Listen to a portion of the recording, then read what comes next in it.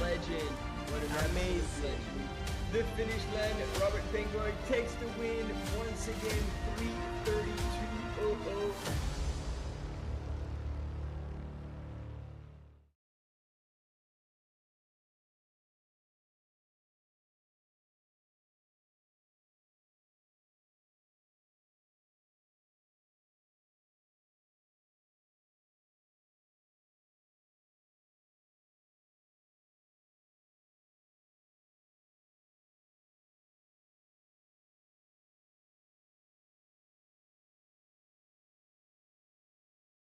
So, welcome to the 2025 edition of the North Face Transgrancanaria, and we're going to be with you for 2 days, covering today the marathon and then tomorrow the classic. I am Martin Gaffuri, and this is Maya Bachhausen. Hey folks, how we doing? Great weekend ahead. Can't wait to watch some incredible athletes romp across this incredible island in the Canary Islands. Yes, indeed, and there is a lot coming up. Like we have an incredible deep field on the start line, and both are going to be equally exciting. Just like last year, we're going to be covering the marathon today, and then tomorrow we'll do the classic. But actually, it's going to be tonight, if I'm not mistaken, because we are commenting from another part of the world, which means we are really out of sync with what's happening in the Canary Islands. But obviously, we are here with you. Yeah, folks, it's going to be a 47K race out there today, known as the marathon. It has 1,840 meters of ascent, so that's uphill. But this race has 2,800 meters of descent. So it is fast, it is furious. They start with a climb up to a high point of just about 1,700 meters. And then from there, it's really about getting your running legs in form and making sure that you can make the most of that. Martin and I were looking at the winning times from last year. The men's sitting at 3 hours, 31 minutes. The females sitting at 4 hours and 18 minutes. So that is what we're probably going to be looking for with regards to the finishing winning times today. Although Martin said that the race was going to be a little bit longer, so that might translate to a little bit longer with regards to the finishing times. But looks like the weather is going to be perfect out there. It might get a little bit hot, but the breeze is low, and it looks like the island is going to put on an absolute stunning day. The race starts at 9:30 a.m. local time, so in about half an hour. And yeah, there's some hot competition in there. Yeah, and part of the competition are the last year's both winners in the male and female categories, and we'll see if they're able to defend their title. Robert Boy is like won it 3 times, so he's coming back for the fourth time, and Jenny Lichter is also here to defend her title from last year. So on the left hand side of your screen, you see the first, and after, as you were saying, going to the highest point in El Rotonublo, it starts dropping down, and that was the 28th station. And it goes to Ayagores as well. We'll see this a little later. So that's a bit of a plan to go up and over in the valley, and then they're dropping all the way down right here. And this is the station. There you go.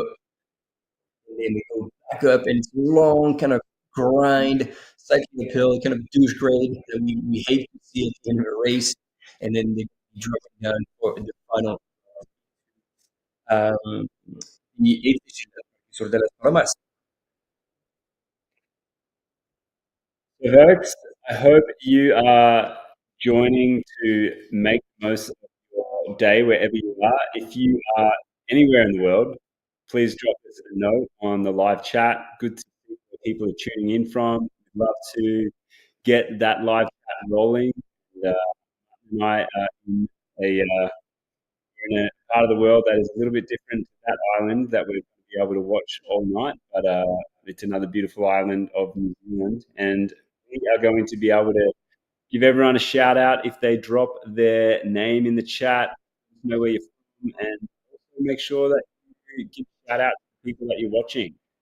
Um, there's some incredible things out there that are coming from a huge amount of different countries, and so make sure that we show that international love out there for the race. And already we have a lot of people: Alan Mills, Martin Emmert, Marcello. A lot of people are cheering for El Pino, who's going to be doing his first race. I think I got that correctly. There's been a lot of change lately with all the top athletes.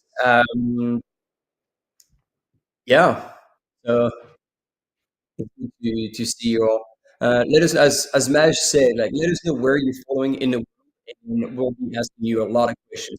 We want this live coverage to be collaborative, so we can tell you a lot about the race, everything that's going on. But if you've done the race in the past, or if you are on the island and you're just watching it live, getting ready because maybe you're running the classic, or you've already run the VK, for example, let us know how it felt, how you enjoyed it, and that's going to be a lot of fun to do this entire live coverage with you all. Folks, we're going to be here all weekend. We are going to be able to follow this race today. Then we're going to take a bit of a break, come back for the start of the classic, and that will be starting at 11:59 p.m. on Friday night. We will be able to see that until the sun sets, and then we'll tune in again to watch the rest of that race unfold and watch that classic race that this whole event is really known for in a big way. This is the 26th edition of the North Face Transgrancanaria. Incredible history to this race over the 26 years. It now has blown out to be 5,300 runners are coming to this incredible part of the world to run one of five distances at the race, and they're coming from all over the world. 7% of the nationalities represented, 57% of the runners uh, representing outside of the Canary Islands, which is awesome for that local tourism, and it makes, I guess, everyone will see how big this island is and the reasons why that is the case. And of course, the North Face Transgrancanaria is part of the Gran Canaria World Trail Majors, which is happening. This is the third race in the Gran Canaria World Trail Majors circuit for 2025, and it is a part of and also the short series as well. So this race today is part of the Gran Canaria World Trail Majors short series, and and that's been a huge success in 2024, the first year it was launched, and it's exciting to see who's going to come out and put their name down to kick off their season in that race series. And like maybe we can talk about this a little bit because this is new for this year, right? The short series. It is. Yeah. So basically, it was the idea is like the World Tour Major was selecting all the best kind of ultras in the world, like the most scenic races in a lot of countries across the globe. And then I realized, well, like a lot of people cannot or are not prepared to run ultras, and that therefore um, they offer the possibility to still have a series, but on the shorter distances. And so if you go on the major website, it will tell you all about the different distances that are in the ultra distance and in the short trail distance. So within the 2025 Gran Canaria World Trail Majors, two events already happened. So that would be the Hong Kong 100 off in January, and then recently it was the Black Canyon in the USA. Two massive races in those two parts of the world, and then we come over here to Gran Canaria and check out this race. Yeah, as we said, this is the 26th year, and in the time it's become a very um, well-known race on the circuit. It had a couple of races already this week. The event kicked off earlier in the week, and so it's been great to see the VK get run and also the half marathon. So there's been a lot of blood, sweat, and tears being put out on the trails already this week, and it's really just kind of a big warm up to the marathon today, and then also kicking off the classic later on tonight. And so here you can see have like we've already talked about quite a few names, but based like ranked on their ITRA ranking, Francesco Pupi from Italy is the leading athlete that we can expect, like on paper, to have the highest score, so therefore to do the best. But like as we said, Robert Penboy, 3 wins on this race, and therefore has definitely the experience over that.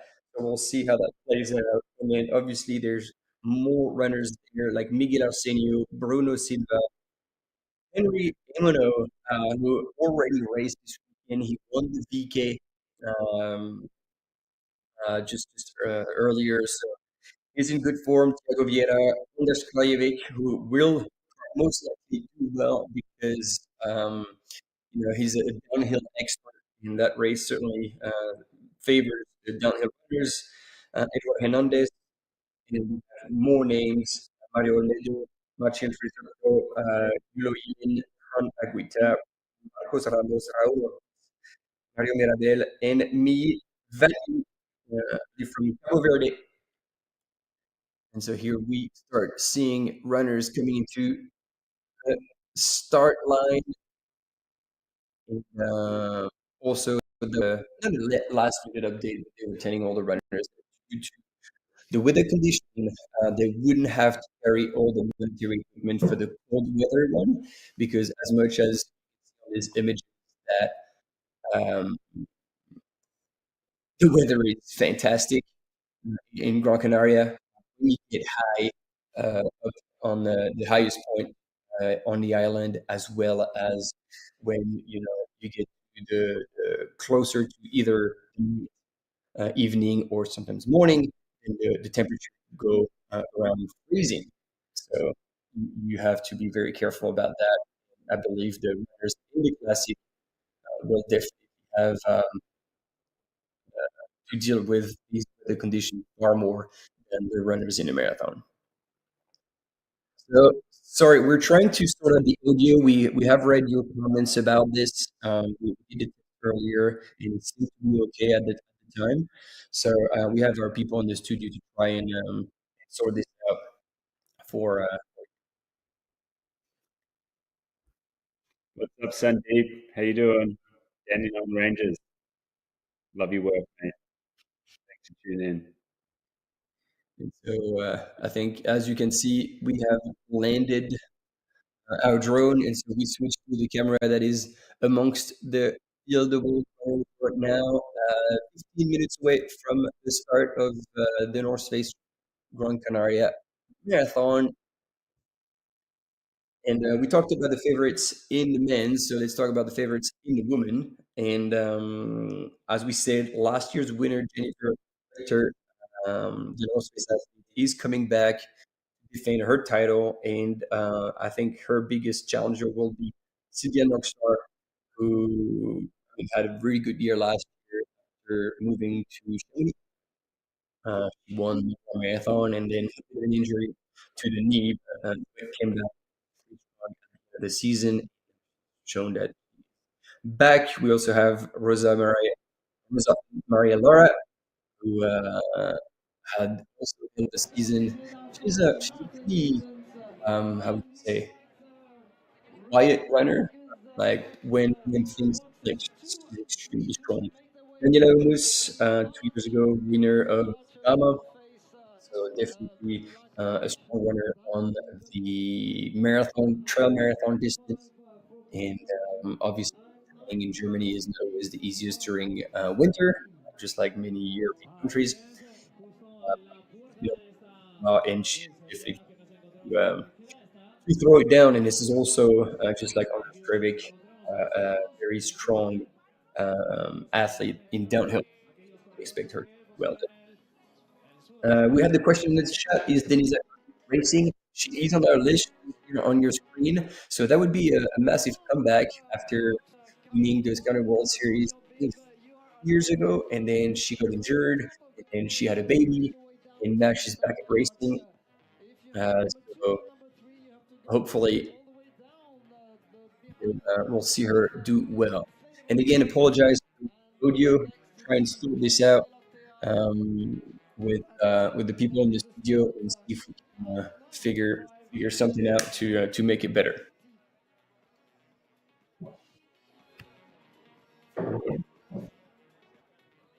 Bueno, pues atención, hacemos llamamiento a los corredores élite para colocarse en la primera línea de salida del cajón número uno. Importante. Corredores élite a la primera línea de salida en el cajón número uno. If you have a number one, cajon number one on your bib, you have to come here under the black arch for the starts from the top of the course.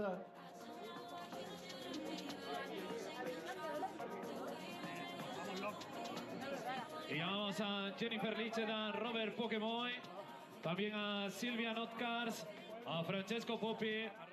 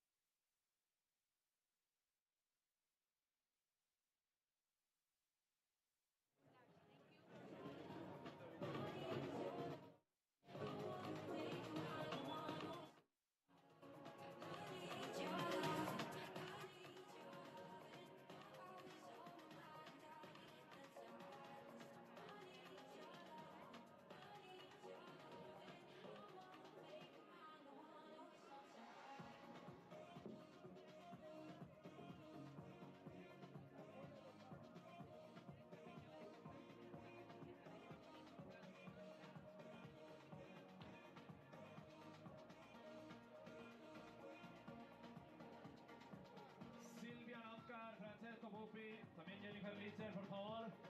Acudan cuanto antes si no se escucha. Guillaume nos ayuda. Bienvenido.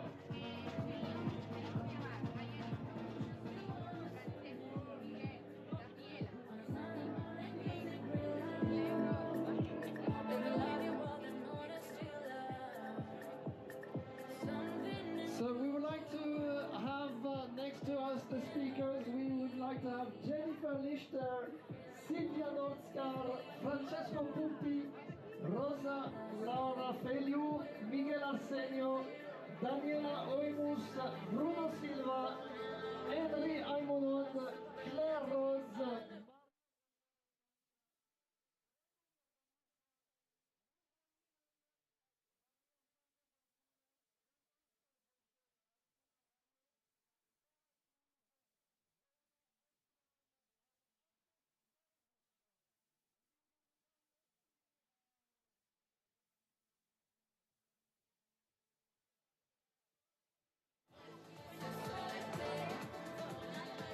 and we need all the runners that we have just mentioned because we want to give you a GPS beacon for the race to be able to follow you live during the race.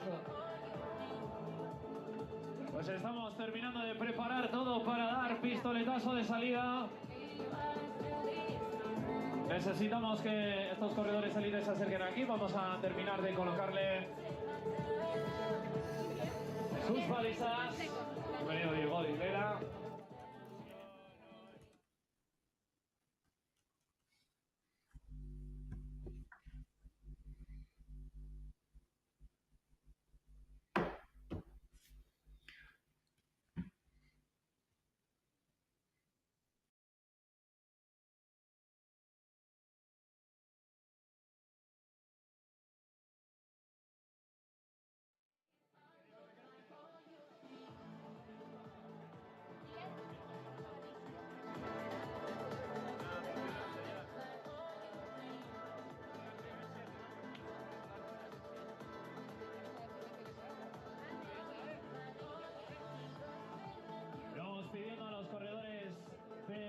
2 y 3 que vayan por favor colocándose ya en el punto de salida, porque necesitamos liberar esta zona donde nos encontramos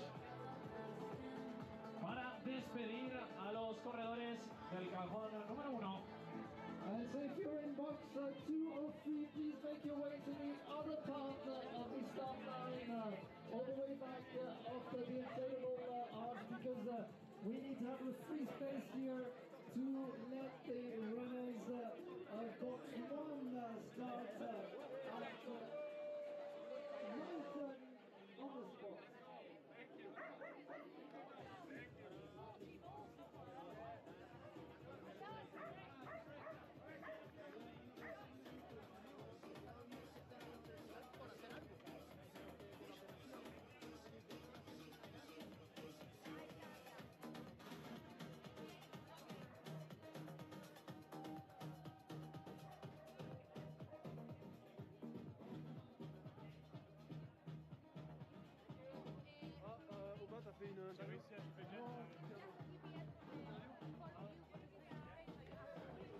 Here we go, team. We're back, and we just got the confirmation that we are now with a better audio sound system. And yeah, pretty excited about that. Because for the live coverage, I think it makes a bit of a difference if you hear us well. And we are now 5 minutes away from the start of the North Face Transgrancanaria Marathon, and we're pretty stoked. And even to see people all the way from South Africa. How's it, Matt? Following that, trail running is definitely a global thing. And here on the far left image on your screen, you catch a glimpse of Jenny Lichter. She's having a chat with her team partner, from Italy. So Italy should be in the forefront in that race with both Henry and Francesco. Let's see that at the start. Thanks, Robert. So yeah, we got the confirmation that the audio is better. Awesome. Again, thanks for the feedback. Loving it. So we get a few screens here. Once again, if you're joining now, welcome to the live broadcast. This is me.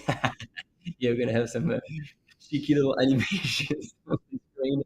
And I am with Maj, and the two of us will be with you throughout this entire live broadcast of the marathon, more precisely, these 47K with a massive downhill train. Once again, it's 1,800 meters of gain and 2,800 meters of descent into the finish line. So that's going to be a quad blaster, which also fast times, and hopefully some blow-ups, because we're here for the show, and that's what we love to see.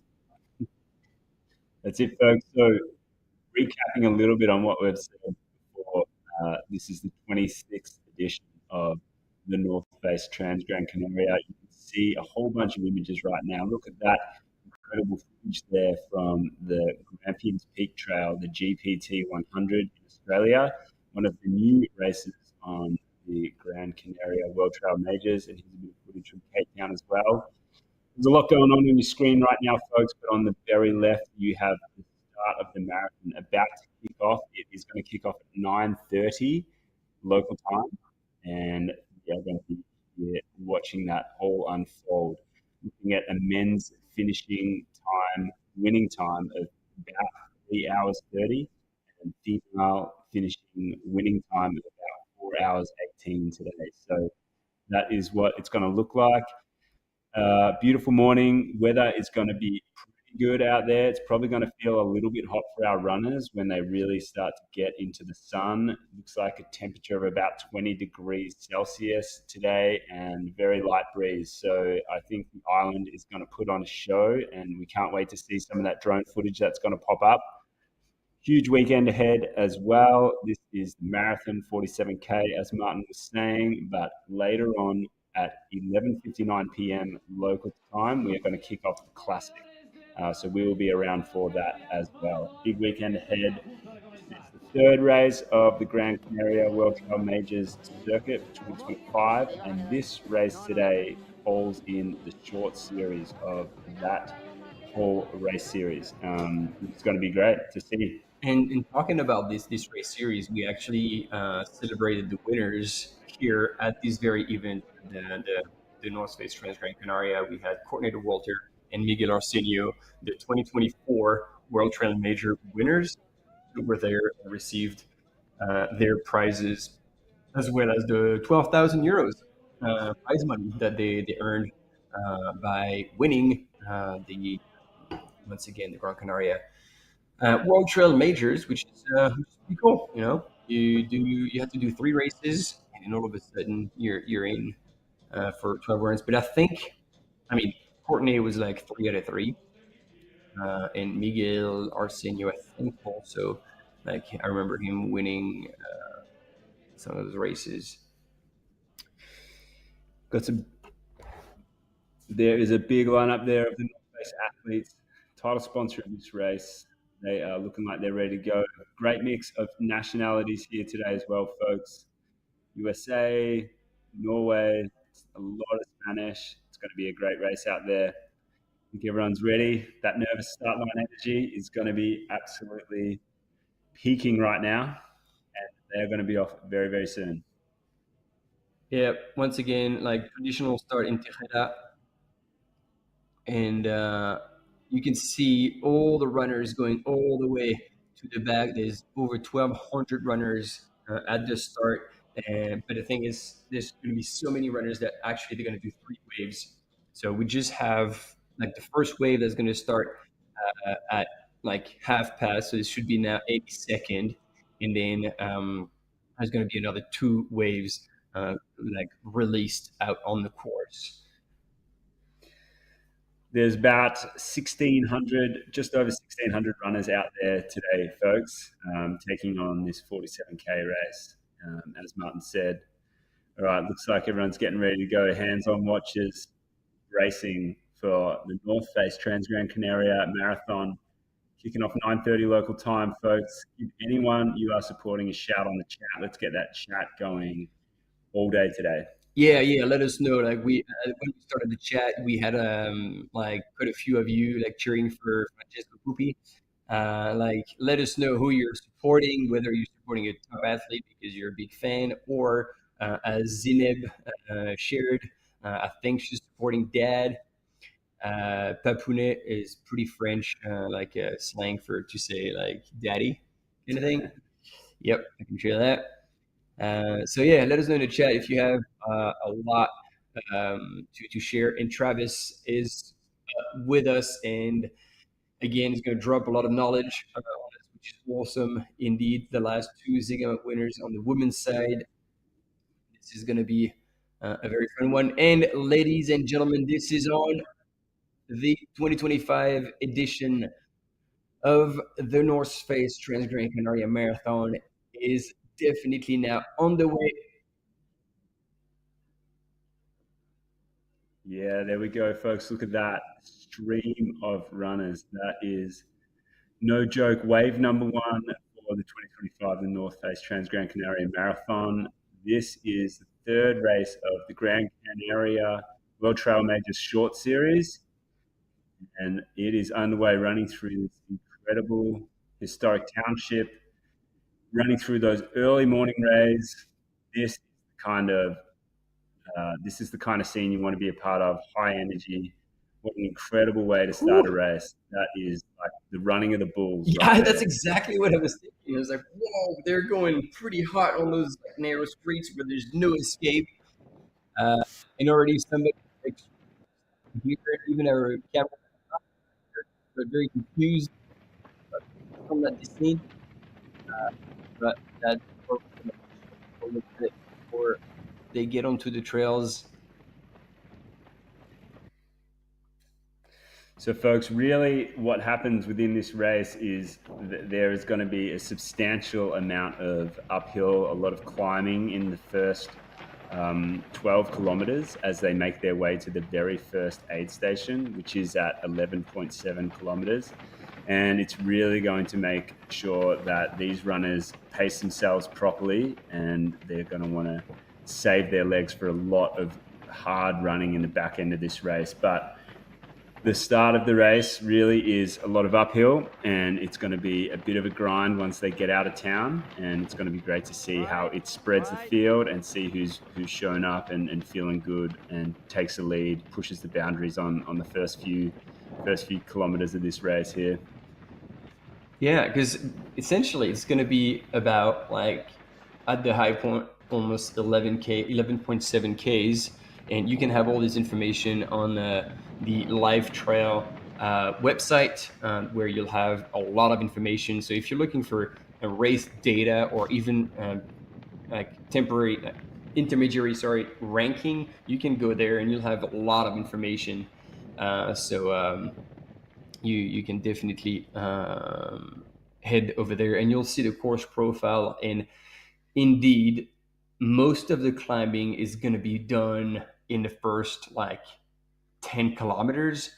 And here Robert Penboy is actually now has made his way to the top, 3 times winner of the North Face Transgrancanaria Marathon, and he is hungry for a 4th win. But now we have challengers in the name of Francesco Pupi, who I can't see just yet, but he will be in the mix, no doubt about it. There he is, just sitting there nice and steady in about 4th position. There he is. Look at this. He's moving up to the field. I think there's going to be a bit of an ego that's going to get involved. Francesco doesn't want to be left behind. These are some tough first kilometers within a marathon, Martin, when you've got this road. It feels like it's easy to run. Should you really be pushing this hard? Are you feeling all right? The excitement is very, very high. So a lot of runners are probably, I dare say, running outside of their limits right now, even so early on in the race, and they might feel it a little bit in the back end. And that's why we see such huge spreads evolve over the course of the race, especially something like this. But these guys that are pushing to the front, no strangers. It's not their first rodeo, and they are likely going to be able to manage that kind of an effort all the way through. And that's what we are here to see who turns up and has the day that they want to have. And as we said, folks, there's 1,800 meters of climbing in this race, but there is 2,800 meters of downhill. And that ability to run downhill consistently, hard and fast over the course of this marathon is going to be the real determining factor of the winner of this race, because there is so much ground you can make up if you are feeling strong on that downhill and your quads are conditioned properly. There's a lot of gravy to be made in that part of the course, Martin. Yeah, and then as much as it's all like kind of downhill, there's 2 little kicks like where you still need to change gear and be able to put back on your climbing legs after pounding them so hard in the downhill. And the last part is actually quite runnable as well. Like, you get a riverbed on the very, very end, you go under the bridge and then into the finish. So that's a tough race. That's a tough race for sure. And I think like the experience that like Robert Penboy will have, I think will play a great deal in today's race.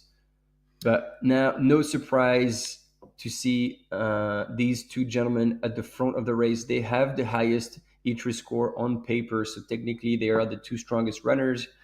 And I think our camera mountain biker is trying to make his way without bothering the runners and still offering us images. And trying to figure out who that 3rd runner is. So here's Henry here with the orange top, and then that's Marcin, I think, with the yellow cap, but to be confirmed.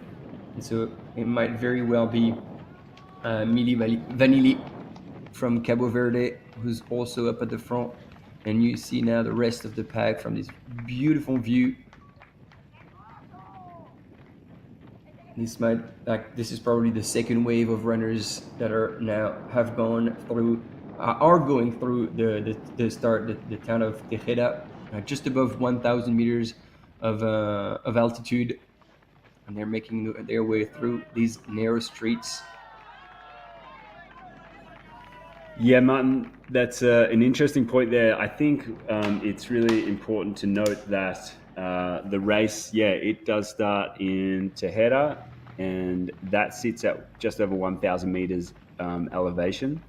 Then runners make their way up to the high point, which is about 1,700 meters of elevation. So when you look at it, Martin, they start at a, an altitude of sorts. It's not extremely high, but it sits at 1,000 meters and works its way up to 1,700. So, people that are coming from sea level could certainly feel that a little bit, especially in these early parts where the intensity is quite high and you've got a lot of road running, which kind of forces people to probably push a little bit harder than usual.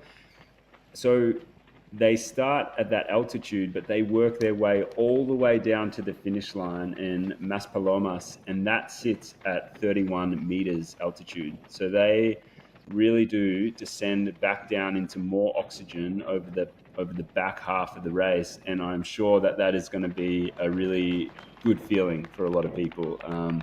We're not talking about huge changes in altitude here, but if you're working at an incredibly high intensity, you can certainly feel it. So, yeah, just something for people out there to be aware of, that, this is the kind of terrain and the kind of variables that these runners are going to be facing out there, which might work in their favor. It also might not. But I'm sure a lot of people are going to be looking to the back half of that race to feel a little bit better if they've paced it early on very well. And that's the perfect getaway to what I had in mind.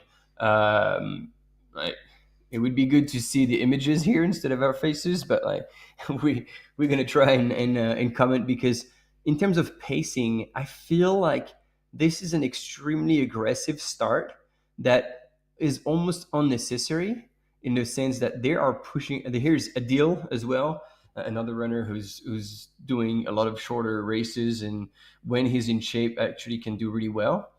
Um, and Henry also, Emmanuel is here, but I'm seeing like Robert Penboy took the lead and then kind of automatically responding, Francesco Pupi, but almost like an ego race kind of thing. Like, these are very early days, as you can see on the top left corner of your screen. We're not even 10 minutes in, and these gentlemen have already gone like side by side and like seemingly attacking each other pretty aggressively. Yeah, so it's gonna make for a very exciting race, and seeing like what's gonna happen and how things are gonna pan out if they're going out so hard so early. And yeah, thanks Travis for helping people out to find the Live Trail website. And hello Mauricio, ¿cómo estás, amigo de la South America? It's good to see everyone in the chat, all the usual listeners, as well as all the other ones that we are not familiar with seeing, but that are joining the party of this the North Face Transgrancanaria Marathon. A lot of fun is to be had. And there we go. I think it's Marcin, yep, who's catching up with our two gentlemen at the front. So now we've got, once again, Robert, Francisco, and Marcin at the front. And again, at a pace that is probably close to 3 minutes per K on that runnable downhill on the road.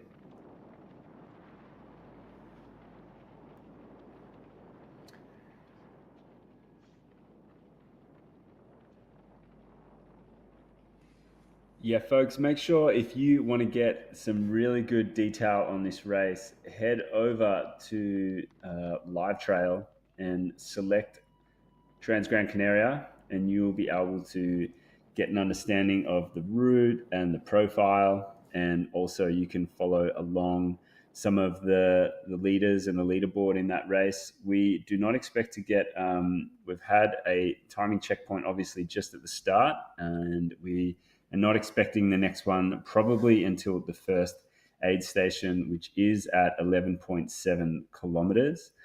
And that is Garanon. At that aid station, folks, the runners will be able to get aid. They will be able to get external assistance from their crew. That is at, again, 11.7 kilometers. And then the next aid station is at 21.5 kilometers. Again, people can get crewed there.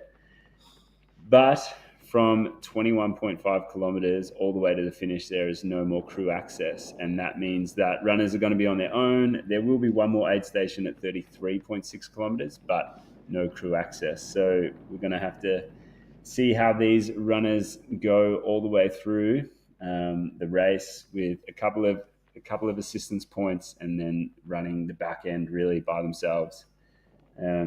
So yeah, over the 47 Ks, there's 3 checkpoints, and I guess we'll see how their strategy unfolds with getting through those. And I mean, I don't know if there's any type of strategy at the front of this race, but I was literally laughing at the pace these two gentlemen are running out, because now they've transitioned to an uphill, and then Robert was still absolutely motoring up that hill, opened up like a 10, 15 meter gap on Francesco, and now Francesco is responding, and now they're like back at like that flattish downhill running. But man, they are going so hard that I think they're just not holding back and giving everything they have, and they're going to be running absolutely balls to the wall until the end, which means they're going to be spending on based on the last like essentially course record, or at least what the time that Robert ran last year, 3 hours 31:57. So 3.5 hours at a relentless pace. It's going to be mind-blowing. Yeah, folks, and they are going to probably be on this road for the first 5 kilometers of the race before they transition onto some forestry road and some more hiking trails. So this is a fast 5K opening. It does have a decent little bit of climbing in it. And then they are going to start to hit the trails at about 5 kilometers when they really get out of the township. And that's where they're going to have to start their climb and making their way up to the course's high point at just over 1,700 meters. But yeah, I suppose the asphalt is providing a very quick start to the race, and you can see they've got amazing running form, and there's no holding back in their they're running stride right now, and you can just tell by the way that they're running. It looks fluid, it looks fast. There's a high cadence, and there's just no sense of backing off, or no sense of conserving any energy in this start. And I can tell you what, from the look of that footage right there, that is not flat. There is definitely a little bit of an incline there, and I mean, you're going to be chalking up a little bit of burn, and this is great. This is great. This is what it's all about. We're going to see these two folks go at it, and then we'll just see if they can hold on to it. But I like what you talked about, like especially the cadence, because we see Francesco Pupi here, and he's definitely one of the athletes who has the highest cadence in the circuit, which obviously favors him in the uphill, because you want to have like the least amount of effort and having the least amount of strength for each stride. So if you have a long stride, you're having to push much harder and putting a lot more stress in your muscle for each step, as opposed to like a very shorter, like a shorter stride, much higher cadence. That will definitely help. And as a road runner, I'm pretty sure he's hitting this 180 steps per minute, which is said to be the ideal leg turnover or like frequency in road running, at least, because then obviously you get on trail and that gets inconsistent because of the nature of the terrain, of course. So, folks, we'll be able to get a really good timing update on this race when they hit 11.7 kilometers at the very first aid station. up until then, we are really going to be focusing on the footage we have to understand the race leaders. Yet to see what is unfolding in the women's race, but there are some incredible females out there racing today, and we can't wait to see how that race is unfolding. Previous winner Jen Lichter from 2023, she's back out there racing as well. A whole bunch of other great athletes from the North Face and all around the world, actually. So it's going to be great to be able to see. Someone in the chat dropped a note saying that 2 of the Zagama winners, 2 of the previous year's Zagama winners, are also on the start line. So that is awesome. Transgrancanaria is obviously an absolute running mecca this weekend, and some of the talent that is out there is phenomenal, and we cannot wait to watch it all unfold. As you can see here, Martin, again, having a little laugh at how good Robert is looking right now in these early parts of the race, and he just looks like he's shown up to throw down. Oh yeah, 100%. And I think this is still a long way, like 47 kilometers, with this amount of elevation gain and loss as we talked about, and plus the heat element is going to play into this as well and add a little bit of more stress on the runners' bodies. Like it's going to have to be your own race. In the sense that now we see Francesco Pupi has dropped out. He was responding in a way that almost did not seem sustainable. Like it is 47 Ks. It is 3.5 hours of racing, and so you have to do you to bring your best possible performance. Because here, Robert, like he's running at an incredible pace. This is now going uphill pretty strong, and look at him. He's still flying up the hill. But the thing is, who knows if he's not burning too many matches right now, and that's going to come and bite him later on. So, the rest of the field, they kind of have to do their own races, and then, on this Krevik, for example, or in the women's field, and I hope we're going to have images of the women soon.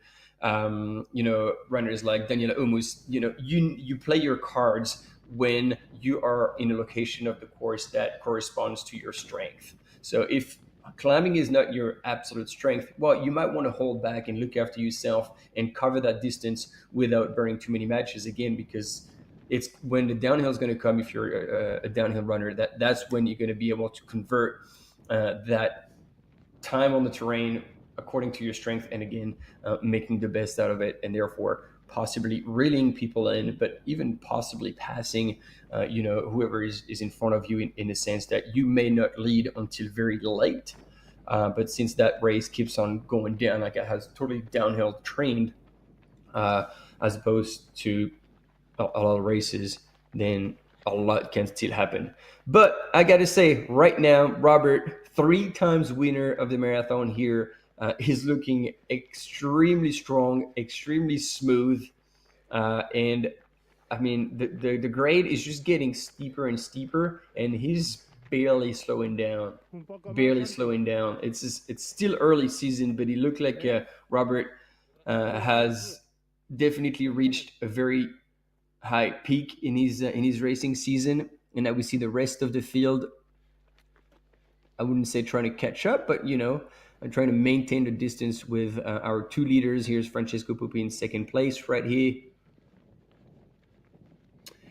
And folks, so the lead men of the race right now are hitting some of the trails, early trails. So they will be at approximately 5 kilometers into the race. So they have knocked off that first 5 kilometers at, I think, bang on about 19 minutes. So that gives a bit of an indication to what speed they've been doing, and they will be starting to make their way up to the race's highest point. So in about another 6 Ks, they will be hitting the first aid station, but this will hopefully see gravel under their feet for the rest of the race.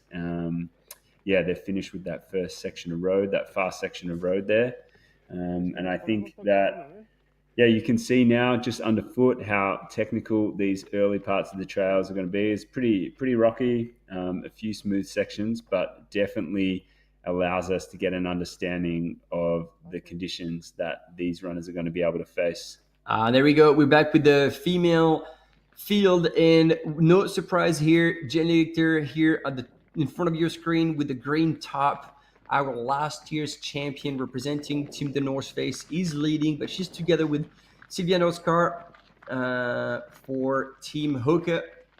And Sylvia is now right on her hill. I think they're going to be racing quite a bit together. I would say they're at very comparable level. So this is still early season, so we have yet to see like how their winter went. But these two female runners are absolutely stunning athletes, and yeah, I think there's going to be a big fight as well in the women's field, which will make it even more exciting. So again, in the chat, let us know who you're cheering for in the women's field as well, and we'll see how things play out. And you can see there, folks, they're also hitting the first parts of the trails early on in this race. So they are really, all in all, only a few minutes behind the front leaders, being the front males of the race. Gives a bit of an understanding of the spread. Not massive. I think the footage being split can give a sense that it might be a longer distance than it is, but only a few minutes behind the lead men. After about 5 kilometers, the females, as Martin said, Jen Lichter and Sylvia Norsgaard, they are looking pretty comfortable. They are definitely making an effort to lead this race out. Sylvia sitting on the heels of the 2023 champion, Jen Lichter, which I think is probably a very smart strategy. If she is, feeling comfortable and able to just sit on the heels, then I think that is a good measure of effort to follow someone who has experience at this race and is able to understand what's coming up. And yeah, I mean, it could be the strategy that determines whether you win the race or not at the end of it. So yeah, a lot of stoked runners here. It's good to see a couple of peace signs and everyone making their way up here. This is at 4.5k into the race. So yeah, the trail starts at just on 5k, and I'm sure everyone is going to be happy to get this road section out of the way and start hitting the trails that we all love. You see a lot of a mix there, quite a few females in amongst the spread of the rest of this pack here. And I think that's probably the first person we've seen with poles, and putting them to good use. Yep, indeed. And then back to our two front runners in the women's field. Sylvia Nogstar is I mean, she's in really good shape. She's already been racing a bit this season, and especially with the win at the stage race El Croce. So she's definitely in shape. And those stage races, if you don't race yourself too hard and go in the red zone, they get you really, really fit, especially because that's at altitude. So if she's done right with that race and then recovered well, like she'll be pretty damn strong today. So there they are again. As you were saying, Sylvia is definitely sitting on Jenny's heels and just waiting. It's going to be a waiting game, but Jennifer is actually a very strong downhill runner. I had the chance to film her, and I'm like you did that more than I did over in Tahoe at Olympic Valley when she was racing the weekend before Western States at Broken Arrow. When I think that was the first year she won the long race, the 52, I think. Yeah. So Jen Lichter, obviously out of the US, knows how to run downhill, knows how to run technical trail, absolute beast. Yeah, she was previous champion at the Broken Arrow Sky Race and also at the Rut in Montana. She has shown up at the Rut. Jen also came third at the VK just the other day. So she has already kind of revved that engine a little bit this week as a final little, I guess, tune-up, a little flush of the legs, so to speak. But for her to show up, run third at the VK, and then show up again today at the marathon, she's obviously out here to make the most of her time in the island. And yeah, so Jen is really experienced. nowadays, like she's racking up some really big races and really getting amongst this trail running scene, performing real well too. And giving our cam runner a bit of a run for his money because he got a bit confused, tried to got past, and then there you go. He's keeping up with them. Thanks, Travis, once again. And this is not the first, and this is not the last, but like dropping additional knowledge for our audience. Sylvia and Jenny indeed raced Les Templiers last year. This is a race, about a 50 miler in the center, south of France.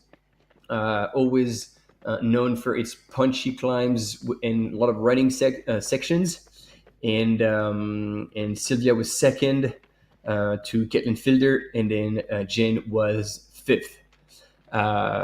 So yeah, and Jonas, you're actually right, and you seem to be a downhill expert because you were talking about already Anders, how many runners he will catch on that downhill. And it's true that Sylvia can run downhill also very well. So it will be a very, very exciting last part of the race in the women's field as well. So plenty of things to see.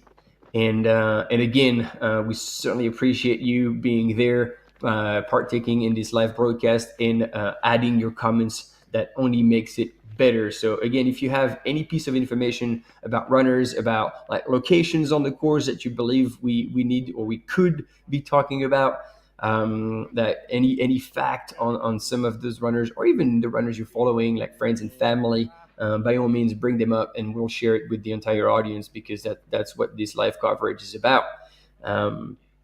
So I think we're waiting for our third female maybe here. Let's see who comes next. There you go.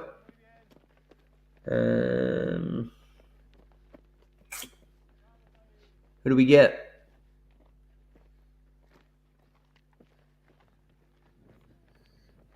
All right.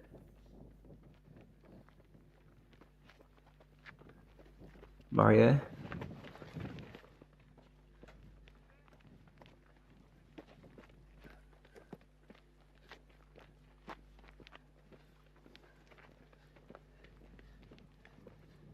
All right, team, we're leaning over the screen to try and pick up the number on that bib to tell you who that runner is. She's running in third place right now in the women's field. She seems like she has a bit of a curly hair, so I don't think this is Rosa Maria. If anybody's got a tip, let us know.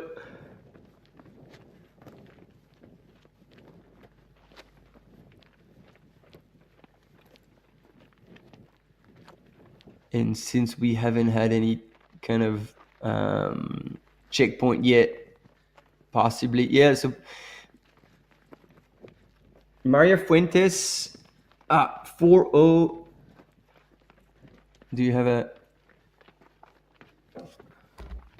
Fuga.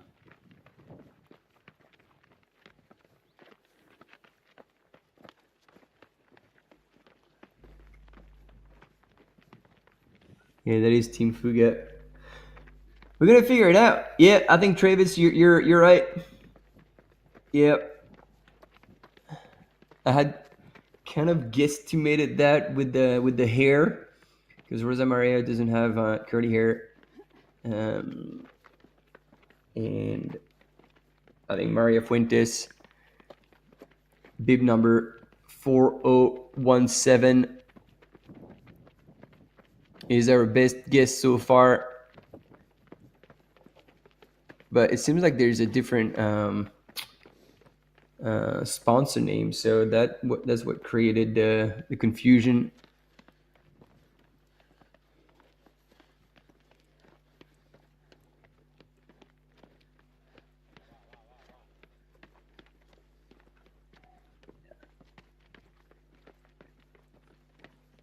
Yeah, I think we just had a bit of a replay, and you're right on the money, Travis. Once again, you know it. It is indeed Rosa Maria. No, Maria Fuentes.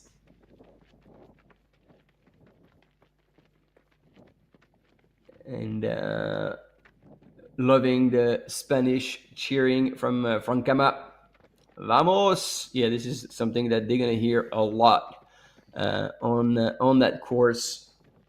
And it's good to see Maria Fuentes here in third position, because she was not the third place according to the ITRA ranking, at least. But at that point, she's doing pretty well, and she's also looking pretty good and smooth, and doing her own thing. Still a lot can happen, as you can see. Again, we're just past half an hour racing, so there's about 3 hours left for our top men, and about 3:45. Yep, 3:45 for the women. So quite a bit of racing left.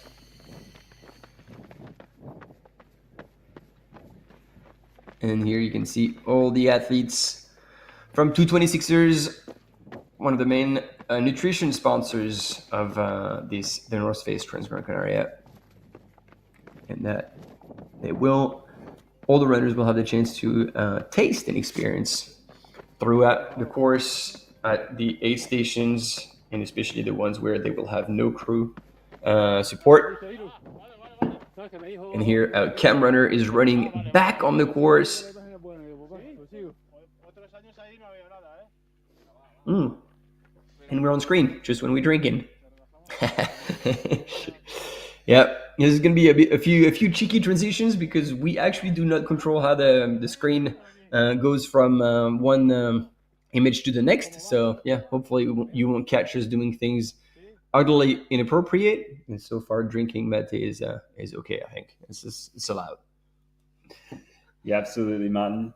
I think our camera runner is making their way back to hopefully catch the 4th place female in the race, and then we will get a little bit of insight into who that will be.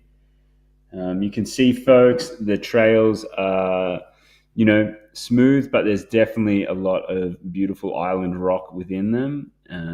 I think it is definitely going to be one of those races where, the trail running spirit has to really flow through, in a matter of speaking.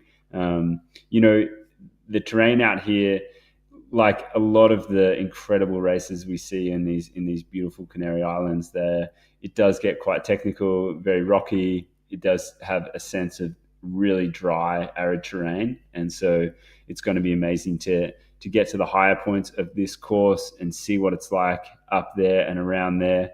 We did mention a couple of times that the high point of this race is at just over 1,700 meters, and then they bomb down all the way to just 30 meters above altitude, and that is right on the finish line there down at the waterfront. And yeah, we're going to look forward to seeing who crosses that finish line first place in the 2025, the North Face Transgrancanaria, the 26th edition of this race. We mentioned before as well, across this whole week, there is 5,300 runners here, absolutely frothing out. A term that we can use in this world. So trail runners, and they represent 74 different countries around the world, which is awesome to see. What an incredibly international race. And of course, when we get to see some of the beautiful footage of this place, there is no question why people want to come here and run. You can see here a huge batch of people finishing on that road section, that early 5 kilometers of the race. This race, the 47K, had 3 different start waves, Martin, I believe you were saying. Correct. And so this will be another batch of those runners coming through right now, making their way onto the trail as they move their way out of Tejera and making their way onto the trail at just about 5K into the race. So we've had quite a few people cheering for Spanish runners, but since there's a live coverage in Spanish, I believe all the Spanish supporters will be on this channel. So here on the English channel, we have pretty much every other nationality, and in the chat. I think now we're getting close to, in between the Italians. I think it's a tight one with Marcin, with Poland. So we have Dawaj Marcin from Norbert. So it will say Lukicho is also there. So I think it's good to see a lot of supporters from Poland. So big shout out to everyone, as well as thank you to our one and only King Runner Ultra, who once again is present to help us out with the pronunciation of Polish names. And make that race exciting. Marcin, if he's really fit, it's going to be super cool to see him. Somebody was earlier calling him a dark horse, although admittedly now we know this name too well. Like, he is definitely part of the people that we know can do well and can finish on the podium in the top 5. So we'll see how that goes for Marcin. But it's good to see all the Polish trail runners, supporters out on the chat as well. And there we go. I think I woke up a few people. Now we have Portugal, Germany.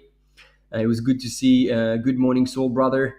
This is a name that we're also very familiar with having in the chat, like one of the people that are always there. So appreciate you being there as well. And now we're getting to the high point here on the island. So I don't know which runner we're going into. But yeah, we're transition. There we go. We got Germany cheering for Daniel Omus as well. There's gonna be a lot of exciting runners, and Helen is also telling us a little bit about the island, having really two sides that are like very different, which I think is the case in most of the islands in the Canary Islands. One side is very sunny, always dry, and the other side is like always lush green and more wet because it receives all the clouds and it gets stuck by like the line of volcanoes in caldera. Yeah, absolutely, Helene. Helene, thanks so much for putting that info in there. Sorry if I'd made that a little bit misunderstood, but yeah, we're going to be seeing a lot of the arid side of the mountain in the early arid side of the island, in the early parts of the race. Brings to mind some of the info that we've been finding out about this incredible part of the world. There is 146 protected natural areas on this island, and a huge diversity of microclimates.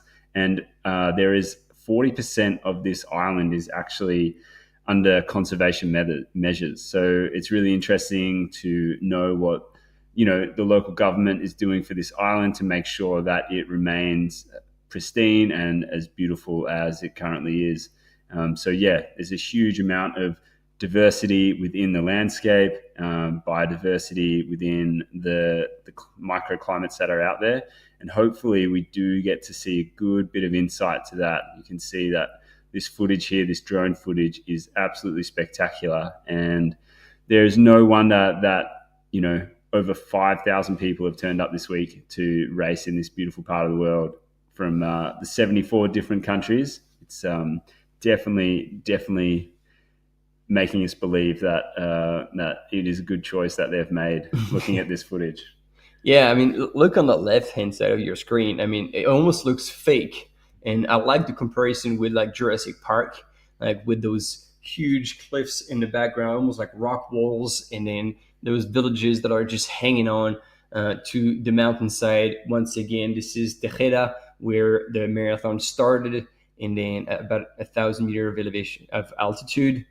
And by now, like all the runners have left this little village, this town, to be out on the course. But that's these are the images. I guess we're back here with the drone because we're probably on the section of the course that can't be covered with camera runners or mountain bikers. And looks like we're gonna land at some point. So hopefully we don't disappear entirely. But yeah, basically, if you're wanting to follow and have all the details about the runners at the front, but also if you're following any specific runners, once again, go to Live Trail and you're going to get the possibility to put some of the runners in your favorites, look at the course profile, where they're at, And this is a new version of Live Trail, actually. So you're going to be able to experience a new interface, play along with it a little bit. But it's got a lot of goodies to show. And it feels like in the chat also Portugal is definitely present to support their runners, which is super exciting. Cape Town also is in the house. We've got almost the whole team from UTCT. It's exciting. Oliver also probably watching from somewhere in Annecy. Good times. Good to see so many good names. And yeah, actually, I'm going to do a bit of a refill as we're waiting for the images to come back to us. Yeah, folks, so a little bit more about that race today. As we said, runners have started at just over 1,000 meters of altitude. They make their way up to about 1,700 meters altitude at the high point of the race. Then they descend all the way back down basically to sea level at about 30 meters above altitude. The course today has 3 checkpoints for runners to be able to get access on, and they fall at 11.7 kilometers, 21.5 kilometers, 33.6 kilometers, and then they make their way to the finish at 47.8 kilometers in total. Traditionally, over the last couple of years, this race has been a little bit shorter, and so that means that the race this year is probably going to have a winning finishing time of maybe just a little bit over what we've seen in the past. So make sure you're aware of that. It also has a little bit of length addition and altitude addition as well, 1,800 meters of climbing. And I guess the big thing about this race, which we've mentioned a couple of times, it has 2,800 meters of downhill. And this is just something we'll repeat time and time again to make sure that anyone new on the live stream is getting a good bit of info about the race. But that 2,800 meters of downhill really does kick in after that first aid station, and so there's a huge amount of downhill running to be had by these runners, and it's going to be great to see who shines through on that type of terrain, who has really gone out and paced themselves well to make sure that they can make the most of that downhill. This is definitely a race that would get won or lost in that downhill at the main meet, the back end of the race. So yeah, stay tuned to see how that unfolds. That's the kind of information that we know about the race, and it's information that really allows you to understand how this race is likely to unfold. And yeah, as we mentioned before too, not a huge amount of time spent at higher altitude, but there is definitely a sense of that, starting at 1,000 meters above altitude, working up to 1,700 meters, and then all the way descending back down to the finish line. They're going to be getting more and more oxygen to feed off, and I'm sure a lot of people are going to be feeling really good about that.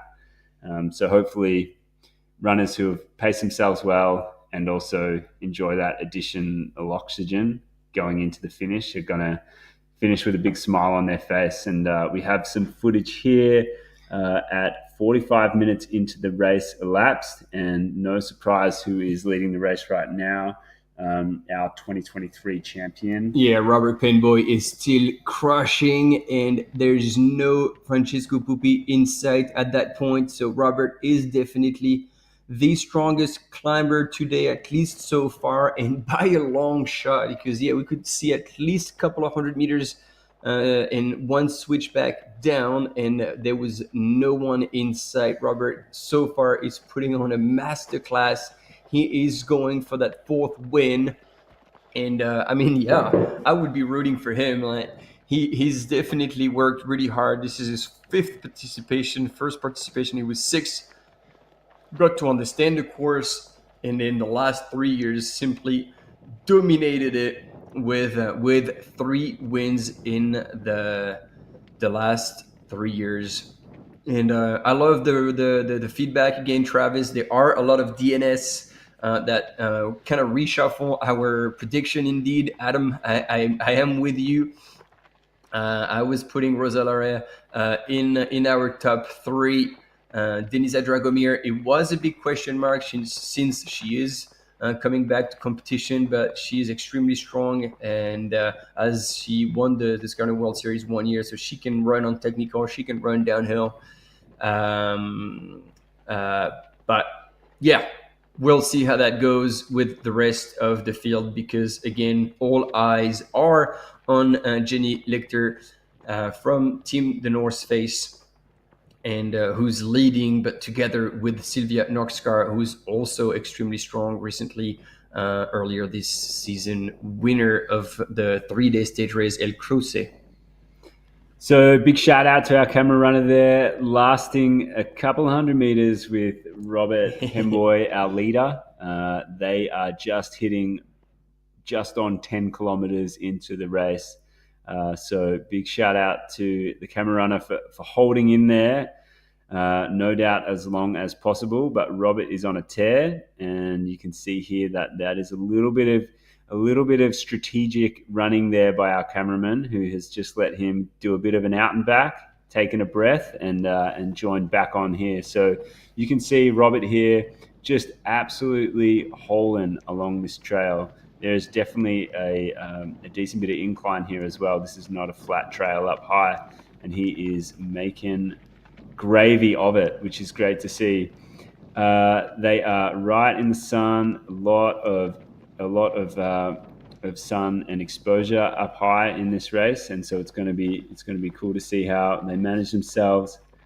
Robert here, very experienced, as Martin was saying before. Look at that cadence. Look at how light he runs up that hill. Yeah, he's still like full 4 foot in his Joma shoes, absolutely crushing it. I mean, unless something bad happens, and obviously, again, the chances of such thing happen are extremely slim. He knows the course like the back of his hand, and then having the confidence that you've won here 3 times, you know how hard you can push, how early you can push, because that's the thing as well. Like over this distance, you can put yourself in the red zone if you know exactly where you're going to be cresting and then going down, and then have the ability to then recover, get the heart rate to lower. So this is like, I mean, course knowledge here is essential. And you can see there's actually a bit of wind. We could see that on that flag. So they have a headwind at the minute, and then, look at that. Look at that. There is absolutely no one to be seen. It is a one-man show today in the men's race, and we're not even an hour in. Robert Penboy has absolutely blown up the men's field. Ladies and gentlemen, the race is over. Kaput finish. You can go home. Mr. Penboy has taken it home. Oh man, that is legend.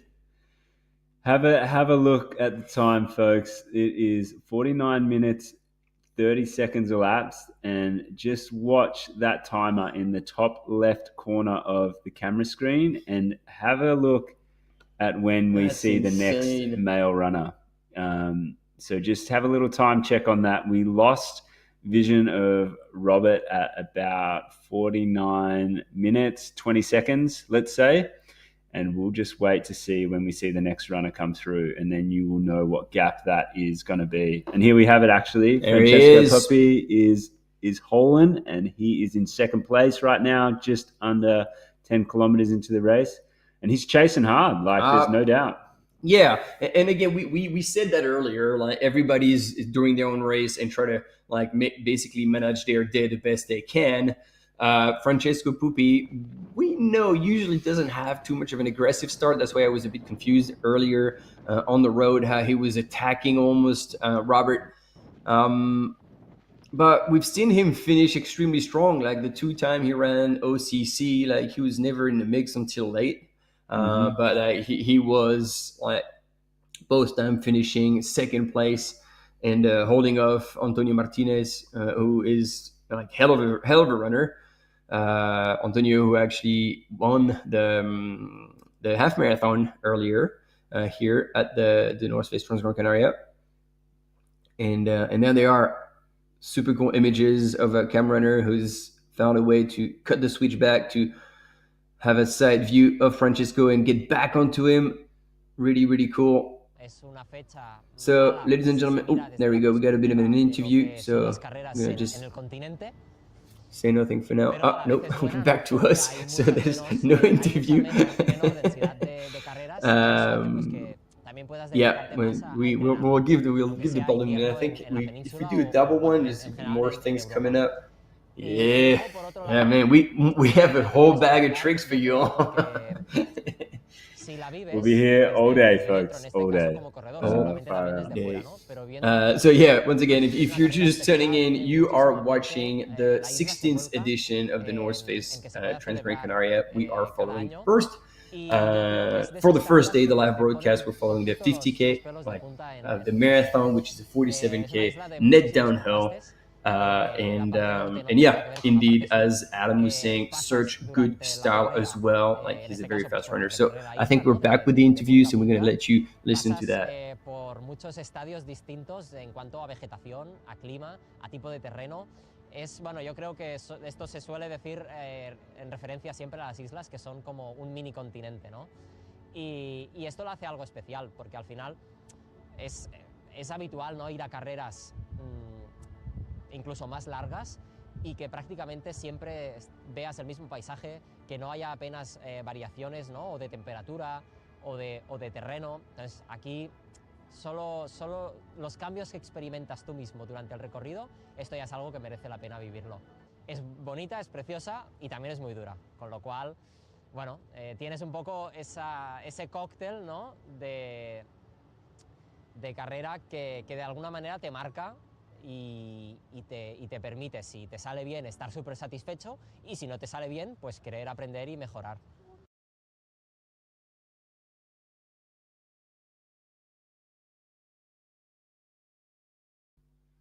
All right, team, we're back on. We're exchanging information with people here on Instagram, on WhatsApp, everything we can get, so we can share with you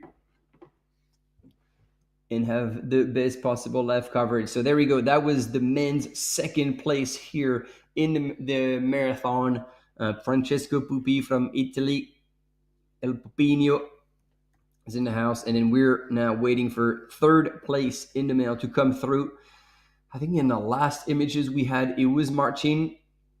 So we'll see if that is still the case or if things have been reshuffled. But there is another substantial gap, seemingly just as much as there was between Robert and Francisco. It looks like Francisco is in the safe. I think I can see motion down there, but not sure yet who that is.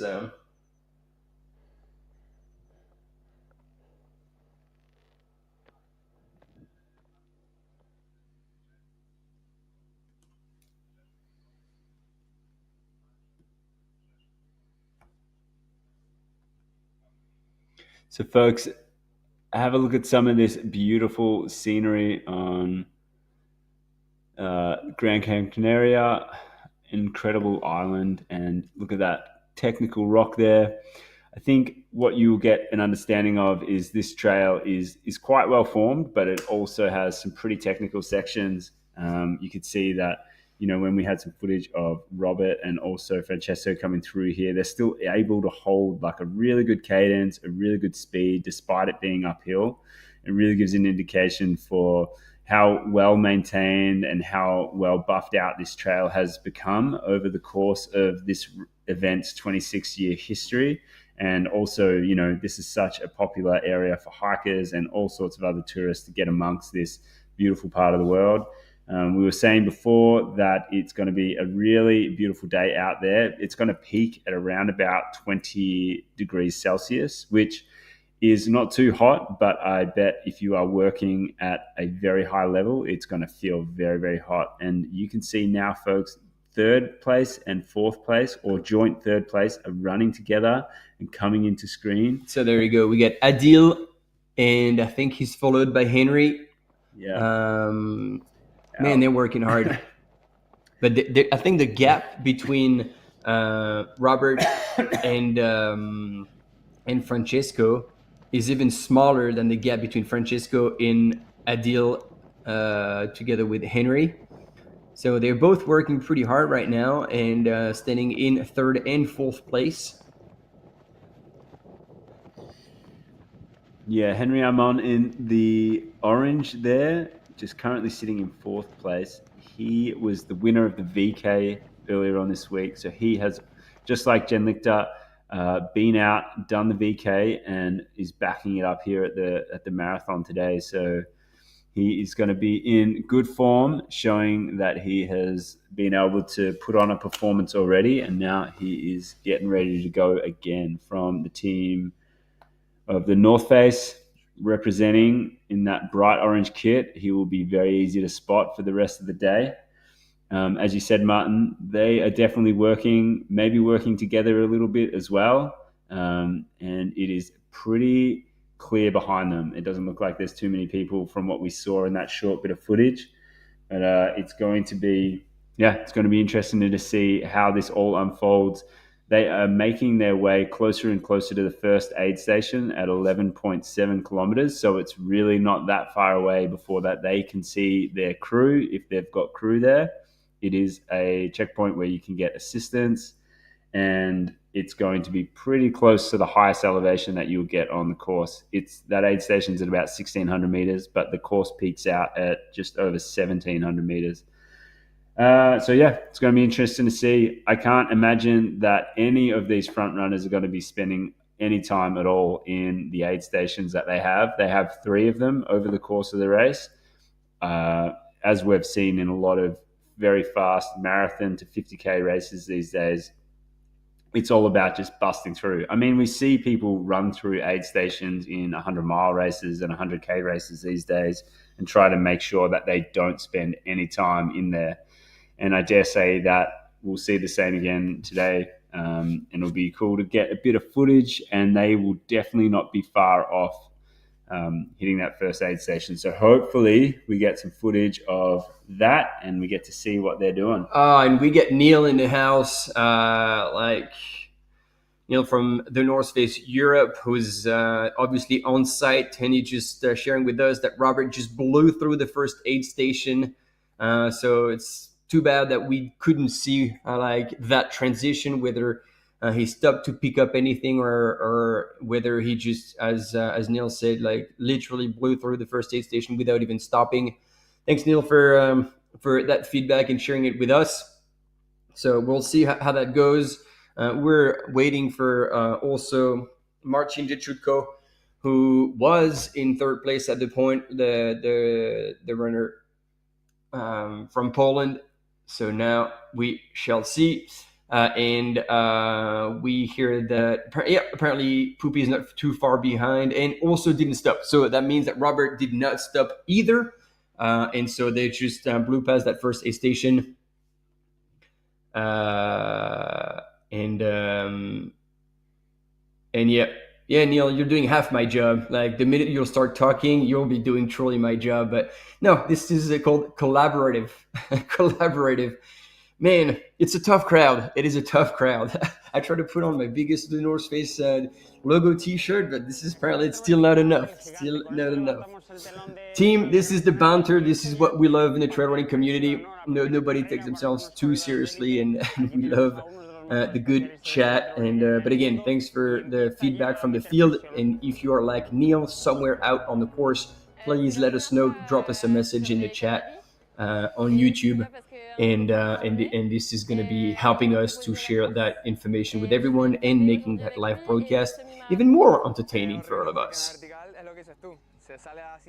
Yeah, folks, so we have a bit of an update on that. All right, so Robert Pemboy went through the first aid station in 57 minutes flat, and Francesco Puppi came through in second place overall, and he came through in 58.36 minutes. So that means that there is a gap of 1 minute 36 between the lead male and the second male, and they have gone through that first aid station at 11.7 kilometers. So 11.7K, Robert blasted through in 57 minutes. So that is keeping pretty honest out there. that is absolutely keeping honest. So it's they've had a decent bit of climbing within that as well, and yeah, there's no slouching going on out there right now, folks. Bit of a gap within that first few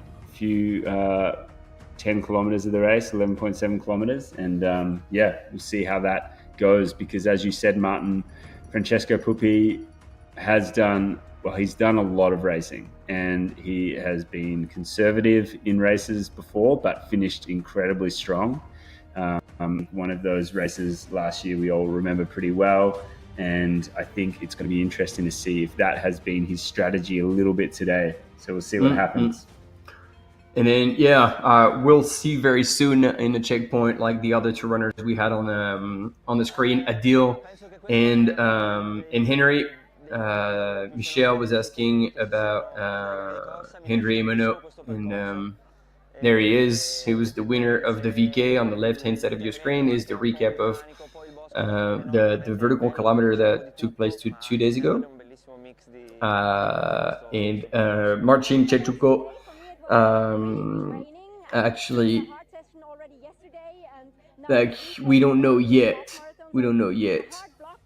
but indeed, Bogdanel, it is a crazy split to think they've covered 11.7 kilometers with almost 900 meters of gain in just under an hour. Yeah, it's flying. Yeah, absolutely, folks. And so they have hit half of the climbing of the entire race when they hit this checkpoint. So they get there at 11.7 kilometers in distance. They've climbed pretty much 900 meters of elevation, and that is half of the climbing of the entire race. The entire race has 1,800 meters of elevation gain, so it's been a punchy start. They have a little bit more to go, but just to give you an idea, they are going to be having a lot of downhill ahead of them. They've still got about 2,600 meters of downhill over the remaining part of the race. So it's going to be all guns blazing. We have a little bit more of an update on third place There you go. and fourth place coming through the first aid station. And so Adil, as we saw in the images, they're almost together, 8 seconds apart, third place and fourth place. So they're basically running together, and they are already 5 minutes back from the lead after 11 kilometers. So obviously that was the part where there was mainly uphill. So we'll see whether things start to shake out as they're gonna soon go into the descent. But so far, in very international field as well, because we've got Kenya, Italy, Morocco, and then Italy again. Forza Italia, so far 2 runners in the top 4.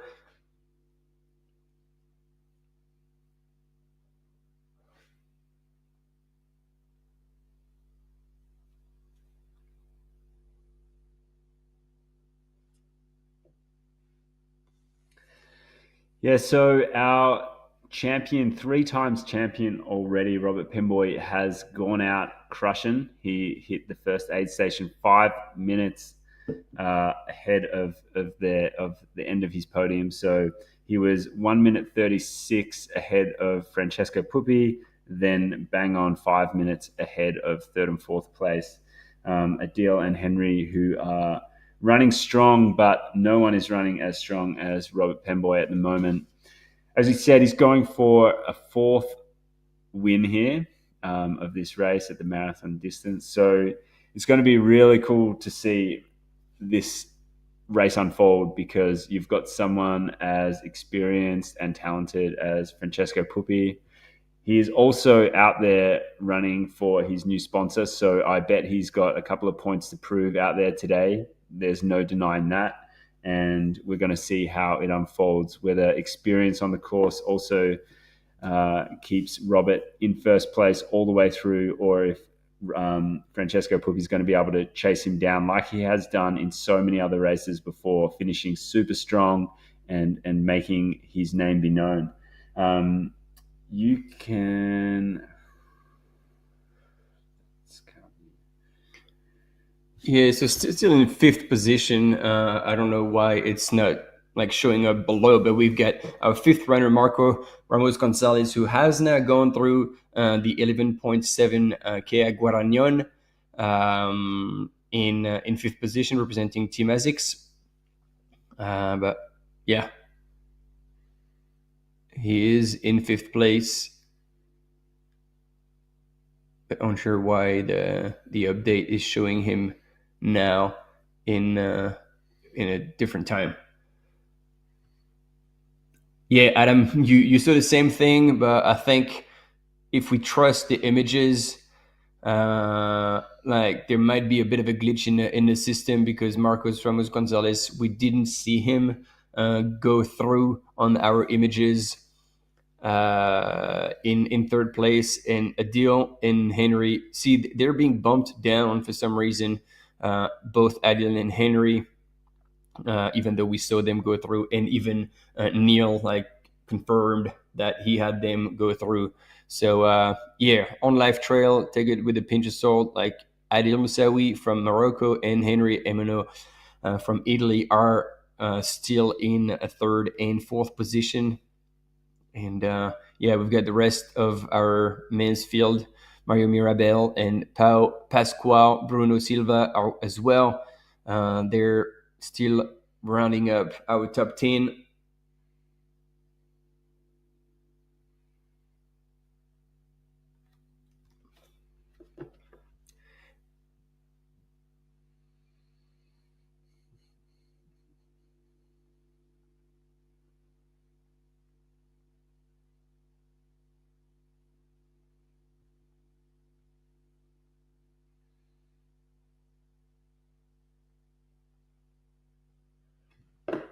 Yeah, team, we're sending feedback to the studio to do a bit of a mixing with the images, so you can get rid of our pretty faces and have actually the course in bigger screen. So, folks, if you have a little bit of a look on the timing checkpoints, we've seen a number of the top guys go through. They're rolling on through as we speak. Almost the top 10 guys have gone through that first aid station. But Robert Penboy went through first in 57 minutes, and he is making his way to the next aid station, the next timing point, and that will be at 21.5 kilometers. So in about 10 kilometers time, he will be hitting that next aid station and next crew point as well. And we will be able to get our next timing point and understanding of how that race is unfolding in that moment. But right now, we have a top 10 guys hitting that first checkpoint now at 11.7 kilometers. And as we said, there has been a decent bit of climbing in that first 11.7 kilometers. It contains half of the total climbing in the whole race, that first section to the first checkpoint. And as we've said a number of times, there is an awful amount of downhill that the runners will be doing over the remaining 36 kilometers of the race as it unfolds. And so we have our now official team field reporter, Mr. Neil, who's out in Guaragnon and absolutely loving the chat. So Jen has gone through Guaragnon aid station, 11.7K, and she didn't stop either, looking strong. So we have the confirmation that our female leader has gone through this aid station, and it is still Jen. So she was through in 108.21, and so far, interesting, she's ahead of Patty O'Leary, which is a pretty good sign for her, and maybe a pretty bad sign for Patty.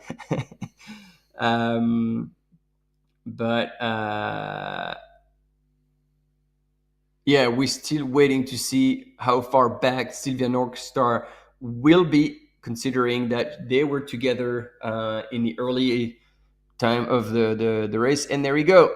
So it is 1 hour, 10 minutes, and 23 seconds. So we got about a couple of minutes difference now between Jenny and Sylvia, which is quite substantial at that point, considering that they were running together. So either Sylvia has eased into her own pace, or Jennifer has stepped on the gas pedal a little more. But now we're starting to see, actually, just like in the men's, our leader pressing on, and yeah, like the rest of the field trying to hang on. Yeah, Jen is no stranger to just getting out hard and getting after it. We see that in pretty much all the racing she does. We've seen it unfold at OCC. We've seen it unfold at the Rut up in Montana there. Big shout out to Mike Foote from the North Face and all the crew up there who put on that race. Just a little one for them. But yeah, Jen goes out hard, and it's great to see that she is the reigning champion, and she's looking to really repeat her effort from 2024. Sorry. And what Martin was saying then is these two women leading the race, Jen and Sylvia, were together at 5 kilometers. So in the next 6.7 kilometers, Jen has put a 2-minute gap on Sylvia. There was a lot of climbing up there. They hit the trail. And so I guess, as you said, Martin, it might be a bit of a tactic that Sylvia is doing there. Our great correspondent in the chat made it clear before that Sylvia is an absolute beast at running downhill as well. So it's going to be great to see if she is just saving a few biscuits for that moment when she throws down for the remaining of the race, because there is a lot of downhill, a lot of ground to be made, and yeah, as we watch these runners roll through the first aid station, our third place female, Maria Fuentes, has also gone through, and she is not far off. She's about 30 seconds back from Sylvia. So a tight race going on here. We've got first place rolling through, second place 2 minutes behind, and we've got third place rolling in 2 minutes 30 seconds behind and that's in the females race, which is awesome to see. So the top 3 females have gone through the first aid station at 11.7 kilometers. They've done 900 meters of climbing within that, which is half of the climbing of the race. Sorry if we're repeating all this information so much, but we really want to make sure you know what's going on, because we don't have images right now, but we are using, head on to Live Trail, Transgrancanaria, and you'll be able to get all this information yourself, but we do want to make sure that you have it. And we're not choosing to be on the screen full time. Like this is by default, because we are waiting for images from the field to be able to show you those amazing athletes' accomplishments on the course. But it looked like maybe if we maybe, can you filter with like only the women's race, so we can give you like an estimation of our maybe a top 10 in the women's.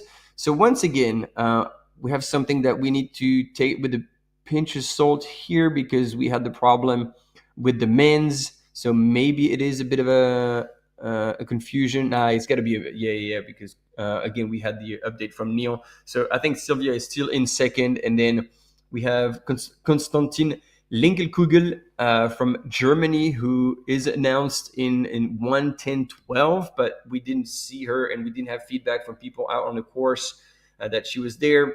But we also have also another German runner, Daniela Umus, who seems to be also in the top 5, unsure exactly where, maybe in 5th, because we had Maria Fuentes, we believe, was in 3rd position, at least when we saw the images. But again, things could have been reshuffled in the last 6.7 kilometers.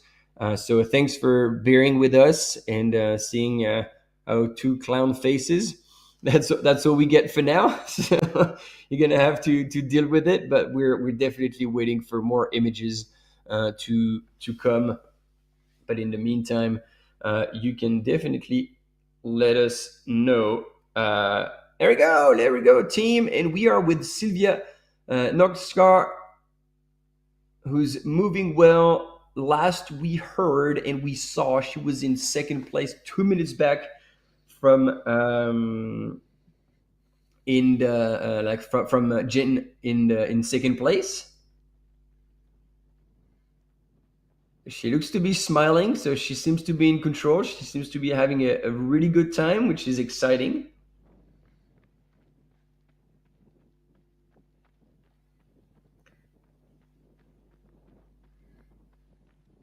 And so, oh yeah, okay. So it's like we're putting like it's up on the screen. Second woman here, so we might have missed seeing Jenny Lichter in on the screen. We probably didn't have images just yet, but now we're back once again.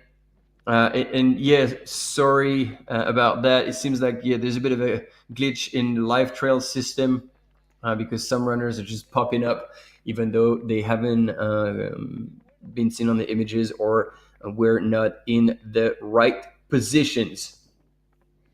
Yeah, even 2 pinches of salt for live trail. This, that's the thing. Like, it can be a very good system, or sometimes it is completely off, and then it's actually throwing everything around and confusing us more than anything else. So, I guess bear with us, and we're gonna do our best. And once again, if there's anyone out on the course who can give us the same kind of feedback that we're getting.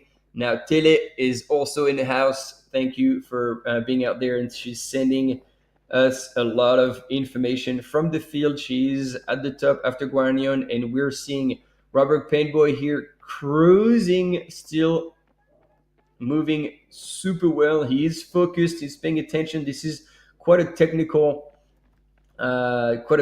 section here. And I don't know if we're going to get the chance to be with Sylvia as she goes through that section, so you will know what I'm talking about. But Pupi is still 2 minutes back in the top of Ruta de la Plata. And again, this information is coming from Tele. Teresa Sanchez, who's awesome at helping us out, always out there on the course. Sometimes she does a lot of the live coverage in Spanish, and then is also helping taking care of the Wild Trail Project team with the young guns from Spain who already have been competing this weekend at the North Face Gran Canaria. And who is the top female on technical downhill these days? This is an excellent question. I guess we would have to adjust that question depending on the distance as well, because I mean, yeah, Elise Poncet definitely was one of the usual suspects we expected to see scoring the fastest time on the downhills. But the thing is, if we consider that race, which is 47 kilometers, that will be too long for Elise. Judith is definitely one of the women that is on top of the list when we think about like performance on downhill running. But then, yeah, there are other female runners. There we go, ladies and gentlemen. We have visual on Robert Penboy still leading the men's race, and look at him. This is some downhill greatness here on the technical. Look how he's negotiating those tight turns and flying over the rocks. It gets smooth, you then get bit steps. It's very uneven, and those switchbacks will test you. So, folks, if you are tuning into this, it is going to be your Friday morning, and this is your Friday morning trail inspiration right now. Have a look at Robert negotiate this trail right now. Look how relaxed he is. Look how he's just floating over this trail, for lack of a better description. Folks, if you do not look like this when you're running downhill, this is how you should look, okay? So get this in your mind and practice this when you're out on the trails today in your own run, okay? Relaxed arms, relaxed shoulders. He's kind of letting his arms float where they need to float, and he's got a good cadence, just making sure he gets over all those rocks. Robert here, obviously 3 times champion at the marathon distance at the North Face Transgrancanaria, and he is showing us why, absolutely dropping the cameraman right there. So kudos to the cameraman for keeping up. Really appreciate that. From what we see is we've now got some footage of our 3rd place female, Maria Fuentes from Spain, running really conservatively right here, looking composed and calm, but still with a really good cadence and looking pretty fresh. So this would be, from what we have seen on the live trail tracker, she would be 3rd place female. And yeah, looking very strong, composed, calm, got the shades on already. Probably one of a few people that has shades on, making sure that she is not squinting all day in the beautiful sun of the Canary Islands. And yeah, as you can see there, folks, looking pretty composed. Doesn't look like she's pushing too hard, and I am looking forward to seeing how she attacks the downhill, because there is a lot of downhill to go, and it's going to be good to see this race unfold. But right now on screen, Maria Fuentes from Spain, our first local national from Spain in the race right here, and I am sure she will be getting a huge amount of support out there on the trails. Yeah, and Adam, this is a good question, because I mean, comparatively to last year, there seems to be like an extra kilometer on that course. So whether last year was not the true distance, or whether there's been a course change that extends the total distance to 1K, so it's going to be hard to compare it, but we will see the difference in the end. Here we've got in 2nd place in the men's, and he looks like he's having a good time, ladies and gentlemen, from Italy. Francesco Pupi is chasing, and you see he's trying to make the best of that technical section, and it's good to see that he was smiling, even though he's probably focusing a lot here to make sure he doesn't twist an ankle, because that's all it would take for this game to be over. And here you can see all the way down the valley where all these runners, whoa. This is a tricky part where you really have to look after yourself, because as I said, like one misstep, and that's going to be pretty dramatic for all the runners. And I mean, look at that view. Like, you have a 360-degree view on both sides of that ridge. This is what the island of Gran Canaria offers to all these runners. Amazing vistas throughout this course. And again, the production is also giving us pretty sweet images here. On the right-hand side of your screen, Francesco Pupi running in 2nd place in the men's field. And then on the left-hand side, it's Maria Fuentes from Spain, representing the local nationality. And as I said before, definitely going to get some support out there. There's a huge contingent of Spanish runners, but over 57% of the field is from other countries, flocking to this incredible race. Because as you can see, folks, look at that scenery, look at that place for a trail run. Absolutely incredible. Shout out to the cameraman following Francesco Pupi right now. He will be working at a very high level, because that is following one of the best male trail runners that is currently on the circuit right now. Francesco Pupi in 2nd place, Maria Fuentes in 3rd place. One is on the right, one is on the left, and they are working very hard. An incredible scene here. This is the runners making their way through the terrain, and it is going to be approximately, I would say, 15 kilometers into the race so far, as they are making their way down. And boom, there we see it. Francesco Pupi disappears into the distance, and our cameraman gives us thumbs up saying, I am done. I have run hard, and that was time for me to take a break. So thank you. And he's going to have a bit of time, because there was kind of a bit of a gap. So he said like 3, he's waiting for the 3rd runner. This is awesome. We're going to get a visual on the 3rd place runner. And whoa, that didn't last long. Wow, he has closed the gap as Adil, and look at him fly. There is such a difference in pace. Adil is absolutely crushing that downhill, and no wonder he's closed the gap so much. I was gonna tell you lies, but saying like there was quite a bit of a gap, and our camera runner was gonna have a bit of time, but no, he had absolutely no chance. He saw him go through, and then just like that, he was gone. Now we're back with the women's race.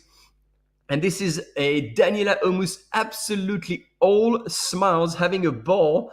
So it's good to see. Like she's definitely not in the pain cave at this very moment, and maybe she's waiting for her time to shine, which I believe will also be the downhill, which is quite cool to see again, like runners playing their cards in different places of the race. But wow, ladies and gentlemen, once again, it was only a few seconds, but we could witness a significant difference in pace where Adil ran past our cam runner, and as much as we thought Francesco was moving well, there was it was a whole different world, and I wouldn't be surprised that by the time they get to the bottom of that descent, Adil would have actually closed the gap and perhaps passed Francesco. Yeah, he was hauling.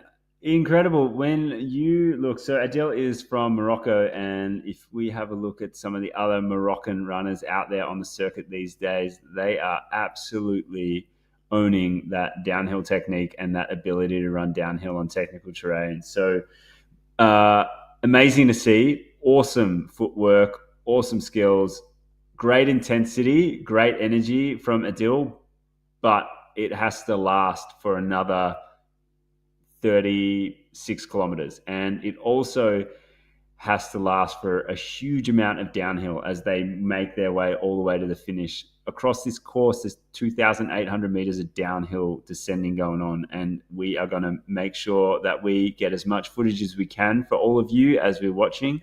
And we are getting some more footage right now of a couple of the front running males in the race, likely to be around position 4th and 5th or 5th and 6th. Yeah. And they are holding down this hill as well. So it's not Henry anymore because Henry was in orange. Yep, in the North Face team kit of the day, that bright orange standing out nice and clearly. So was Henry Amon. I know it seemed like Team Joma was all black, so maybe that's another runner from Team Joma. And then behind, I mean, with that blue tank top, I want to say Damon Bogdan, but I don't even know if he's running. So I think I'm mistaking him with someone else, but who knows?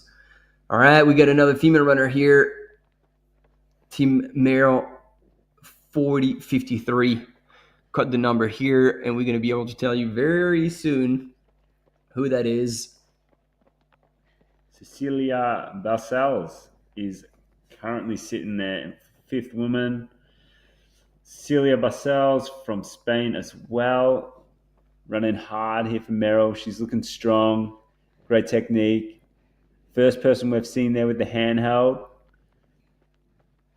making it look easy. Wow, and we see like some people really like putting the hammer down on that descent, and maybe those people were waiting patiently for the uphill to be gone so they could absolutely crush that downhill. But as we were saying, who was saying that? Somebody in the chat said like, yeah, the thing is, if you actually push that hard in the descent, you got to be prepared to damage your quads quite a bit, and so you maybe pay the price, unless of course you've done the conditioning, and which is something that most of these top athletes will do, and they'll do a lot of downhill, running hard, breaking muscle fiber, so you can rebuild stronger and stronger. Obviously doing the gym with a bit of impact, box jump, all those things will also help. And Bogdan is here in Romania, so no, that wasn't him with the blue tank top. I was also unsure about that, but I don't know for what reason that tank top reminded me of him. And since he's a very strong downhill runner, that would have made sense to see him move up at the front.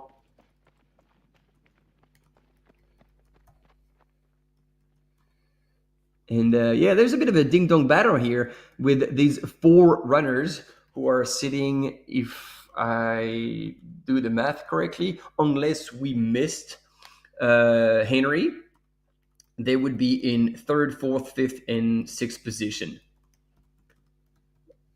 Yeah, Bogdan, still racing season. That makes sense. And there you go. We got Miguel Arsenio just went past Marcin as well. There was a lot of people cheering for him. Marcin Jechutko. And then I've missed this past 2 runner. And Cam Runner is now running back up the course, I believe, to catch our front women runners. And that would be in the name of Jennifer Lichter in first place, if nothing has changed. At the time, a couple of minutes back, it was Sylvia Nordskar. And in third, again, it was Maria. So we'll see if anything has changed at that point. Yeah.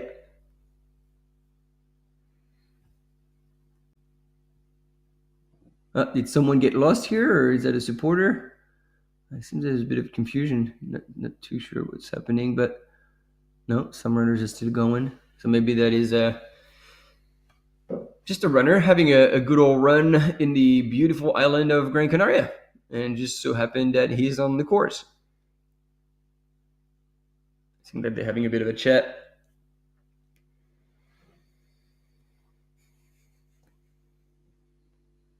So we're catching up. Good times, folks. Shout out if you want to get your own hands on the leaderboards and whatnot this weekend. Please head over to Live Trail. You'll be able to see the North Face Transgrancanaria as an option to pick. You can also check out their new beta site that is running at the moment, which is looking pretty flash indeed. They're doing some hard work on that graft, getting some new beta sites running in the 2025 trail running season. So get on there, have a look. 1,328 people started the marathon today. So awesome turnout there. Over 1,300 people starting this 47-kilometer absolute blast through the island here of Gran Canaria. Currently, what is showing up is we have 1 DNF so far. So sorry to that person. Didn't have the day they probably were looking for. However, they might have been looking for a DNF out there, and they were just pushing to see where they could go. So never know. You never know. You never know. But what we are looking for here, folks, is the next timing point at 21.5 kilometers. Tunte is going to be popping up very, very soon, and it is a good chance we will see the leader, Robert Pemboy, rolling through there any moment now. He is currently in the lead from what we know, and boom, right on time. Here we go. We can see the footage here of our male leader. 134 minutes elapsed in the race today, and he is looking smooth. You can see our cameraman there on the bike. Mate, that pace just looks too easy. And by the look at the glove on Cameron, he's actually, yes, on the mountain bike. That is what it takes, ladies and gentlemen, to keep up with our men's leader, Robert Penboy from Kenya, Team Joma. Crushing so far, 1 hour 35 elapsed, is fizzing about the same times as he ran last year for the win. He is 2 hours away, just under 2 hours away from the finish line, and he's still moving extremely well. So at the next aid station, as you were saying, Maj, in Tante, we'll have a split, and we'll see who comes in second place, because again, seeing how Adil Moussaoui was running on the downhill, perhaps he would catch up, close the gap, and even possibly pass Francesco Pupi. So we'll have a bit of an information on that. But man, he is absolutely flying. what a demonstration of control and strength here by our men's leader, Team Joma, once again, Robert Penboy. Yeah, looking very comfortable here. He obviously knows exactly where he is as well.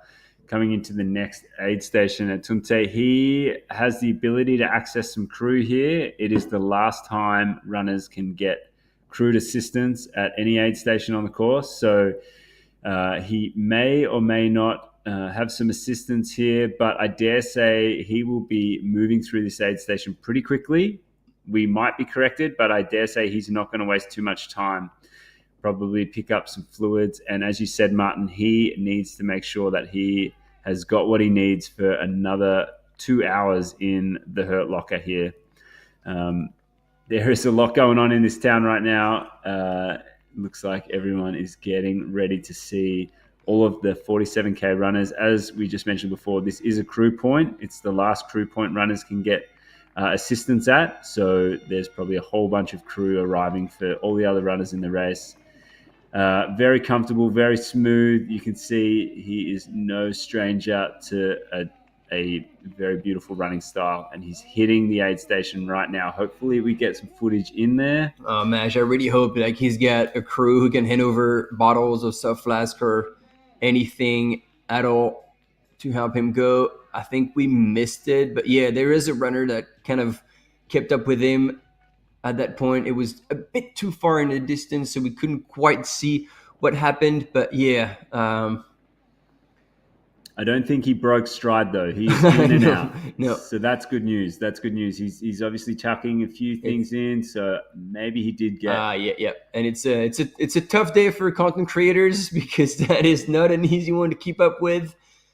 Luckily, once again, we have very experienced mountain bikers who will keep up with our runners through those technical sections of the race. We're back on us as they're negotiating those sections, not only the steps, but with a very narrow the door frame. And then he's going to have to pedal hard. But again, they are on e-bikes, so they're going to be able to crank up at 25k an hour to close the gap with Robert Penboy and have images on him again. So now we're keeping an eye on Live Trail to see who will come next through the 21.4k aid station in Tunte, and so far no one in sight.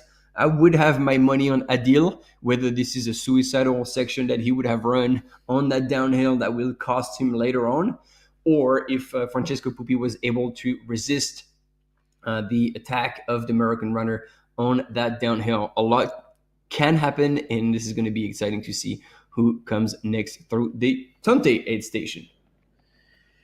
Yeah, so folks, from this aid station here, the runners will have a little bit of an uphill climb. So they're going to make their way on a decent little bit of uphill, and that's going to last for basically about 4 kilometers. It's going to be a bit of an increase, and then there is a huge downhill that follows that. So this is going to be one of the last kind of uphill pushes that we will see the runners as they move through that Tunte aid station at 21.4 kilometers. Awesome to see here, folks. We have our lead male, Robert Penboy, and our lead female there she is. On the right-hand side, Jen Lichter, in that bright green, I would say, top. I'm not too good with my colors, but it's definitely Jen Lichter from the USA, and she is holing down that section of trail. Woo. Moving and dancing like she knows what she's doing. The champion from 2024, so she definitely will be feeling at home here and knowing what this is all about. But yeah, that is a great bit of footage here as we see one of the most talented female athletes in trail running at the moment maneuver through this downhill section. So pay attention, folks. If you are planning on getting out for a run today, wherever you are, this is a good bit of inspo for how you should be aiming to look when you're out there on the trails. Visualize it, and it will come true.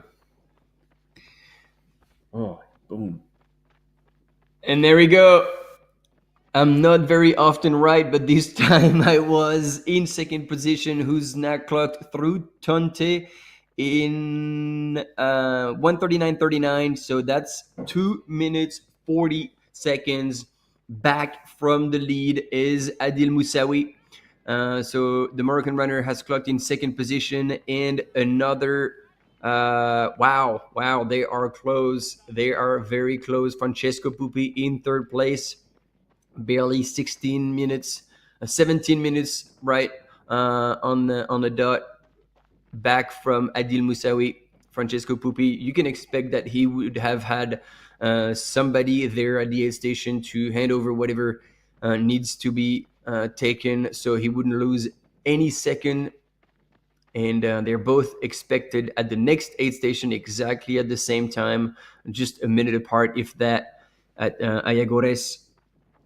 But this is really cool images here now, full screen on our female leader coming from the US of A, Jennifer Lichter.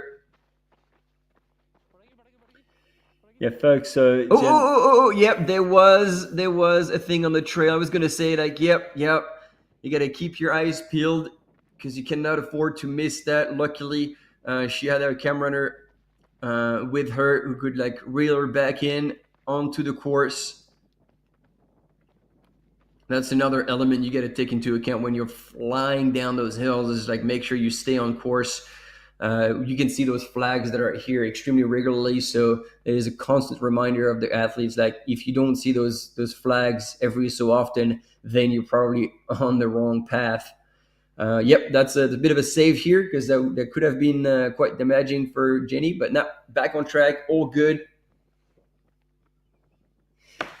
Moving down this hill here, folks, as we've mentioned before, Jen Lichter, she ran the VK just a day ago, and she is able to back that up now with the marathon. So she placed third in the VK here at the North Face Transgrancanaria, along with a couple of other athletes that are backing it up in the race today. So it's cool to see that people have come here to really show up and really throw down.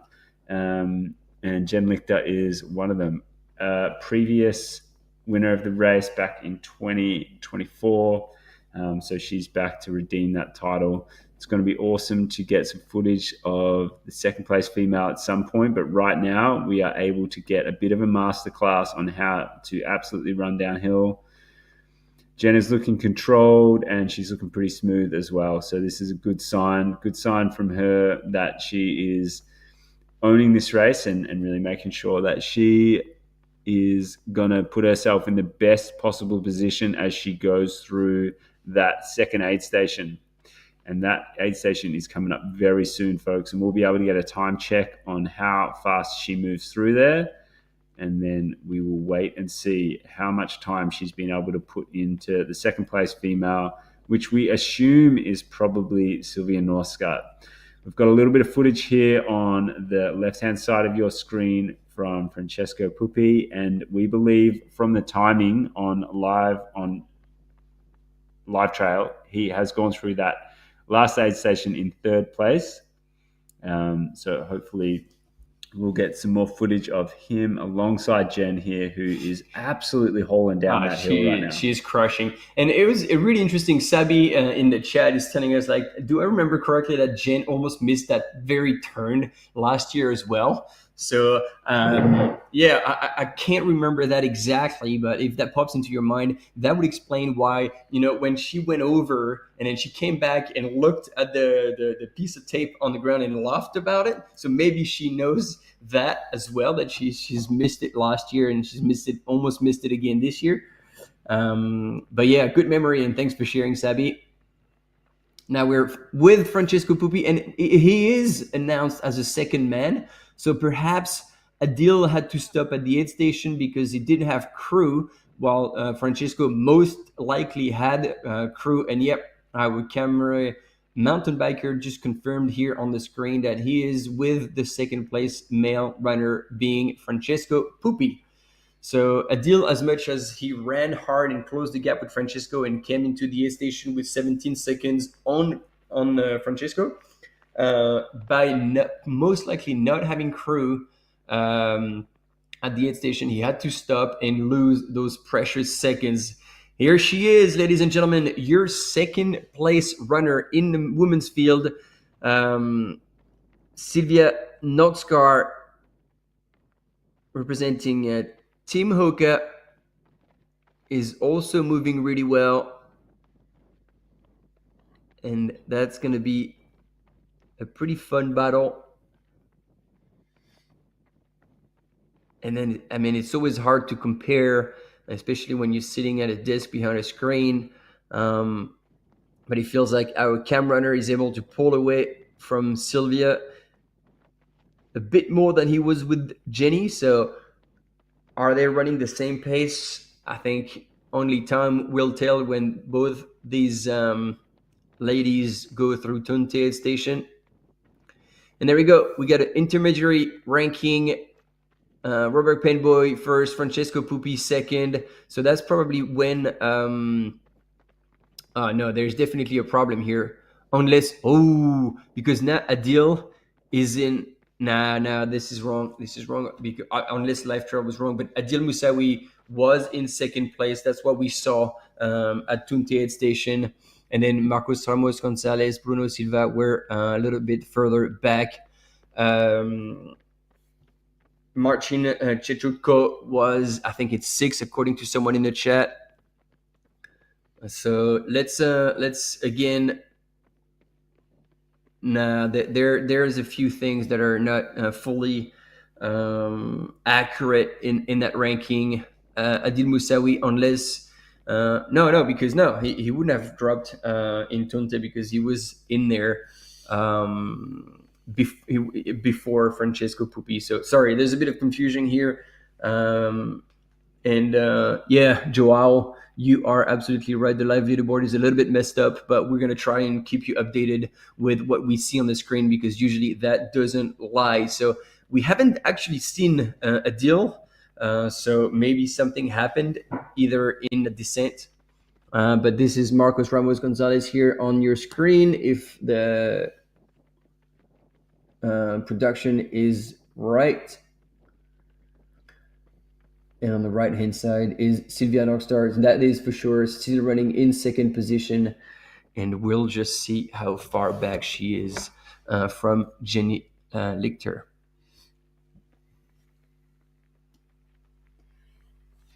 So, folks, we are waiting to see the next timing point for the lead females as they make their way through this incredible course and this incredible race. Jen Lichter is leading who we have on the screen right now, Sylvia Notskar from Norway. They are going to be going through the next aid station, which is at 21.5 kilometers. So we are going to be getting a time check on what that gap will be between these two females. A comparison on what we saw from Jen compared to Sylvia as she moved through this section only a few minutes ago. Both are looking smooth, both looking in control. And I dare say that they are still just making their own race strategies be known out here. And as we know, Sylvia Notskar is an absolutely incredible downhill runner. So she might be saving a few biscuits for that last bit and making sure that she finishes strong. So even though she's in second right now, there is no doubt she's going to be able to finish this off strong and make sure that Jen is running scared in first place. Or maybe she isn't running scared, she's just running with a huge amount of confidence and leading this race. But we can see here is a good mix of trail. It gets smooth, it gets rocky, it is, it's getting steep, it's getting flat, like an awesome amount of varied terrain for runners to experience here in this beautiful part of the world. Looks like it is, the sun is out. It said the temperature is going to max out at about 20 degrees Celsius today, and that is going to feel pretty hot for runners in the sun, I reckon, Martin, especially working at this intensity. Yeah, and especially like towards the back end of the race, because when they're going through that last aid station after the lake and the dam, This is like this climb is exposed. It's a 4-wheel drive track. You're in the sun and you're going up, so you're going to be full steam. And then when you drop into that last valley, then it's like yeah, there's no wind and just the heat just cooks you. And then on the very last kilometers, you're also in the riverbed and you're on the flat and you're just cooking. So I think whoever has done heat acclimation, that will be a massive advantage, especially for like a lot of the European runners who are currently running like they're in full blown winter. And so that will be a bit of a shock to the system if they're coming from winter, from the snow, running in the snow all the way through, running on an island at 20 degrees in a beating sun. It's cool to see, Martin. I think there was a little bit of chat before that Sylvia did do a race, maybe a half marathon, quite recently. But if you do go on to ITRA and have a look at the history of these two women that are leading the race currently, Jen Lichter and Sylvia Norsgaard, the last race that they have recorded on their profiles is both of them were running at Le Templier back in October last year. Sylvia coming second and Jen coming fifth. So this is quite cool to see them lining up at another race again, another big international race here at the North Face Transgrancanaria. And yeah, I'm sure that they are going to be battling it out all the way to the end, like they must have done back in France back in October at that big race over there. Martin, you would know a lot about that race because you're French and you love everything that is to do with French. Currently eating a board full of cheese here. Yep. And saucisson, like we're about to pop the red wine, you know, a usual live coverage as we do. Mixed in with a bit of yerba mate, because that's the way we like to do it, to make sure that we stay up and awake and enjoying all of this good live coverage. Beautiful scenes here, folks, as we follow Sylvia Norsgaard down the trail. Looking very smooth. Obviously knows what she's doing. Winner of Zagama last year in an incredibly tough race out there in the Basque Country. And she is absolutely showing everyone how to dance over these technical sections of rock. And we expect her to be going through the next aid station at 21.5 kilometers in a pretty short amount of time. And I reckon that our leader of the race, Jen Lichter, would not be far off that aid station either.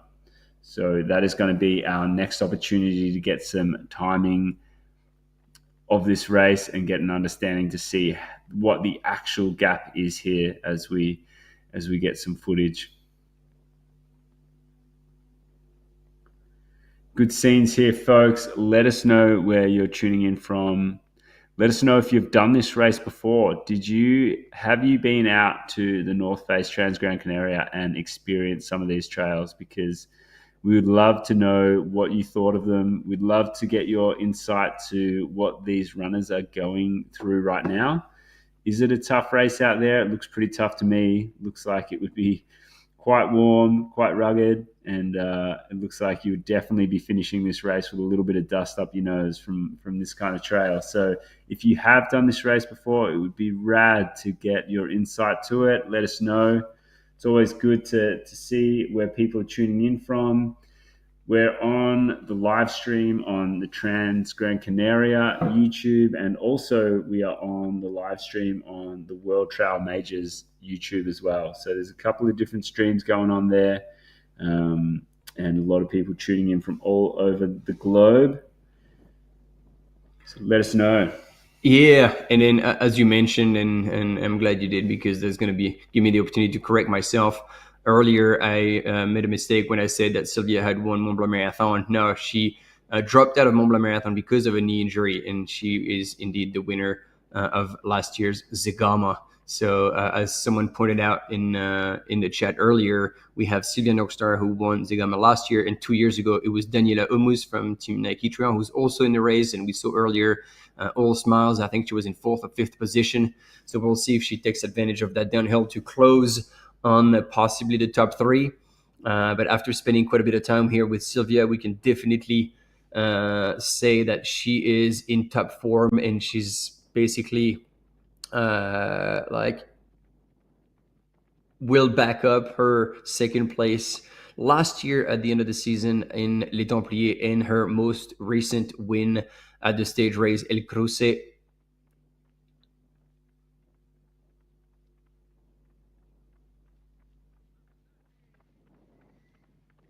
Yeah, there's some sudden running, and it's good to see her still with a smile on her face.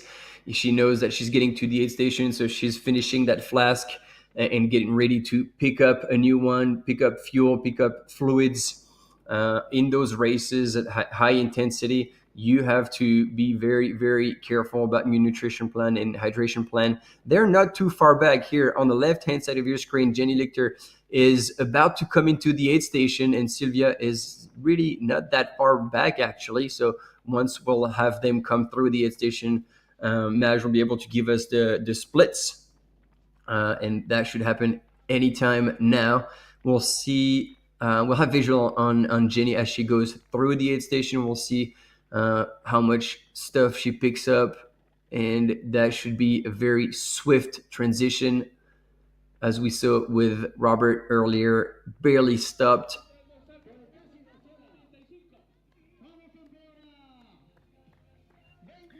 There we go. This is it. She's coming into the aid station. It looks like the crews have the authorization to be there for just after. Oh, no, she doesn't know. So, I mean, kudos to all the volunteers who are there to help the runners to have the fastest possible transition. But see, like, I mean, that was a quick one, I got to say. But again, when we saw Robert just not stopping at all, like, you know, you keep the momentum going, you keep the running. And these are maybe, what Maj, like 10 seconds that are just gone, as opposed to, we'll see with Sylvia if she has someone there to crew her and hand over whatever she needs to for the rest of the course. And if that will allow Sylvia, oh, wow, yeah, there's definitely not 2 minutes anymore between first and second. Yeah, you saw there just on the left of the screen, folks, Jen Lichter busting through that aid station. And then as she just exited there, she was spraying some water from her soft flask on her face, obviously trying to cool herself down a little bit. So, yeah, a bit of a bummer that she didn't have any crew at that aid station, I would say. It would have been amazing for her to get some help there. But yeah, as you can see here as well, look at that. See? So Maria Fuentes from Spain is still in third place. And yeah, I think in the roles you can have like assistants traditionally 200 meters before the aid station, 200 meters after the aid station. So that person who was running with Maria like splashed water over her so she could actually cool down a little bit. Hopefully this is something that is allowed, because we didn't check the rules to that very little detail, but I'm pretty sure this is okay. But therefore, we did miss Sylvia's transition at the aid station, but they did pop in there, and they were about just a minute between them. Just a minute separates Jen Lichter and Sylvia Nordskaart as they bust through that Tunte aid station at 21.4 kilometers. And then actually it is only about 30 seconds between Sylvia and Maria Fuentes as they move through that aid station. So a very, very close race here with the top three females. Under 2 minutes separates leader to third place. So Jen Lichter leading as she goes through that aid station. We saw them go through, Jen taking only a few seconds, really, like 10 seconds at most, going through that aid station, filling up a bottle, and then using that to cool herself down a little bit. And then we were able to see Maria Fuentes go through, getting a little bit of aid there, which no doubt would have helped her. But as I was saying before, folks, runners, these ladies are now going to enter about a 4 kilometer stretch, which is going to have a little bit of elevation gain within it. So they're going to be climbing, not too steep, but they're going to be climbing for approximately the next 4 kilometers. And then they have a huge section of downhill that they will be running after that. So Not a whole lot of uphill left in the entirety of the race, but what they will be facing in the next 4 kilometers will be a little bit of that, and it's going to be interesting to see. They have pretty much 12 kilometers until the next aid station that they will be able to get some refills going on there, but they won't be able to get any crew assistance because that is it for the rest of the race. They don't have any more crew points, and they will be working pretty hard over the next 12K to make sure that they hold these positions. You can see a bit of a leaders board right there. Now, what I would say is that not all of those women have passed through the last checkpoint. And so by the look at the times, and you guys pointed it out as well in the chat, this is actually the ranking in the previous aid station. So much has changed, in Granion, which means like now this has changed a lot. Here on the images, like behind that classification, we see Daniela Omus, Team Nike Trail from Germany, who's now in 4th. Mm-hmm. Yeah, that would be in 4th position. So she moved up a little bit through that descent.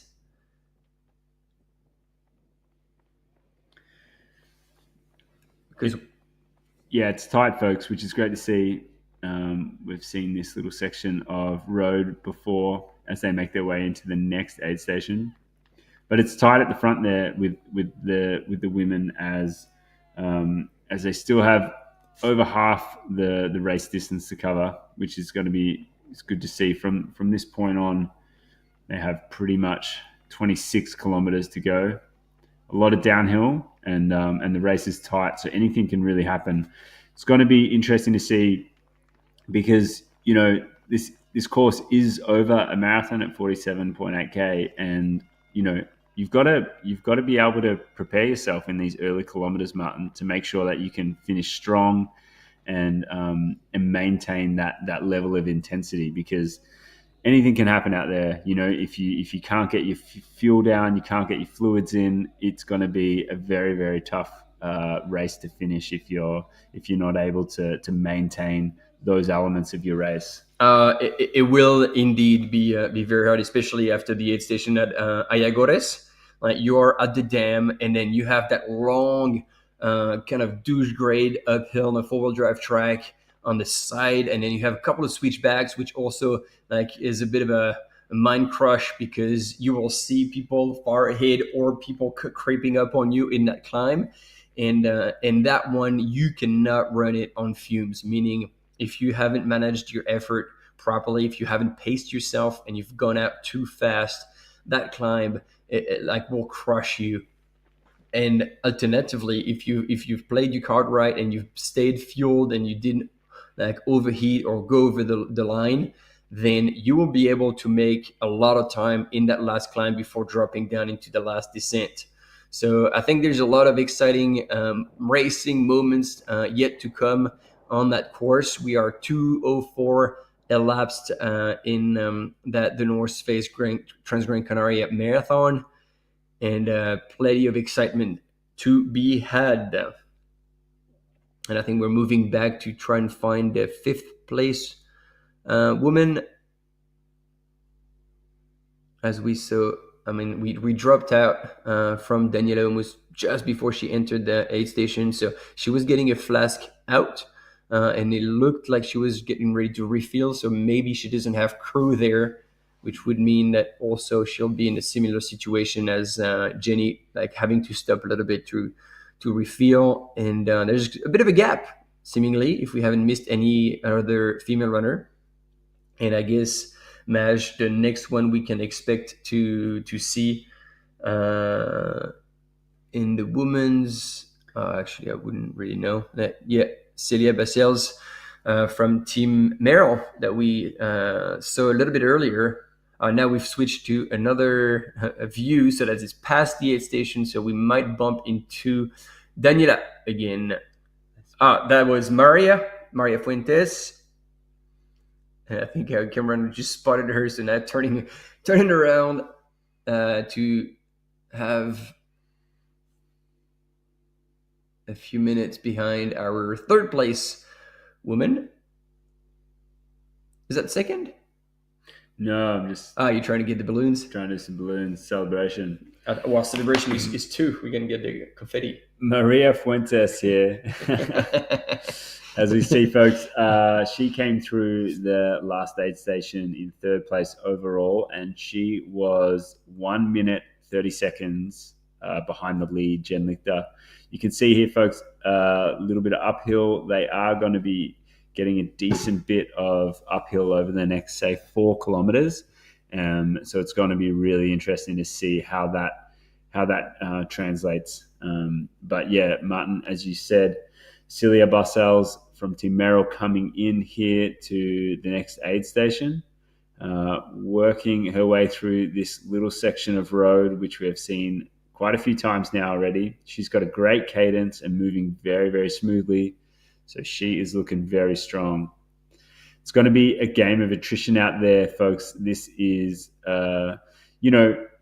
relatively, the people who are leading this race are absolutely pushing, and it looks like they are really putting in a whole lot of effort. But it is over a marathon, this course, in terms of the traditional marathon distance.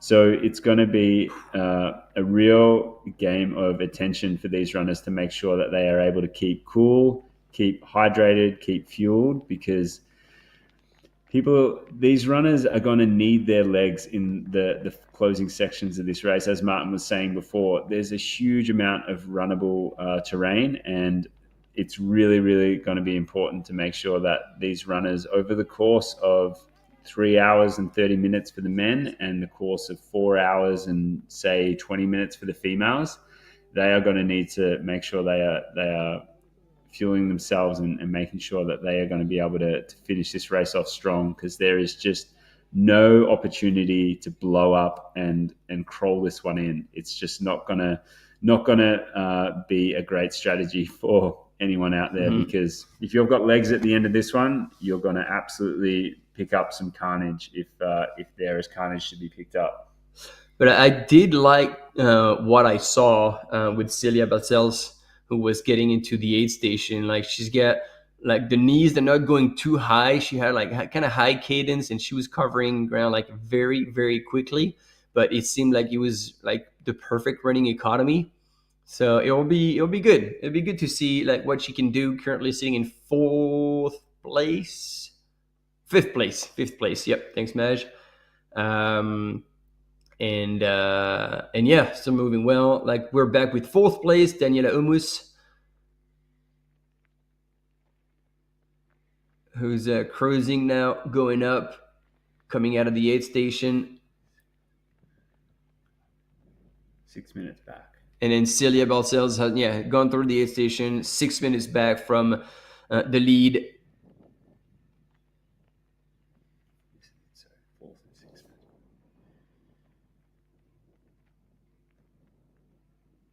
Oh, yeah, no, yeah. So Daniela was 6 minutes back from the lead, sorry. And then Celia is another 5 minutes back from Daniela Umus. So there's a bit of a gap there between fourth and fifth. So it looks like the top four is running away.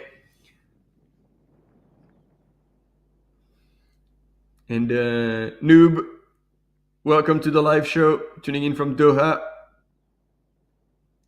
We're loving everyone from all over the places, all over the world. Trail running is definitely a global thing, and the passion is definitely alive.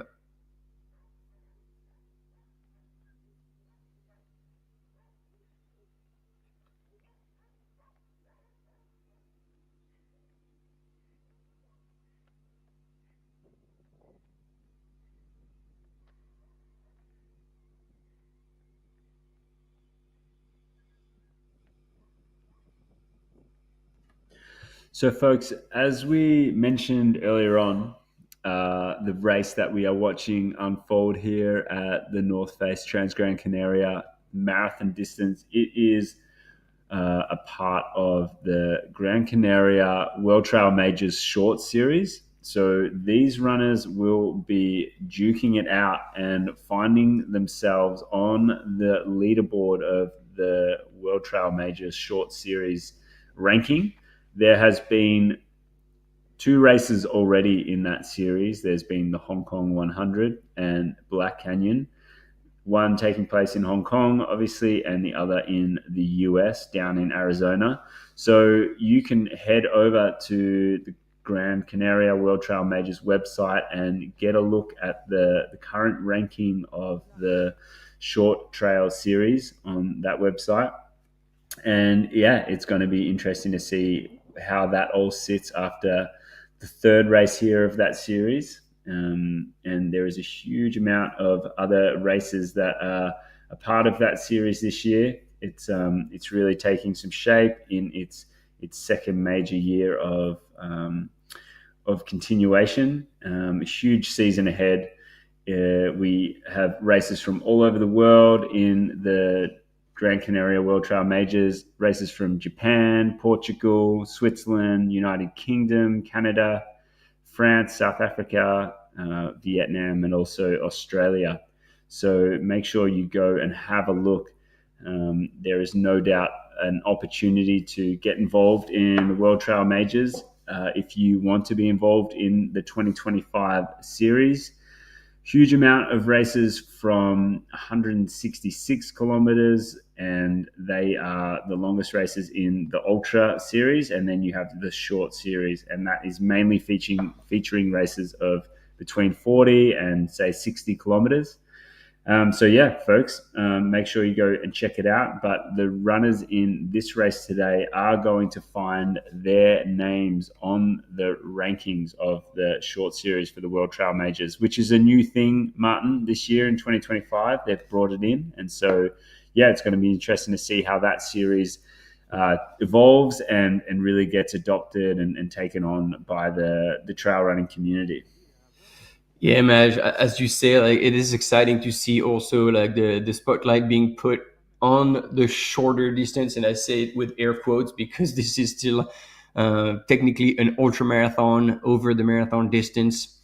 But yeah, I think we're seeing more and more attention being put on the shorter races because the performance is not necessarily whoever can run the longest, but also whoever can run the fastest. So. Yeah, here I want to make sure that Celia Baltels is running on the right track. She is currently running in 5th, and we saw the Cam mountain biker having to go all the way back down the hill to pick her up. So she is, as we saw on Live Trail, 5 minutes back from 4th place, Daniela Omus from Germany, but still moving really well. You know, she's going head down into that uphill and just grinding it in. After the aid station, she's like fully fueled and has her handheld soft flask to keep hydrated on that section of the course. Cecilia was just over 10 minutes off the leader, Jen Lichter, as she moved through that last aid station. So that gives a bit of an understanding. There's just over a 10-minute gap between 1st place and 5th place in the females race. And we have a little bit of footage here from the excitement that was the start line earlier on this morning. This was just on 9:30 a.m. local time. And in that beautiful town of Tejada, at about 1,000 meters, Henry was just waking up slowly. They weren't 1,600 runners over 3 different waves to spread out the field to make sure there's no jamming when they were getting to the trailhead after spreading on the road.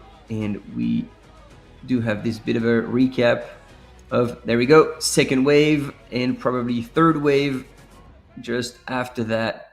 I'm guessing we're waiting to have more images. So now our Cam mountain biker is going back once again to the aid station. But no, we have footage, ladies and gentlemen. 2 hours, 15 minutes elapsed in the North Face Transgrancanaria Marathon. And this is our leader in the men's field, ladies and gentlemen, 3 times winner and on his way to possibly a 4th win here. Robert Pemboy from Kenya, representing Team Joma Sport, is still in the lead. Getting very accustomed to seeing this type of trail out here in the race. It's very consistent throughout the whole race here, and we are still in a pretty arid part of the island. We had a bit of great insight before from Helene, letting us know that there is the southern side of the island is a lot more arid than the northern side as you make your way into a more forested, almost Jurassic Park like ecosystem over there. Robert Pemboy here, he knows where he is, and he is no doubt doing everything he knows is right in this race, and he is definitely reaping the rewards of that strategy right now, as he is currently in first place and looking really good too. He's looking very smooth over this terrain. So that is an excellent sign. Shout out to our cameraman who is chasing him at the moment, because that is not looking like a very easy trail to run on for anyone. But Robert Pemboy is making it look like an absolute breeze. Look at that cadence. Look at that style. It's like a road race. And he's switching gears. Like the minute he gets on flatter terrain, he's opening up a little more and pulling away. My guess is that the cam runner is not running he's on a mountain bike, but I might be wrong. But man, if that camera is on the runner, kudos to him or her who's, they are running, because they wouldn't be able to pass them that way. So hands down, cam runner, maybe this is one of the traditional ones we have. I'm trying to guess who that could be, who is able to pull such a stunt of passing Robert Pemboy as he's flying down on the side. Beautiful, folks. Check this for a bit of a running downhill workshop from Robert Pemboy. He is looking the goods.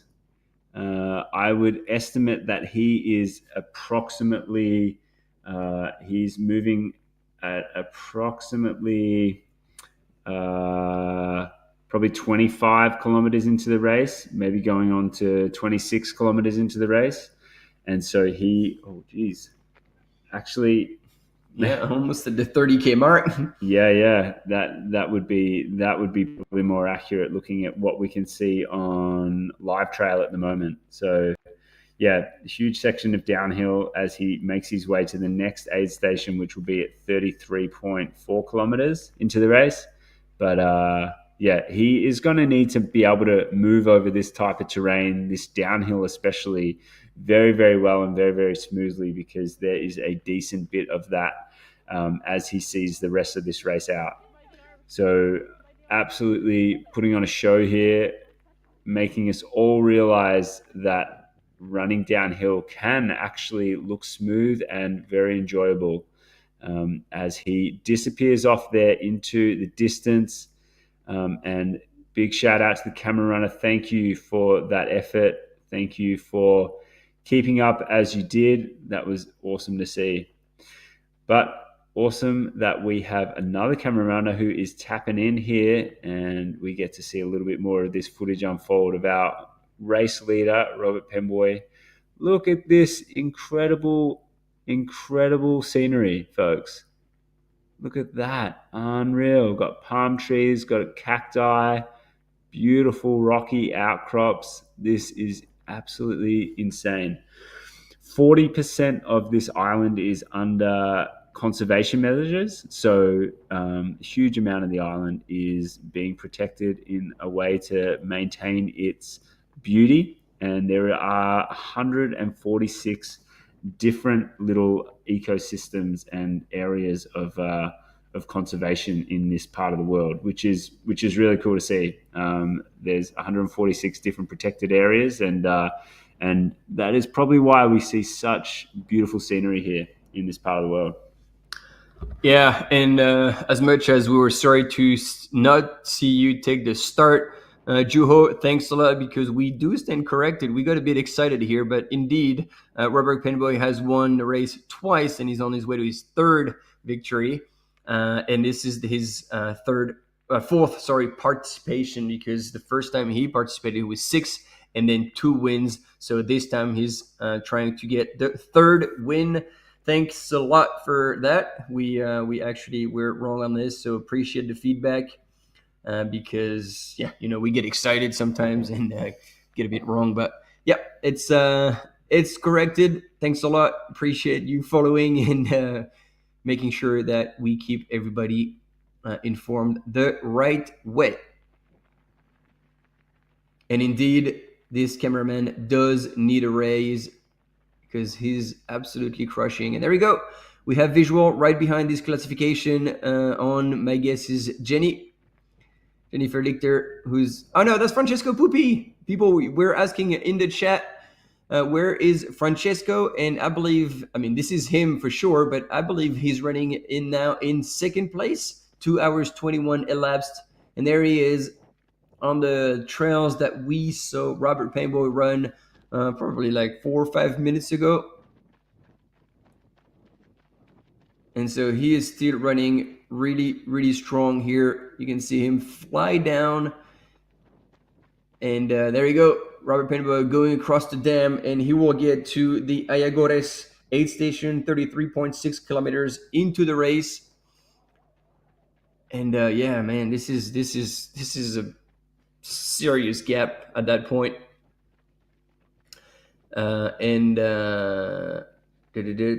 KK Daniela is running in 5th so far. So awesome to see this lineup right now. First male on our right-hand side of the screen, second male on our left-hand side of the screen. And they are both absolutely putting in an effort. Francesco Pupi looks like he is incredibly focused and he is on a mission. We know that he finishes events incredibly strong and definitely has made up a lot of positions and a lot of time in the back end of some of the biggest races in the world at the moment. He is doing that as well right here. And it kind of looks like he is checking over his shoulder to see if anyone is behind him. It might be the case. He might be running what we'd say a little bit scared right now in second place. But look at that. He's just making the most of this smooth kind of road, really. He's really got himself on a decent road section. Look at him open up his stride there. That is absolutely flying. Shout out to the cameraman who's giving us this downhill footage right now as they fly past some giant cactus that is out there. Yeah. Stay on the road, folks. Stay on the road. But this is making the most of that downhill that this race has so much of. Martin, 2,800 meters in total of downhill. And you can see that he's absolutely working and making the most of it. Look at that hair too. Just flowing out the back there. Party at the back, folks. Francesco Pupi just knows how to make sure his hair is just hanging on for the ride.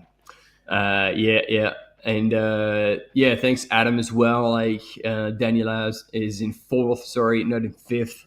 I got that one wrong, and it was Celia Balcells from Spain who was in 5th, 5 minutes back from Daniela. So Daniela in 4th, and she was about 6 minutes back from the lead. And Juho, you're telling us you probably clocked the point somewhere to see the difference between our front runners in the men's category, 2.5 to 3 minutes between these two. So the pressure is on both sides, and Francesco Pupi is both chasing and feeling like he's getting chased. I mean, he had Adil Moussaoui reel him in once in the downhill, so he's looking back to see if anybody is coming.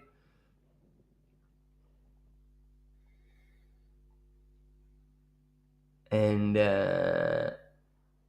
we're waiting to. I didn't remember that this section into it was so long between crossing the dam and then getting all the way through to the aid station. So that's a decent road section with a bit of a climb.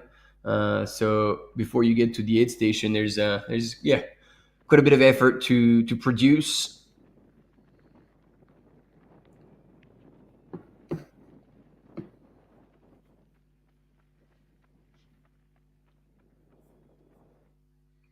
And once again, kudos to the production team and our cam runners who are offering us those super cool images of both first and second male in the North Face Transgrancanaria Marathon, both producing pretty substantial effort. What an inspiration.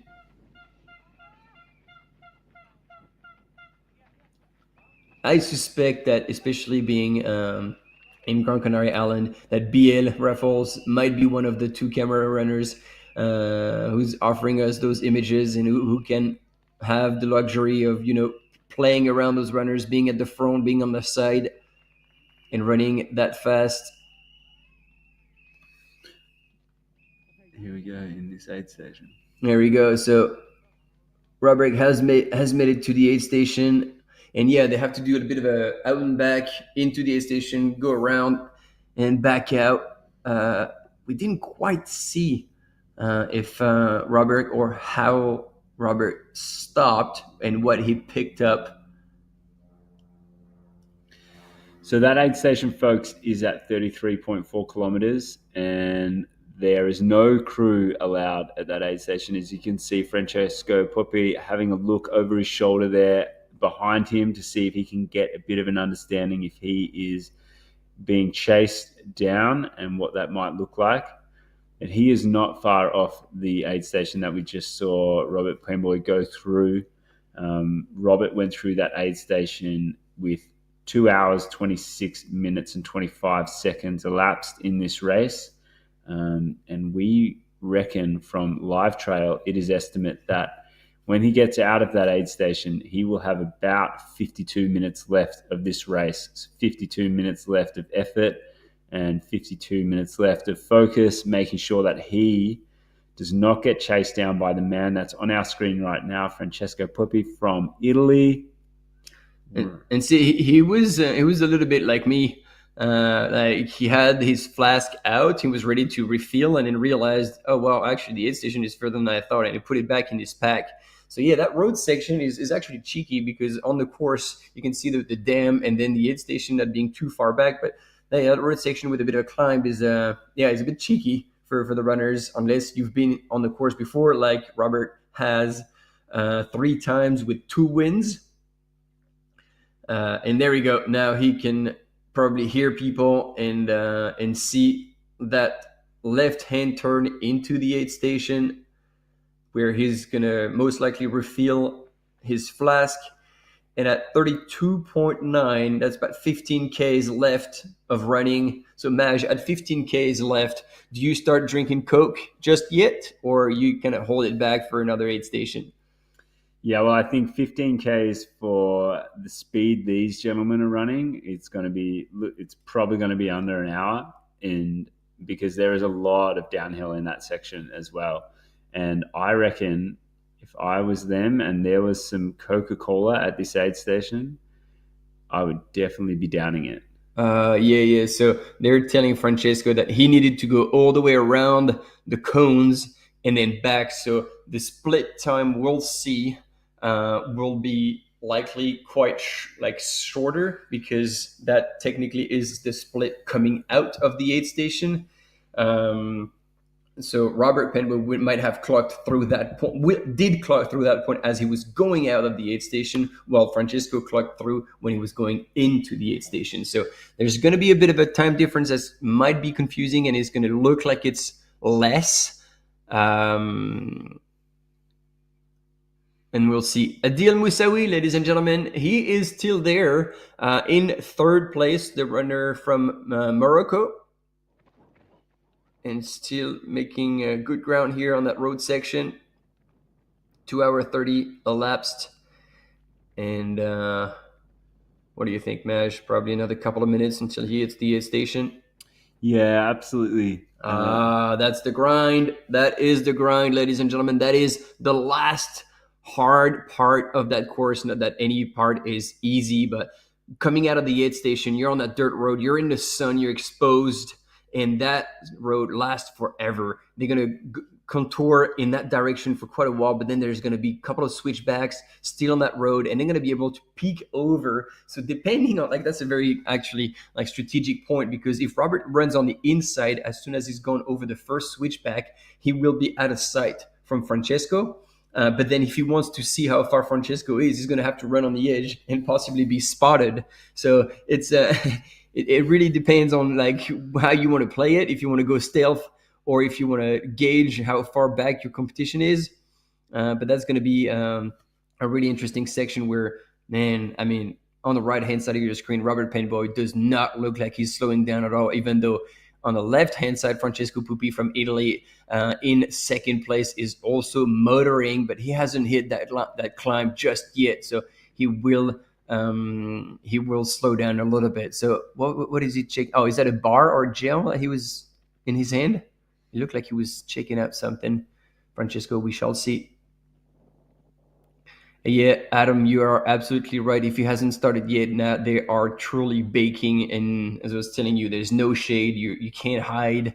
And that climb is long and mentally draining. But once again, he's going to, there you go, Adil at the aid station. Wow, that was barely 2 minutes. That's barely 2 minutes back from Francesco. So no wonder he was looking over his shoulder.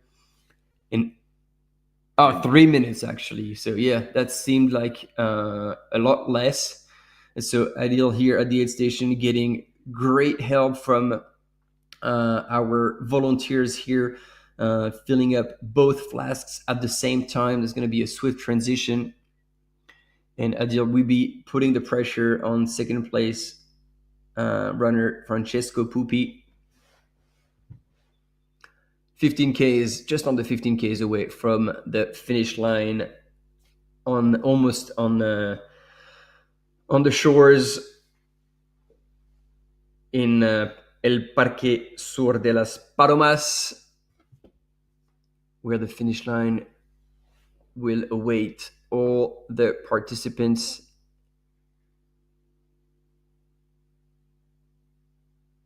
And there we go. We are back with first and second place on that climb.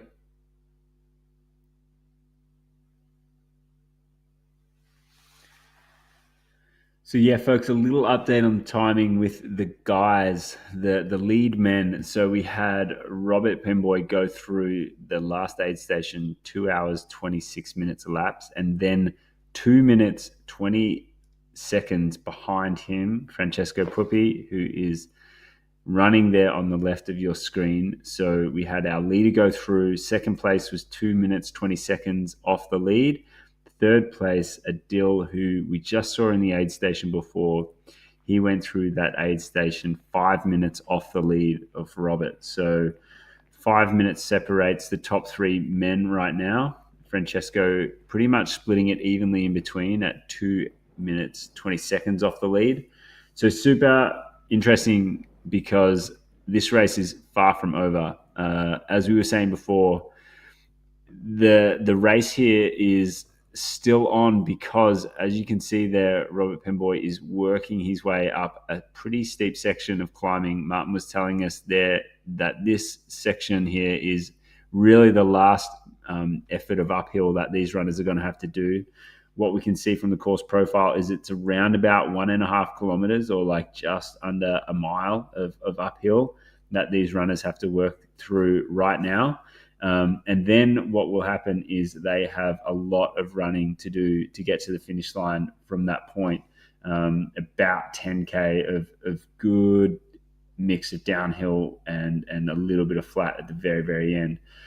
But Martin, if these runners have not done the job of hydrating and fueling properly, there is opportunity there to be blown up and to be run down. So, I mean, it doesn't look like these two gentlemen are in that state at all right now because they both look smooth, they both look strong, they're still moving, but I guess anything can happen, hey? Anything can happen indeed, but as they're closing into the finish line, like there's going to be less and less possibility for them to, like as we say in the business, do the popcorn and just go from like all good to absolutely smashed. But now, as you see, there we go. Robert has gone through the first switchback of that relentless last climb, and he was looking back for a second, but like there's no sign of Francesco yet. And as we can see, the direction Francesco is running, he hasn't gone through that switchback just yet. So there's a bit of a gap between the two runners, and once again, if Robert Penboy has two switchbacks lead, then Francesco will just never see him, and basically out of sight, out of mind. This is going to be very hard for Francesco to try to, smell and Robert and launch the charge to try and close the gap. He'll just be like, okay, I just have to keep it together, because he knows that Adil is actually not too far, probably doesn't know how far, but seeing that Adil passed him on that downhill, and after that final climb, it's all downhill to the finish, he may not feel as comfortable. And there we go. There we go. The chase is on for fourth and fifth. This is Marcos Ramos Gonzalez and Pau Pascual neck to neck coming out of the aid station. Man, that's going to be a painful grind in that entire climb. And then we have Thiago Nobre Vera also coming out from Portugal. And then another few runners. And if Life Trail is correct, we got Francesco Jose and Raul Ortiz. So I don't know if we'll see images of that. And then we'll see our top ladies and see how Jennifer Lichter from the USA Team the North Face is doing in the lead. And again, what the gap is between her and second place, Sylvia Northstar.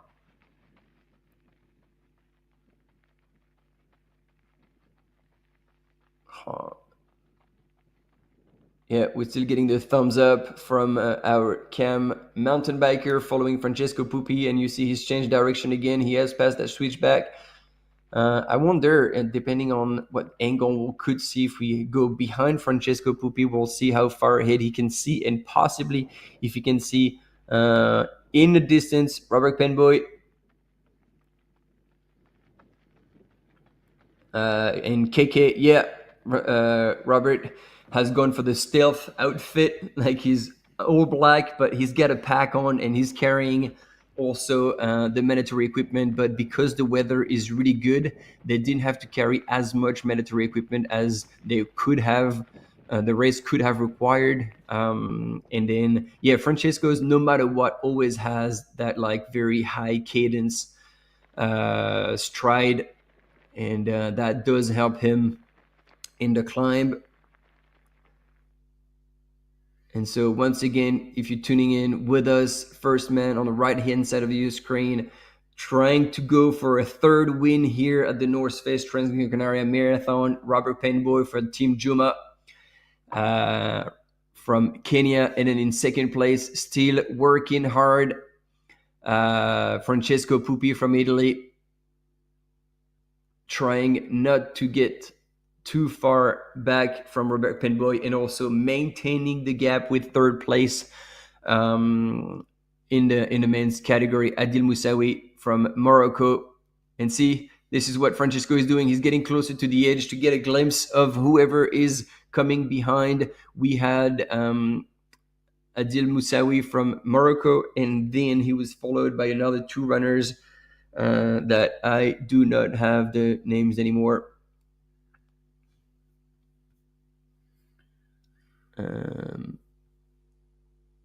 There's a lot of tabs open to try and keep you updated. But yeah, it was, Marcos Ramos Gonzalez and Pau Pascual, both side by side when they were starting that climb.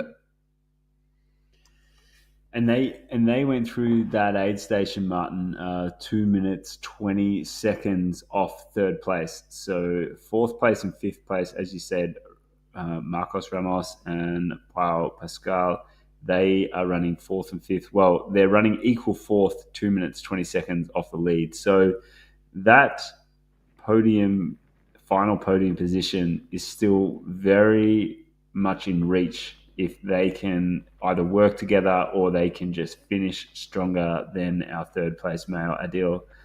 And not far off them in fifth place would be Tiago Nobre Vieira, and he was only 15 seconds off our fourth place joint runners and in the men's field. So it's super tight, and so there's definitely a hunt on for that final podium spot. If these two gentlemen, Francesco Pubbi, who is definitely getting as red in the face as his singlet is right now, he is absolutely hauling. If he can hold that, and Robert Pemboy can do what he's done twice before, they are going to be in a very good position to take out 1 and 2. Third place right now is going to need to work extremely hard to hold on to that position, because he is getting chased very, very intensely. Yeah, and that's it. We see now Robert Pinboy opening the stride because he has crested. The grind is over, and now it's all downhill to the finish. And there we can see him open up again, long stride, smooth, and bouncing off the trail. What a performance so far. And as much as there is a bit of a gap, these two runners are showing hell of a performance today. What a show.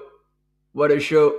And we're not done yet, people, because there's still a lot to watch, both in the men's and the women's race, because we're going to drop back eventually with the females race as they go through the last aid station, the Ayagores aid station. So going under, like past the dam on the road section, and then into the aid station before they go up on that four-wheel drive track. And see Francesco is seeking the shadow, trying to stay as cool as possible. We're saying like runners will be cooking on that section.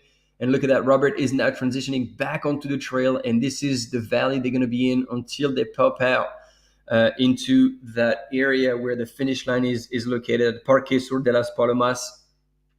And that will be over 2 hours 42 minutes elapsed. Last year's winning time was 3 hours and 31 minutes.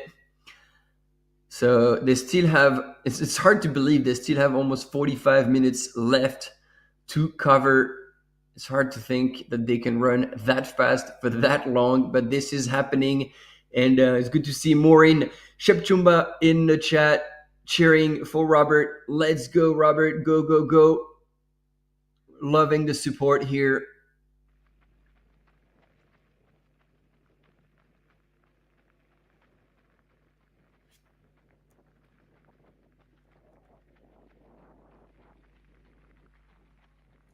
We're just checking if we could hear those runners, but no, there's no audio from the cameras. And then there we go. Francesco has also tipped over onto that descent, and we'll take now about like 15, 20 seconds, the right-hand turn to get onto that single track where Robert is like far more technical than the current road section they were in. And we can see Robert having to kind of stabilize himself a little more and pay attention to his footing without slowing down too much. Because yeah, at this point, man, if you hit the deck at this pace, like that's game over. You just roll yourself down the hill, and hopefully you avoid the cactus. But this would be ugly. Yeah, we definitely do not wish that upon any of these runners here today, Martin. I think hopefully they are well hydrated and also well fueled, because they don't want their mind to turn off at all when they're running down this final section. Robert Pemboy has approximately 10 kilometers left, and it is going to be on this what they call forestry road, and a mix of forestry road and trail as he finishes off this race. Looking very strong right now, but he, as you said, Martin, he still has around about 45 minutes, we'd reckon, of racing here. And And it might just tip over a little bit more than that. 3 hours, 31 minutes, as you said, Martin, was the winning time last year. And the course apparently is just that little bit longer this year. So it might be a little bit more, but who knows? Because he's running super strong. He knows where he is. He's probably had a whole nother year of training and experience in the sport, which could easily put him in a finishing time similar to last year. Going for his third victory here at the race, at the marathon distance here at the North Face Transgrancanaria, and as you can see there, folks, he's holing and he's doing an incredible job of maintaining his composure at this stage of the race after racing for 2 hours and 46 minutes.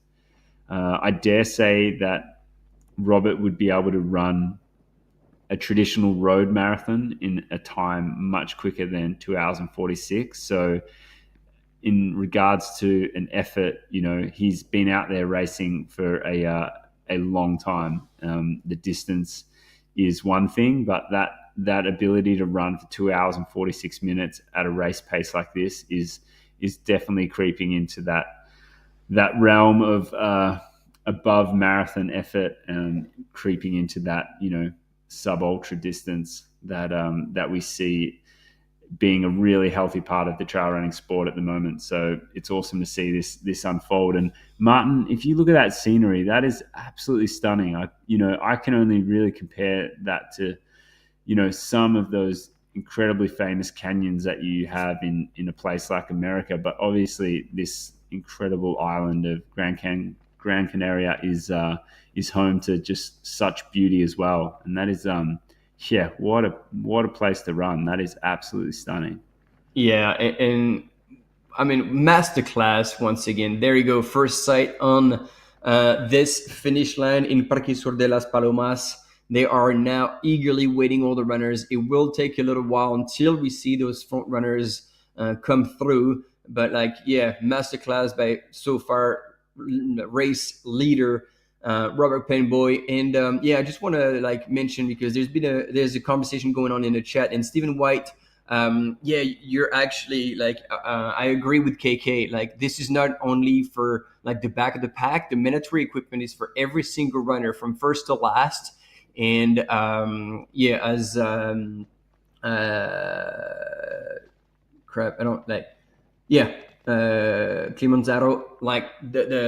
he's wearing a pack. He's having 100% guaranteed the mandatory equipment, because those front runners have far more to lose if they actually get a penalty from not carrying the mandatory equipment. So you can be certain that they've looked at the rules and they're carrying every single piece of mandatory equipment that needs to be carried. The only difference is that they will try and find the lightest possible items to be carrying the least amount of weight, but still respecting the rules. So there's no rules being bent, especially by the race directors. And if any runner from first to last is missing an item, they will get a time penalty. But for example, when they say carry your phone, that can be a miniature phone that you can buy online, and it's good luck if you want to try call safety, but it still qualifies and you can still use it for that. So they will have just the lightest equipment possible, sometimes which gets quite expensive. But again, at this level, they spare no expense and they want the lightest possible. But once again, I want to clarify and make it clear for everyone that the mandatory equipment is required from first to last, and there's no bending the rules for anyone. Yeah, absolutely, Martin. And we might get an insight to that gear check at the finish line. Normally what happens when runners come over the finish line, especially in the podium positions, they will do a bit of a check just to make sure that they have carried that item all the way. We did see at the very beginning as well that runners were getting checked at the start line, especially the front of the pack, the elites in that first wave. They were getting checked as they entered into that start corral, making sure that they had the items and mandatory kit as they began the race. So that's a measure that the race puts in place to keep everyone on the same equal level from the get-go.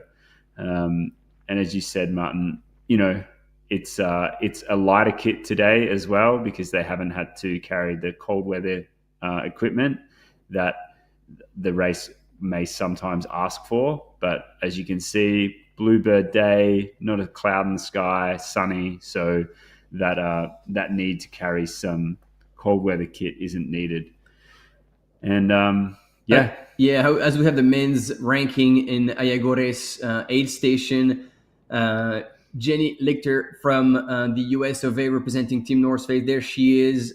And now we can see on her face that she is working, but trying to relax, breathing out on that road section before getting. So she's about to cross the dam, maybe. No, she would have crossed the dam already, and so now onto the aid station. She's still quite a wee ways, but at least we are sure that she is still in the lead at that point.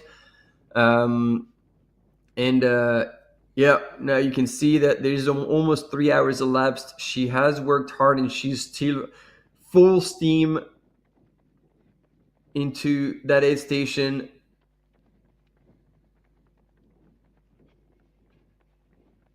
She knows that aid station is coming, so she's finishing her flask, staying hydrated, making sure you make the best out of everything you carried. Oh, she is working hard. So is she going through a tough time, or is she just choosing to work that hard? It's gonna be interesting to see the next few kilometers and how Jennifer Lichter either carries on at this very solid pace, or maybe is paying the price of a very, very strong start. Time will tell, but it doesn't look like, regardless of how hard she looks like she's working, she's not slowing down one bit so far. Yeah, you can see just the look on her face there. Obviously, she is making the most of this runnable section, trying to get that leg turnover, really working in her favor and not letting any ground slip on this section. She would know exactly where she is. Obviously, she came out and won this race last year. And she's definitely someone that is no stranger to pushing hard from the absolute start of a race and working all the way through. She's not far off the next and the last aid station of this race. Estimate that she is going to be in there definitely within the next 5 minutes, as she's chasing down another runner just in front of her there. So yeah, she's working, and she's able to capitalize on this. I mean, she looks super strong. Yeah. And she's absolutely and I think she's putting herself in a position that's going to hopefully reward her for her efforts in the next 15 kilometers as she sees the end of this race. So she's coming into the last aid station right now, and we'll be able to get a time check on her and then go from there. But I think you got a very good point, Maj. We're still far from the finish. This is a long way to the finish. So yeah, Jenny realizes that she needs to go over the last cone. But since this is quite far from the finish, and then you have that climb in the sun, you really want to look after yourself, pour water over yourself, and I would say take more than one flask. And so far, only Adil has filled in 2 flasks. So that also might play out in the last kilometer. If somebody finished on their water too early, and they get to a point where they would like to drink more, and they're feeling hot and they can't drink anymore because they're out, because they chose to go either very quickly through the aid station or light, and therefore not wanting to carry that second flask worth of water, that could play out in the later stages of the race. So we'll see how that goes. Because Helen, man, you know that course like the back of your hand, because there's still the notorious 5K of the rocky riverbed before the finish, and that is brutal, and that will challenge your body, especially in the later stages of the race. And once again, if you haven't fueled or had enough fluids for that last part of the race, that could play a big role. And there we go. She's got not only 2 flasks, but the Coke has been filled, and at least one of them Very good move. We see the experience here from the American runner, Jenny Lichter. She has that magic coke that will get you going for the last part of the race. Very quick sugar that goes straight through the system. And now is the time that you actually want to have it to power you up, that grind, that last climb on that dirt road that we saw both Robert Penboy and Francesco Pupi go through. So I think, yep, very experienced move. And there she goes, like throwing her fist up in the air. She is fired up for that last section. Spirits are high, even though she looks like she's hurting. She is choosing to hurt, and that makes the entire difference. And now we are all eyes on Live Trail to see how far the second woman is in the race. But yeah, Jenny Lister is still sharing a bit of a smile with us, which is a good sign. Which is a good sign at that point. Next up, through the aid station in the women's, I believe, if nothing has changed, will be Sylvia Notskar.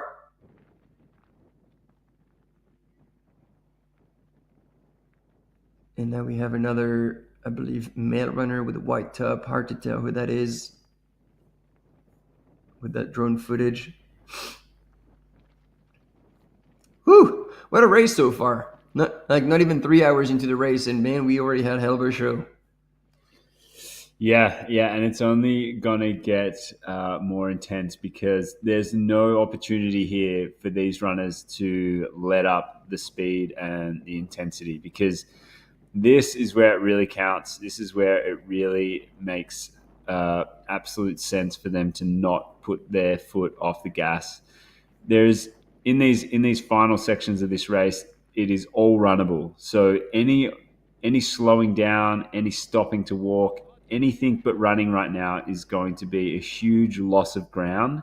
And so it is so important for these runners to make sure that they just keep up the cadence, keep up the rhythm, and just make sure that they have what it takes to finish this race off. We're looking at probably just over half an hour for Robert Penboy till he hits the end of this race. And so that's half an hour of effort, like half an hour at your best intensity at this deep into a 3-hour race. It's massive. And especially after covering like 40 plus Ks in the heat with that amount of descent that will trash your quads. But we're here with our female leader, Jenny Lichter, and she looks like she's having a ball. She's having a chat with our cam runner. So she still has the ability to chat and talk as she's powering up that hill. There we go. There she like moves a little bit ahead. And again, awesome images from the production here, hands down, with both our drone pilot and camera mountain bikers, offering 2 point of views again on our lead woman, and waiting to see how far back Sylvia Notskar is. And so far, no one in sight. Should be any second now.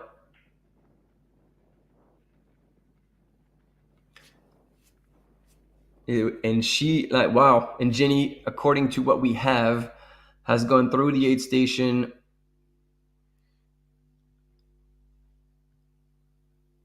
Of Ayagures. There we go. There we go. We do have a time split, and it is just over 5 minutes. 5 minutes and 17 seconds, ladies and gentlemen, now is between first and second female. Jennifer Lichter had a really solid descent into the aid station of Ayagores, 33.6 kilometers into that race, and she's opened up a pretty substantial gap on second place. And now we understand why she was hurting. She was really motoring in that descent, and now there she is on the left-hand side of your screen, coming out of the aid station, is Sylvia Notskar. 5 minutes, over 5 minutes back now from Jenny. So Jenny's a little bit more in the safe zone, especially now seeing how she's moving up that climb. One final effort. But again, 15 kilometers, a lot can happen. if once again you're not fueling correctly, or you didn't take enough water coming out of Ayagore's aid station. But once again, like Adil Moussaoui, Jennifer has taken 2 flasks, which should give her plenty of fluids to make it to the finish line.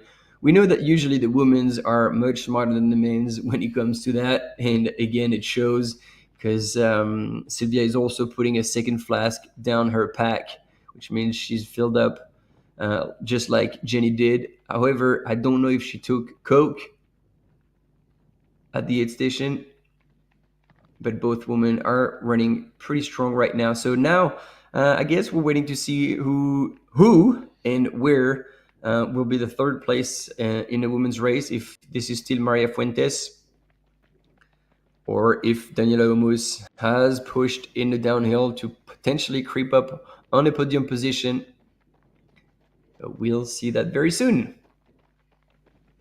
Really good to see a positive body language here from Jen Lichter. You can really take all that information to understand how a runner is really performing in this point of the race. Like Jen Lichter is obviously looking over her shoulder a little bit at the cameraman, having a smile, might be having a chat, but she definitely looks like she has a really positive amount of body language, and you can see she's just still working. Like her rhythm has not changed the whole time since she left that final aid station. Even before that aid station, she has still got an incredibly good rhythm, and she is just looking like she's holding that. And hopefully, if she does maintain that for the next 10 kilometers, she's gonna not lose any ground, and she's gonna be the victor on today's race. Look at her talking to the camera right now. Like she is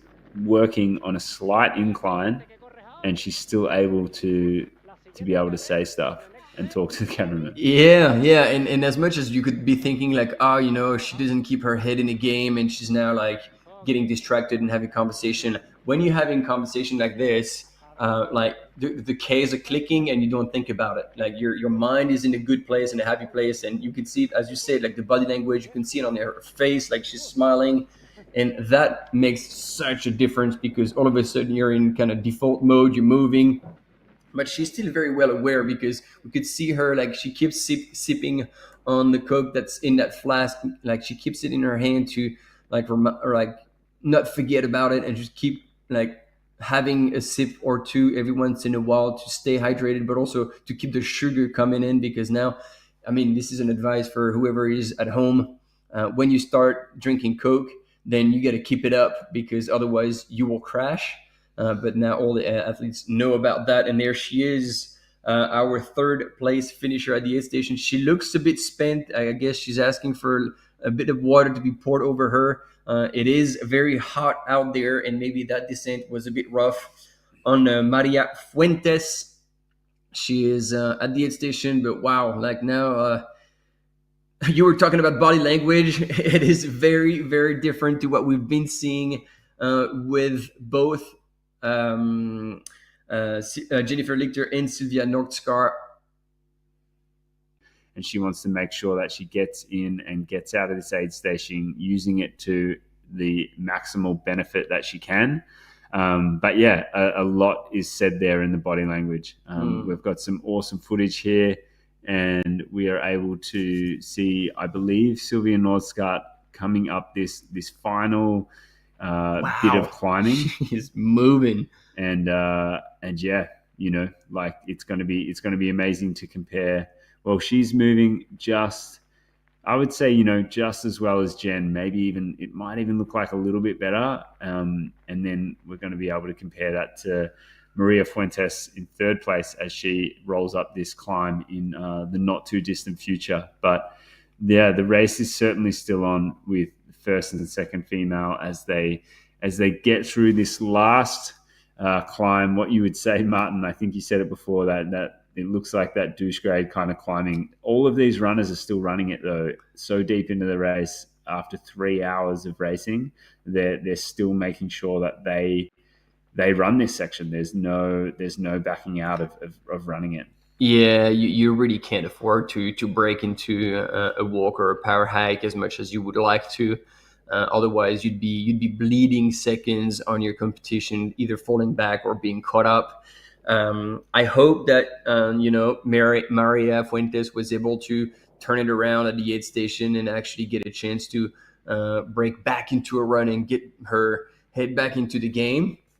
But she definitely looked like she'd already run 33 Ks, and maybe she was a little bit like cooked from it. So she definitely took the time to cool herself down, take advantage of the aid station. A lot of water was poured over her, but that meant that all this time she spent at the aid station was lost, both on trying to catch up on Sylvia or stay away from Daniela Omus, who at the time was fourth and was going to be the next one clocking through the aid station. She hasn't gone through yet, and also again, body language is all we can like try to analyze to understand what's going on your screen. And Jennifer Lichter is back in the zone, back into like hurting mode, because that's what she wants. She chooses to hurt because she just wants to finish that climb hard, and she knows that now she's getting close. She's covered the last. She's discovered the two switchbacks. So now the next one she'll take, she won't be transitioning into a downhill, and then that will be like cruising into the descent. So yeah, pretty solid masterclass so far. Extremely well handled by the American runner representing Team the North Face. They've come out strong, and so far they're delivering extremely high. Yeah, Tony, I guess you don't used to, but like for us, there's only one kind of Coke, and that's that liquid that pulls anyone out of a bonk or fuels anyone on the back end of a race.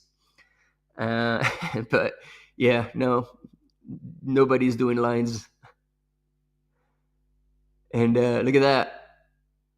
Speaking about Coke, Jennifer Lichter, who left the aid station of Ayagores with the full soft flask of Coca-Cola, if you want me to say it entirely. And now she's going through the entire flask in a matter of maybe 10 minutes. And so she is now loaded up on sugar, and that's going to help her finish that climb strong before she drops and takes a final left-hand turn to get into the last valley and into the downhill.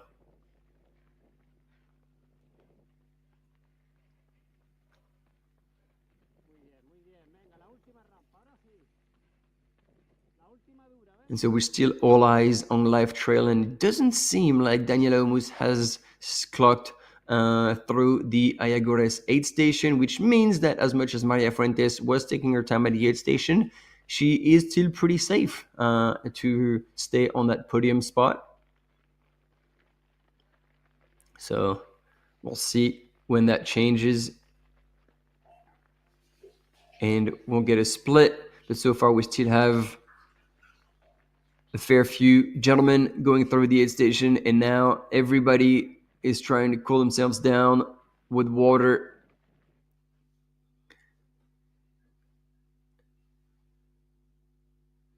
Is that Ilov? Yeah, this might very well be Ilov Olsen.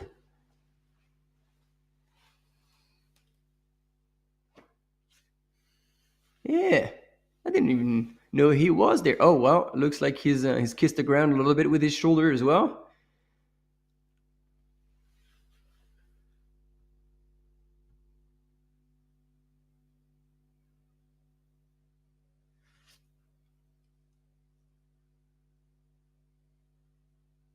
Yeah.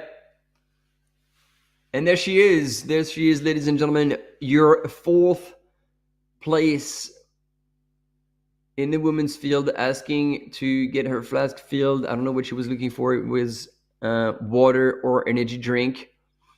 And then, yeah, she's drinking some at the aid station, so she might have been running a little low, or she will choose to leave with only one flask for the remaining 15 kilometers or so of the race. And then those volunteers, again, absolutely crushing their support to all the runners. Oh, wow, yeah, she is drinking another soft flask. I think she might have underestimated the heat of Gran Canaria. And there she is, our lead woman from the USA, Jennifer Lichter, is now cruising downhill.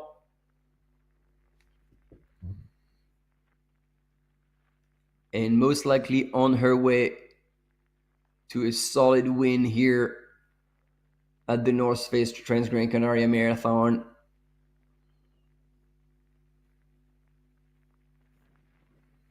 Yeah, he was Ilov indeed. It was easy to spot him. He had an old Scott running pack. So thanks, Flo. He's only estimated 8 minutes to the finish.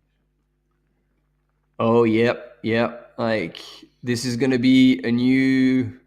I mean, he's going to definitely break 3 hours and 30 minutes if Life Trail is accurate. Robert Penboy is expected at the finish line, la línea de meta, as they say in Spanish, in the infamous Parque Sur de las Palomas. And what a race he would have done to come and claim a third win here at the North Face Transgrancanaria Marathon. And Francesco Pupi would be expected another 2 minutes back.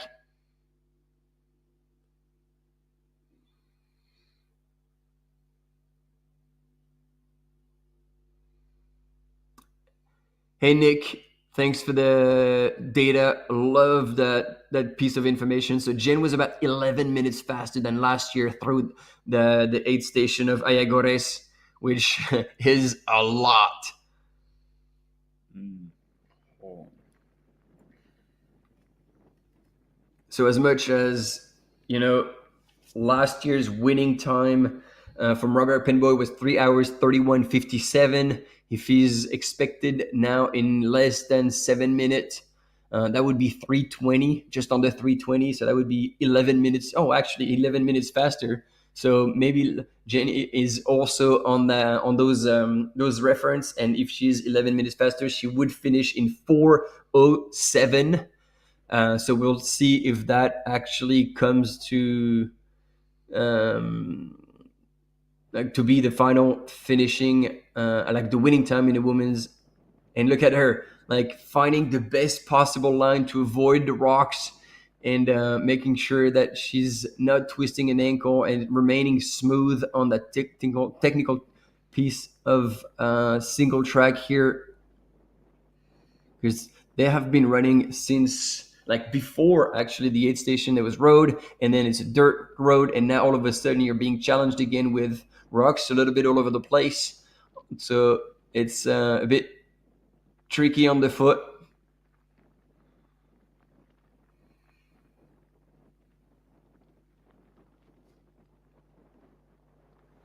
Yeah, Martin, I reckon we are possibly going to see some camera angle change as here we go, right on time. Robert Penboy. Oh, that was just there's a bit of glitch. Backing it off, but I think we are going to be able to see him. Here we go right now. Robert Penboy, our lead male, as he finishes off this race. We reckon he is only a couple of kilometers now from the finish line, still moving smooth. This is what he will be up against for the rest of this race. Pretty smooth terrain. He will transition back onto the road as he comes into the township, and hopefully start to see some of the crowds that are gathered around the finish line. But yeah, it is going to be pretty close to seeing him finish. We have an estimate right now of about 4 minutes for him, but I think it might be a little bit longer. Yeah, I believe so. Yeah, I think you're right. If it's a couple of Ks, he's running fast, but he's not as fast as 2 minutes per K. yeah, he's not world record right now, but he is winning this race, and he has been leading the whole time from the get-go, really. He started off running right behind or right next to, say, Francesco Puppi in those early kilometers on the road. But then since that moment, he has just surged on and pushed on by himself and made it clear that he wants to win this race, be the third consecutive win for him in this race. And yeah, we have Jen Lichter also going for her back-to-back win here and absolutely pushing this downhill.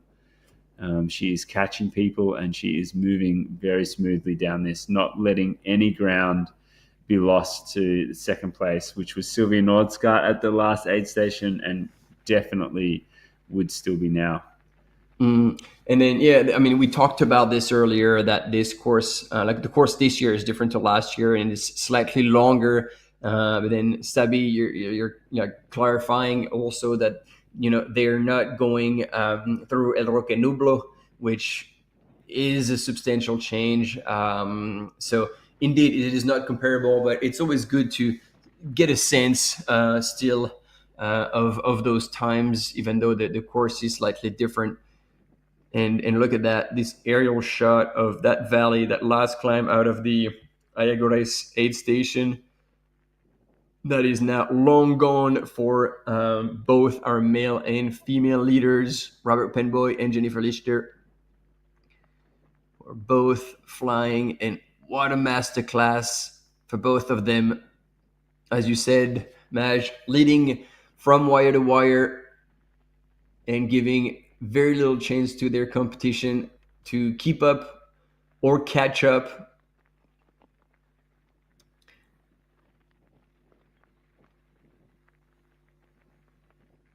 And I can't wait for Robert Penboy first, but for them to run into the streets of Las Palomas and have the public cheer them on and carry them across the line.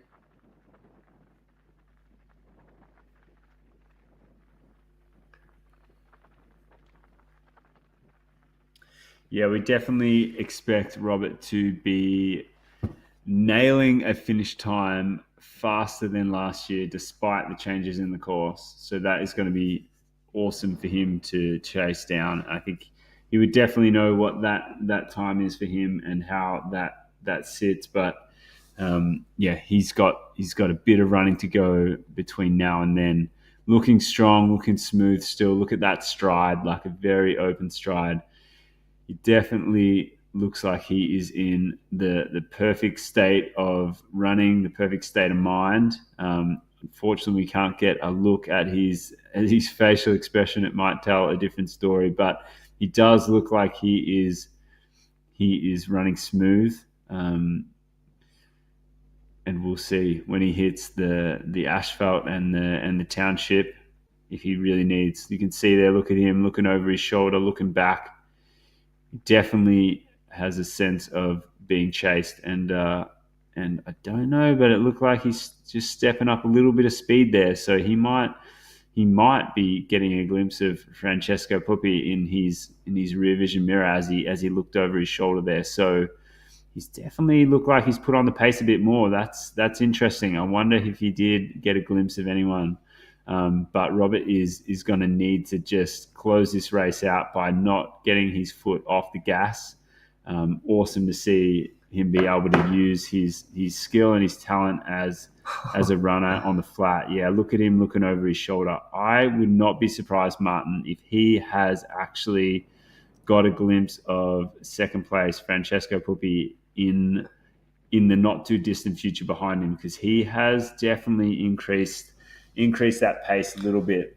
Yeah, the thing is, like, he's going to go under the bridge and it's going to be a hard right-hand turn and up a little bit of a bank and then back on the flatter, faster thing. He knows the course as well. Like, he knows he can smell the barn by now. And so, as you said, looking over his shoulder, maybe somebody's creeping up, but he also knows that now he's getting close to the finish. And so it's the final push, final effort. Now, at that point, you completely unplug the brain, forget about the pain, and you just keep the legs moving.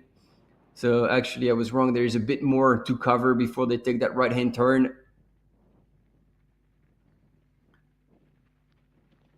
Yeah, but Dan is not putting his foot off the gas. Woo-hoo!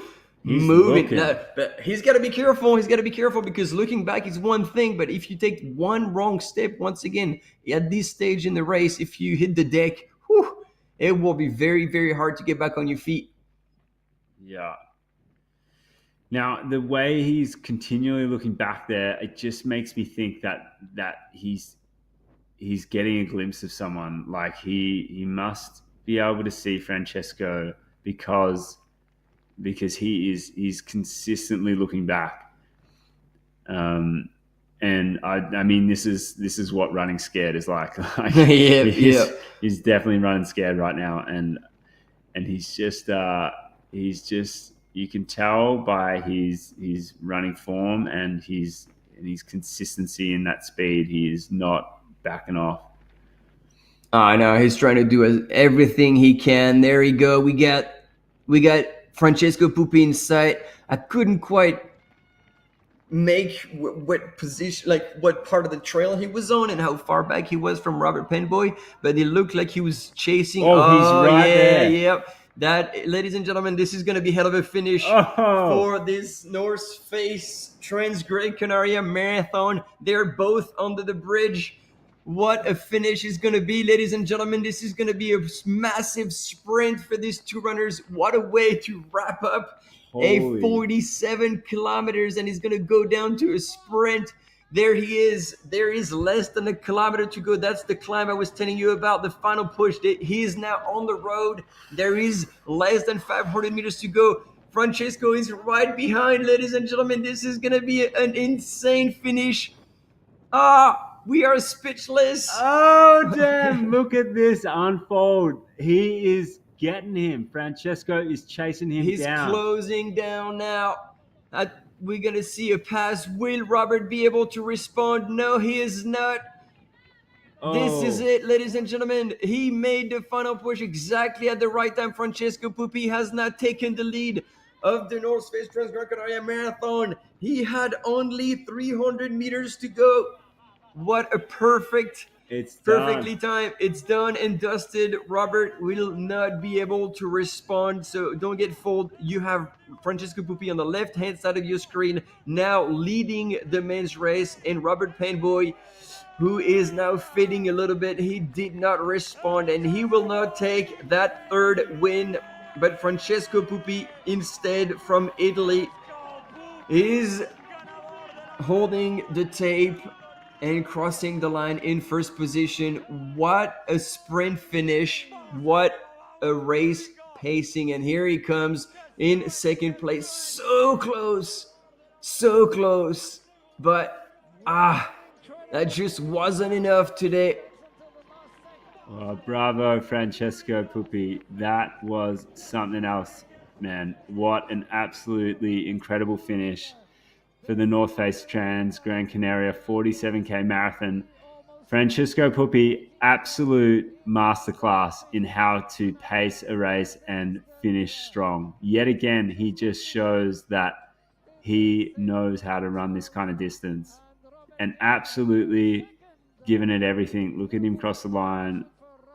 A sense of absolute relief as he did cross that line and putting that one finger up in the air as he came into that finishing chute.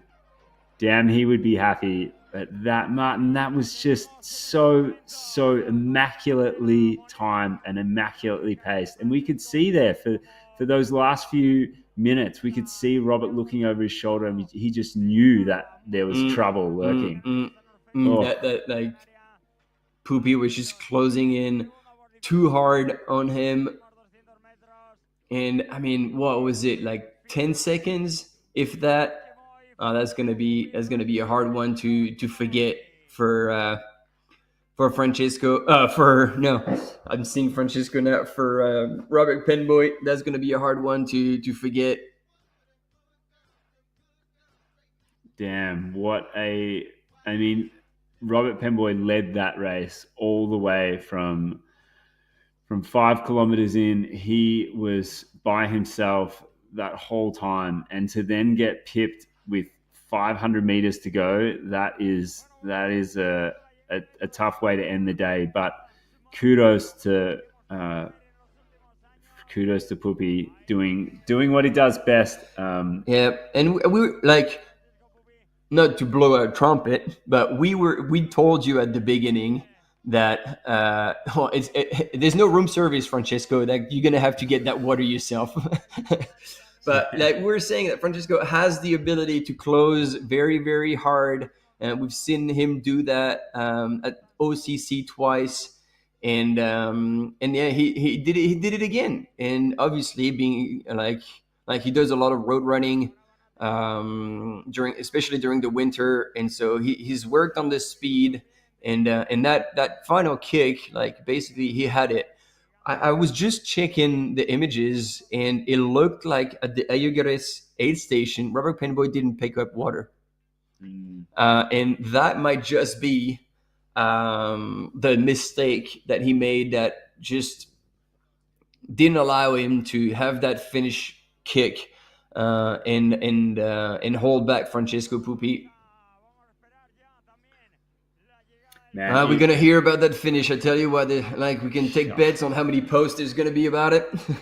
But that is a fine line to dance. Hey, it is such a fine line to dance when you think that you can finish off strong, but yet like Robert Penboy needed that 2% extra. He needed that just 0.5% extra. Like he just needed that little bit, and that's the fine line you play if you don't make the most of those aid stations and you think I'll be fine, I can get through, and then all of a sudden you need 0.5% more, and that just wasn't there for him today. Oh wow! And Adil would have fallen back because he was pointing in third place last time we saw him, but right now it is Marcos Ramos Gonzalez on the screen. Oh, last K pace, I believe he was, yeah. No, Thiago Vera. Yeah, and you were saying like he was closing very, very fast, our Portuguese runner, and actually Miguel Arsenio will be second. He's usually the first Portuguese runner to cross the line, but this time Thiago Vera is going to be on the third spot, like taking the last spot on the podium and scoring a lot of points towards the World Trail Majors short circuit. As we see Jennifer Lichter in the last section of the race, she's still climbing a little bit. She has maybe like 4Ks to go. She's now getting close. Yeah, look at and you can see Thiago Vieira finishing off here. If you compare what he is doing right now to what we just saw Francesco and Robert do, he's moving extremely well too. He is moving absolutely fantastic over this section of the course, finishing off strong. But I dare say, similar to what we just saw then, there is going to be some close competition behind him. But you can tell he's just not given an inch to even looking back. He's not wasting any energy on that. He is just head down and making the most. This is that right-hand turn you were talking about, Martin, just before they climb back up onto the road. And there is going to be remaining 500 meters to go as he works his way into that finishing chute. But you can see just head down, focus. He hasn't looked back at all. But there was a bunch of guys that went through that last aid station in very close succession, and so he's going to be making the most of finishing off strong, because third place right now, that is on the podium, and he is going to be stoked with that. There we go. Have a little look back in the final bit.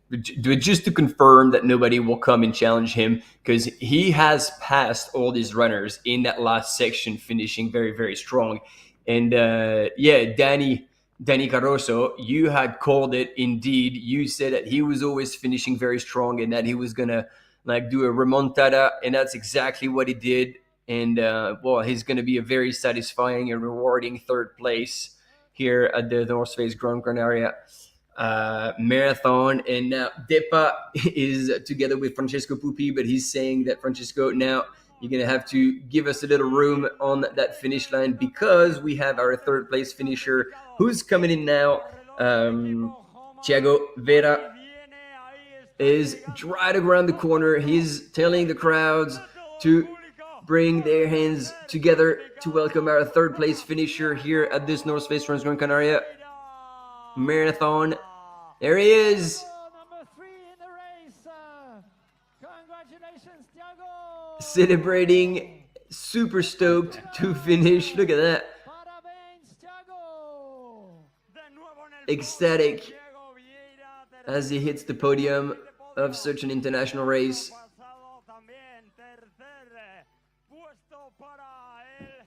That is so good to see. Oh yeah, and that was what a close celebration, man! What a celebration! That is awesome. So good to see someone be so stoked with an effort and finishing a race like that. It's so worthy of a celebration, and awesome work from Thiago. Just getting over the line ahead of Marcos Ramos Gonzalez from Team Asics. Look at those guys celebrating together. It was definitely it was a close one. Yeah. It was close, and I think Thiago knew that it was that close, and hence his celebration and enjoyment there. A little bit of disappointment for sure on Marcos Ramos' face as he crossed the line. Here's Henry. And now winner of the VK, which happened not that long ago, Henry Armand, backing it up here. He's running for the North Face.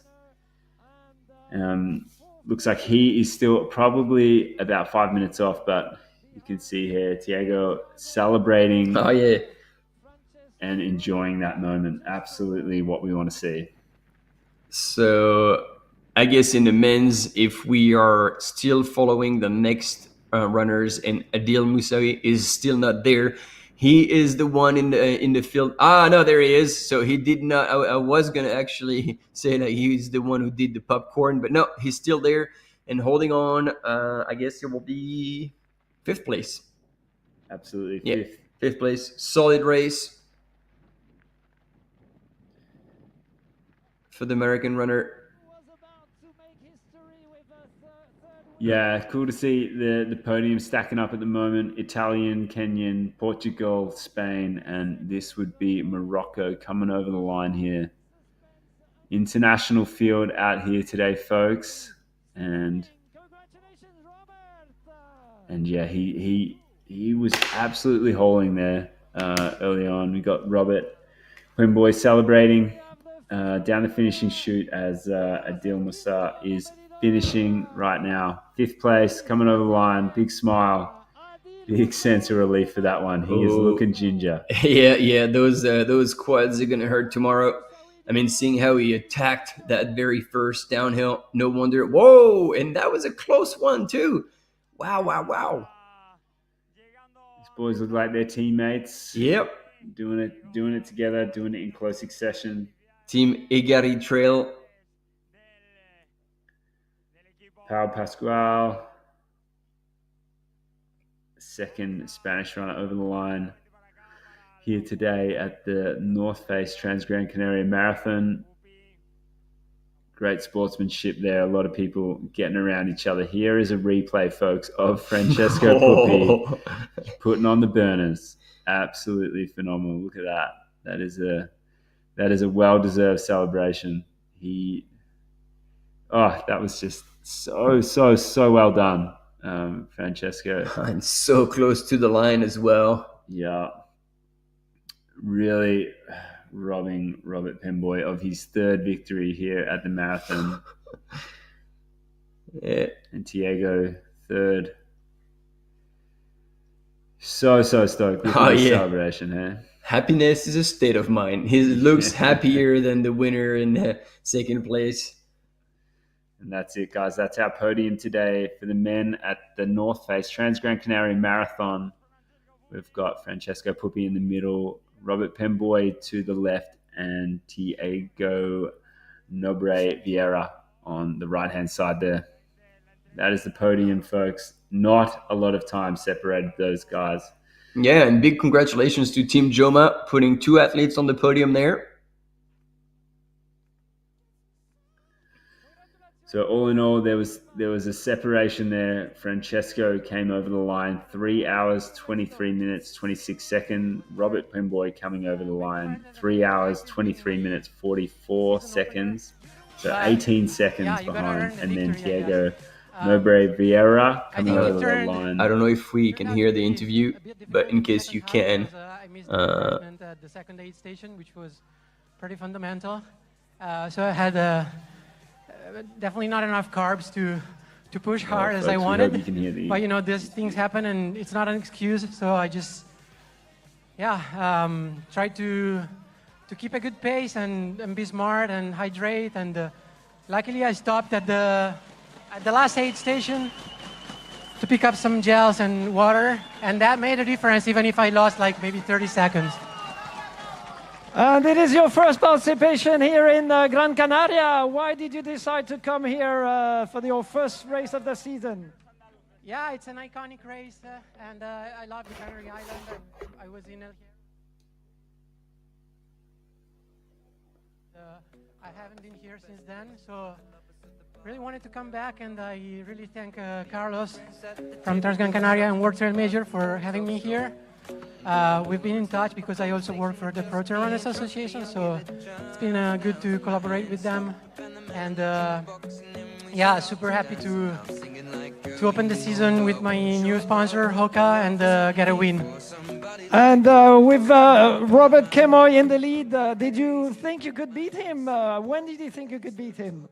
I never thought I could beat him until the last 100 meters, maybe, because I think I passed him in the last 300 meters. But yeah, the race is over at the finish line, so you gotta push as hard as you can at any point in the race. And I'm happy that I didn't give up. But Robert was super, super strong. Grazie mille Francesco, congratulazioni. A big round of applause for Francesco Pupi.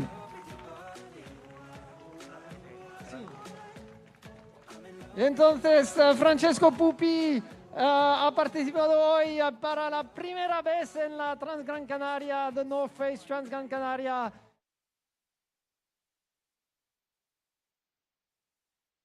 I don't know if we're muted or if we're back on. Yep, looks like we're back on. Well, that was it. Il Francesco Pupi, winner of the 2025 the North Face Transgrancanaria Marathon. And by the sound of it, it looks like he didn't plan to pass him at that point. He just like so happened that, you know, that's where he caught up with him and then had the wheels and basically took off. So, damn, good for him and unlucky for Robert that its race was not like 300 meters shorter. But yeah, that's how it is. You have to race until the line. And as Francesco said, you know, it's not over until it's over. So you should not give up and not let go of the gas pedal, which is interesting. And tomorrow for the broadcast of the Classic, we're going to have a few North Face athletes joining us so we can have a chat with them, including Zach Miller. And recently he's made a post talking about his first race and how he struggled. And I think he couldn't remember himself whether he was 6th or 7th or 8th. And he was like, I'm not like winning material, so maybe I should give up. But actually he didn't, and then showed up at the next race and won it. And he said that's what the turning point in his career. So again, never give up and never stop until things are done. So that's a very good lesson, very good reminder.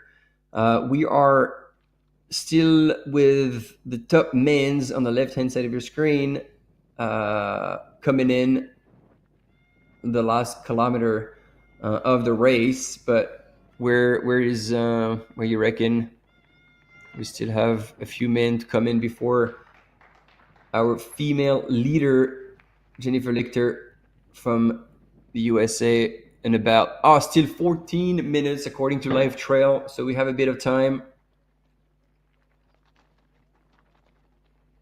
until we celebrate the win.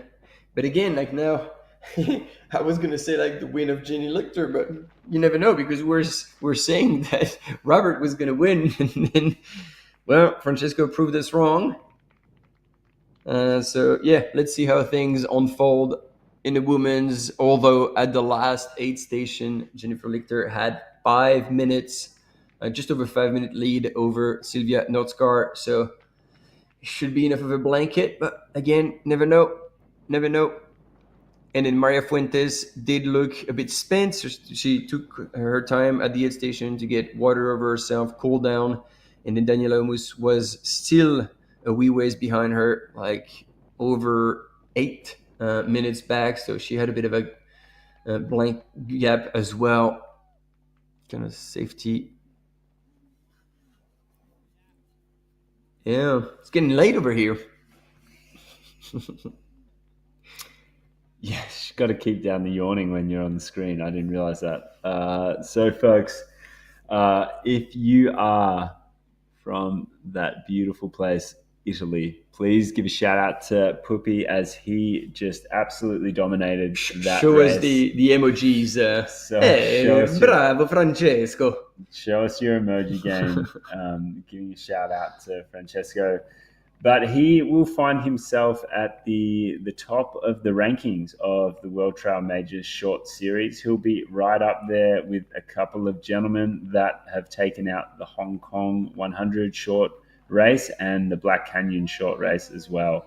He'll be sitting on 1,500 points at the top of that table because he was the victor here. And the marathon distance here is part of the Gran Canaria World Trail Majors circuit.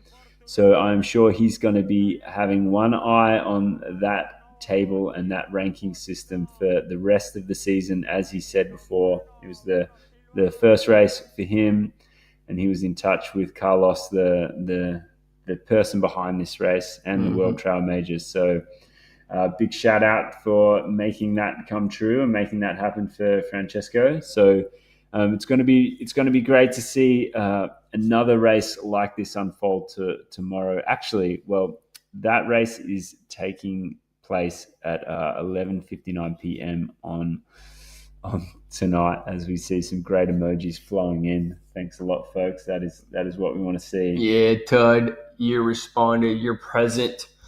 We love everyone here, and here Team Joma on the finish line representing, I guess, showing off a new shoe.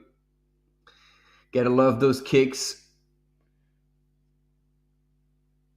Not sure we're gonna see a shoey from Robert Pangboy, but you never know.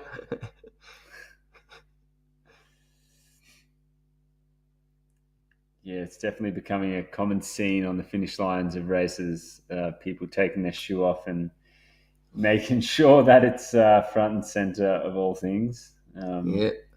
So I wonder what things like runners are going to be pulling off in the next month. So now the shoey's been done. The shoey with an empty shoe has also been done, which is even more out there. Yeah,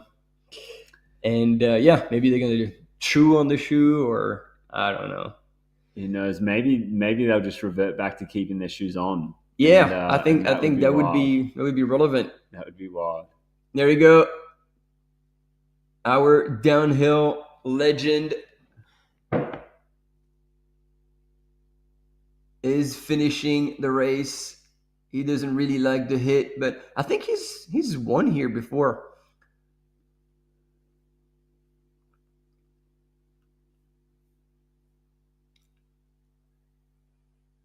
Anders finishing. Man, he is a man who loves to hurt. And if you love like all sorts of crazy inventions, like go on his Instagram. I mean, this is going to be hard to write down, but Anders Krajevik from Norway.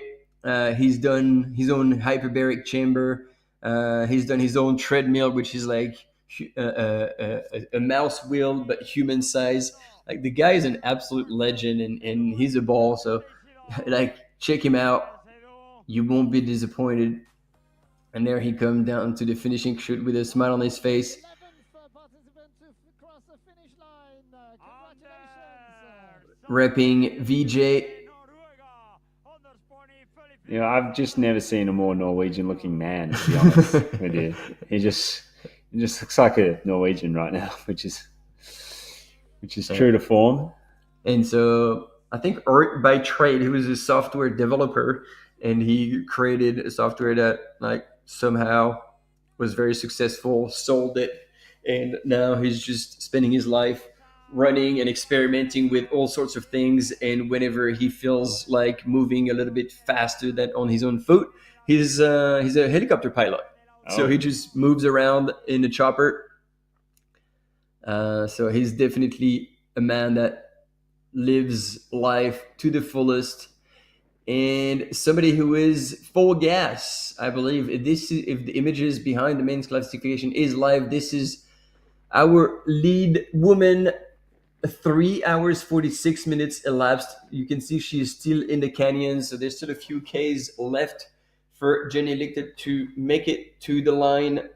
Oh, and Anders is definitely making the best of that finish line.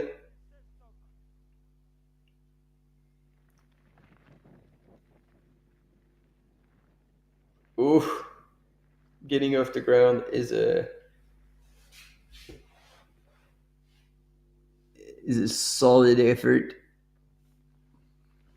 Yeah, we are back with the ladies now. We've caught up with Jenny for a little bit, and I'm sure those. Oh, hey Kim, that was Kim just on the bottom left corner of your screen. One of the best photographers out there, and one of the quietest as well. You know, some photographers are out there and like putting their work everywhere. He still shoots with a little non-digital camera. Really cool. Keeping the art real. Yeah. Shout out, Kim. Thank you. Showing those young kids what it's all about. Yeah. So we do have still a few minutes before we see Jenny Lichter come into that finishing shoot. So yeah, hopefully we do have our camera mountain bikers who have gone back out on the course to pick her up, so we can see her in the last kilometers, as well as Silvia Noskar.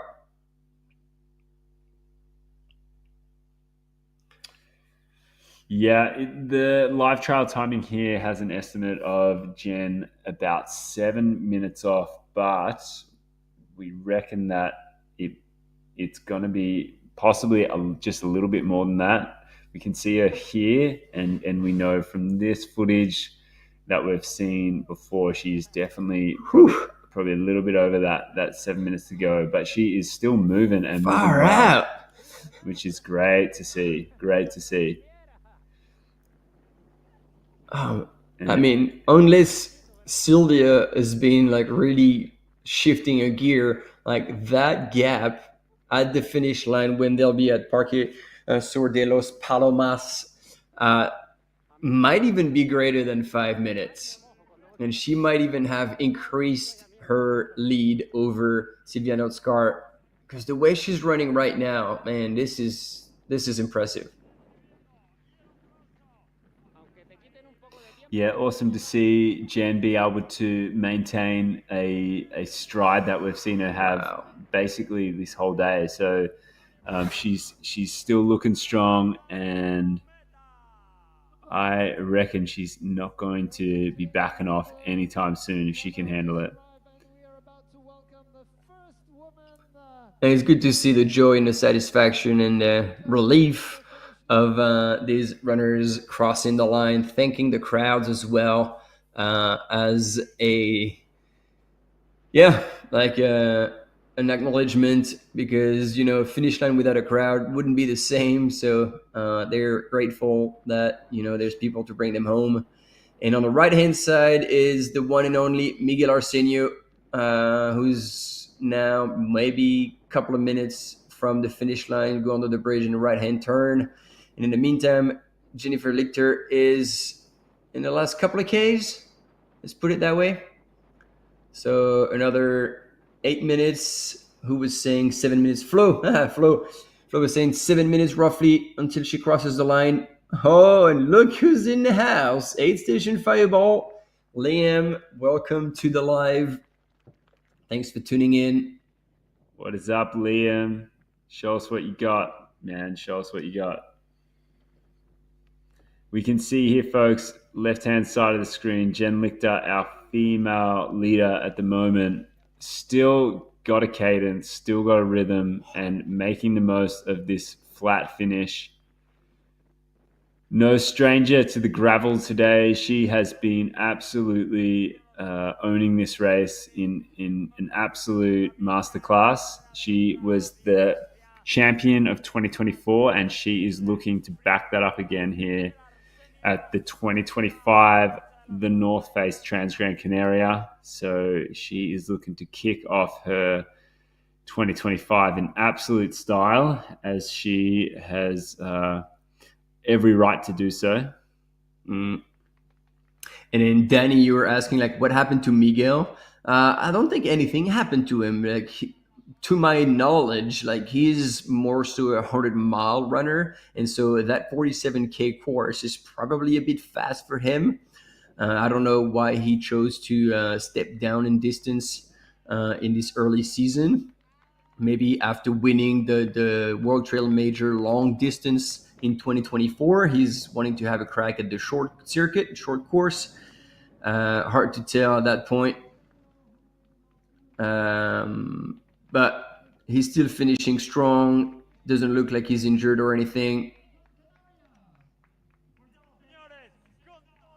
And that's going to be probably a top 20. And there we go. Depa is giving him a solid welcome into the finish line.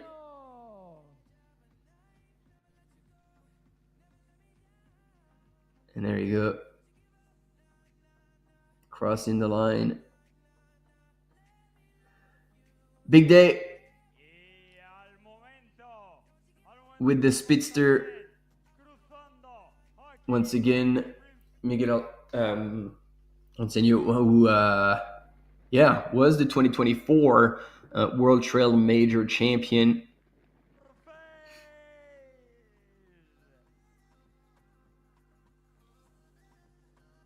That is some jubilation coming over the line there. Look at that. That is one way to do it, sir. Love, love, love your work.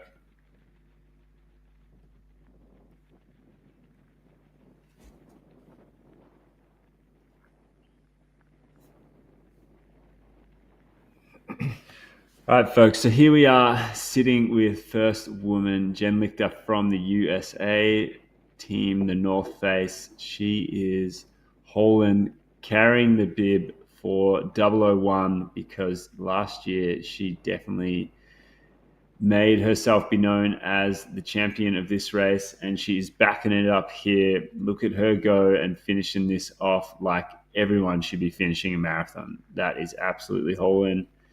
She's getting chased by a bike and a camera right now, and that is what we need to see. And if you are following along, folks, give Jen a shout out because she is putting in as much effort as she can. So all you need to do is type something down, hit send on the chat, let it be known that you're giving her some support from afar. But Jen Lichter is coming in here, 1K to the finish. There we go. And final K, so she'll go under 4 hours. If we're truly in the final K, and then she is running certainly faster than 6 minutes per K. That's going to be a 58 or so at that pace, and she will be absolutely thrilled. This is professionalism rather than fear. She's just making sure that there's no one else coming, so she can actually freewheel into the finish line without having to like hold anyone back, because you don't want to make that mistake of not looking back and thinking it's in the bag and somebody just comes out and you didn't expect that person to be there while you could have had another gear to respond. So there she did the little look over the shoulder, and it's all good, all clear. I believe again at this pace it would have been extremely hard to close the gap for Sylvia Noxcar, even though Sylvia was in top form, fresh off a second place at the end of last season. at Les Templiers and then a win at the El Cruce stage race. Look at that. She's giving everything she's got and a little more. She wants to score to establish a new reference time on that course. Jennifer Lichter again representing Team de North Face. And there we go. The public is there celebrating with her, and she breaks into a smile. There was probably a little bit more than a K to go. Bit of love there from Margaret Lichter. Is that Jen's mum giving a shout out there? Mum's up supporting Jen. That would sound like it. 3 love hearts. I mean, that's a whole lot of emoji love right there. So awesome to see the support from friends and family, whether they were able to make it to the finish line or not. And there we go. We have on the screen, ladies and gentlemen, our second place in the women's field, Sylvia Notskar. And she's not that far back, but still, there's probably 3-4 minutes difference between these two women. It is truly in the bag for Jennifer as Sylvia moves also super well towards the finish line, but until she goes under that large bridge and is truly in the final K, the difference is too great to see any late changes as we did see in the men's field. Yeah, look at that. Jen is freaking hauling along this section of trail. There is just no backing off. And you can just see, if you compare their cadence right now and their movement, like, for sure, Sylvia Northcott is moving well and she's finishing strong. But Jen is just on another level, on another gear right now, just making sure she finishes this off so strong. I think she's running on just pure excitement and joy to be in this position right now. And I think, to be able to finish like that, look at her go. I reckon she's clock watching, Martin. I reckon she is like, I can get under 4 hours in this race and I am just going to haul ass until I get there, because look at her go. She's just not backing off. She has no competition in sight and she is just looking at her watch thinking, I have 2 minutes. I have 2 minutes to go. All or nothing for Jenny Lichter. And Margaret confirms, yes, they are watching from the States. So Margaret is not alone screaming behind the screen. I believe there is the rest of the family out there as well. And they can be screaming extremely loud by now, because that is going to be under 4 hours for Jennifer Lichter. And she'll be also thrilled to be able to rep the North Face at a North Face event. That's extra love for the sponsors that are supporting all these pro athletes in the pursuit of their absolute best. And this is exactly what Jennifer has done today. Look at that. She's looking at the watch and she's smiling. She's like, yep, this is it. Breathing out, like the last meters are there in front of her. And I hope that the crowds are here and ready to make some noise here at Parque Sur de las Palomas to welcome, ladies and gentlemen, your 2025 winner of the North Face Transgrancanaria Marathon, coming straight from the US of A, Jennifer Lichter. Let's go, Jen. She has 45 seconds to get to that finish line and clock under 4 hours here. I reckon she is going to go for it, folks. So if you've got anything in the live chat, give her a shout. Let's go, Jen. 35 seconds to go to get over that finish line. And I reckon she is going to have a check of her watch when she gets there, because she knows how close she is to that 4 hour mark. And boom, there we go. As you said, Martin, the 2025, the North Face Transgrancanaria Marathon Champion, Jen Lichter from the USA. Done. What a run, Jen. Leading from the gun. Unreal. You. Unreal. Great stuff. That is a limp worth having. Yep, 100%.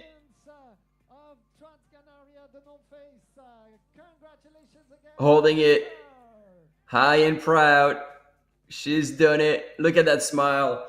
And that's what we love about Jennifer is like, regardless of the run she has, the performance she delivers, she is always smiling when she's out there, and she's loving like just running strong and hard. Such a good role model also for all the women's out there and the young generation of female runners as well. Like, I mean, I hope she can inspire a lot of you to just put on a pair of shoes and get out on the trails. She makes it look easy. It is not always that easy, but she like there's years of work behind those performances. But look at that joy, look at that happiness, and she's celebrating with all the people. And there's probably some of the North Face peeps out there also. And yeah, all of you out following this live broadcast as well. Thanks for being here and cheering her to the finish as well. Yeah, this is so funny. Jen, she look at her talk. This girl is not done yet. She's probably going to talk the rest of the afternoon away. You'd think that you'd be done, but I mean, wait till you hear her finish line. She's going to be able to tell you all about it. Let's hear it from the finish line in the interview. Hopefully we can hear that. Second win here on the Transgrancanaria, the North Face. How are your feelings right now? I'm really, really happy with the effort. I'm also very tired, which is a good sign. But overall, really, really stoked about today. And what made you decide to come back here in Canary Islands, on the island of Gran Canaria? I mean, all you have to take a look around at like everything, the crowd, the island itself. It's such a unique island. You're entertained the entire time. So it's very special. It's a really fun season opener for me. Fantastic. Congratulations again, and a big round of applause for Jennifer Lichter. Second victory in a row on the North Face Transgrancanaria marathon distance.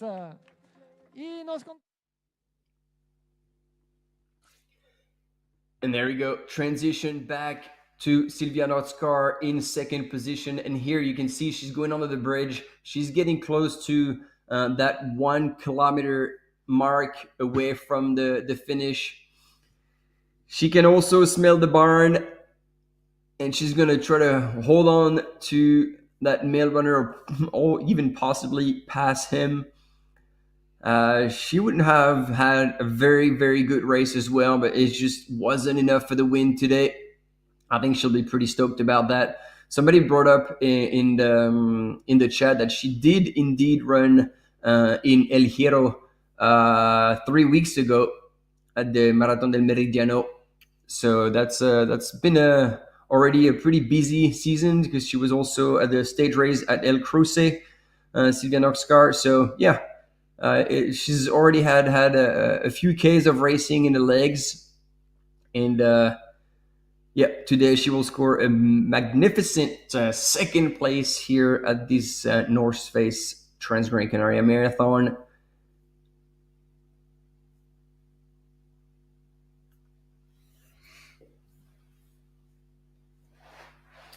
So Jen Lichter, just to have a look, compared to her race last year, she came over the finish line last year in 4 hours and 18 minutes, and she went under 4 hours today. So that is a huge difference. And we will get a look at what Silvia Notskar can run over this distance. It's going to be over 4 hours, probably closer to 4:10, but amazing run for her. Again, backing up after a marathon effort only a few weeks ago is a big ask, and she's been able to. I mean, she's had an incredible run. She's going to go under the finish winning time of last year. So yeah, it's still an incredible effort for her. I am sure this is going to be a welcome sign of relief and excitement when she gets to see the finish line. Getting under this bridge, then taking that, what we can now know is almost like a famous right-hand turn to put you back onto that road. But yeah, it looks like it's been a hot day out there. The winner of the men's race, Francesco, noted that he did grab some water and some gels at that last aid station, and he said, I might have lost 30 seconds, but it absolutely helped him have that incredible finish that we saw earlier on. So it's a real game of attrition out there and making sure that you stay on top of everything. As Jen looked like she did because she finished so strong, Sylvia has been able to run so much of this race and, haven't seen much hiking or anything, which if you don't time it right with your nutrition and hydration, you can definitely be forced into a bit of a walk. But these two ladies, especially Jen Lichter and Sylvia Norskott, have been able to show you how it is done. Oh no! Damn. How did that happen? On the pavement. Those knees are gonna hurt. Oy, oy, oy. I don't even know what happened, like whether she was looking at her watch or something. I mean, she's back on her feet, so, the adrenaline will kick in and that will carry her to the finish line. So she'll secure that second place. But wow, I'm very confused about what happened. She was on pavement. There was not even a camber or anything to trip on. Ooh. Oh man, I hate those falls, especially on tarmac. That just takes a little bit of skin away from you. So she's head down now. And I mean, we've seen Sylvia cross the finish line with a whole lot of blood on her face when she actually broke her nose at Mont Blanc Marathon. That was a couple of years ago. That was scary for everyone. But she eventually crossed the line and gave us a big smile. And we're like, okay, well, she's okay. But man, she had taken a big tumble as well. Yeah. Whew. Damn, folks, it ain't over till it's over. That's why having your concentration dialed in these last moments is so important. Doesn't look like any damage was done, any severe damage, but damn, it is so important to be on your game. Sylvia Norskott here, second in the North Face Transgrancanaria Marathon for 2025. Looking very happy with that big smile as she comes over the line. That is an incredible effort, dropping just under 4 hours and 10 minutes for that incredible race that we got to see so much of. Big shout out to the camera crews out there. But she is looking happy and stoked with that. So we can only be assured that she had a good time out there and that was a result that she's happy with for sure. And so I don't know if Jennifer was still there on the finish line to celebrate with Sylvia and whoever will be in third place to have a full women's podium on the line, or maybe I'm not actually sure if there's doping control at the finish line, because both runners in the men's were opening water bottles that I don't know where they were coming from. Always hard to tell if there's a protocol for that or not. But again, we have probably our top 20 men now, even past that, who have come through, and our top 2 women in the North Face Transgrancanaria Marathon who have come across the line. Our winner today, Jennifer Lichter from the USA representing Team the North Face, and Sylvia Norskott representing Team Hoka from Norway in second place. Waiting third place, is it going to be Maria Fuentes from Spain, who was there pretty much the whole time, although in the last aid station at Ayagores, she looked like she was a bit spent, but she did take the time to refill and get water poured over her to cool herself down.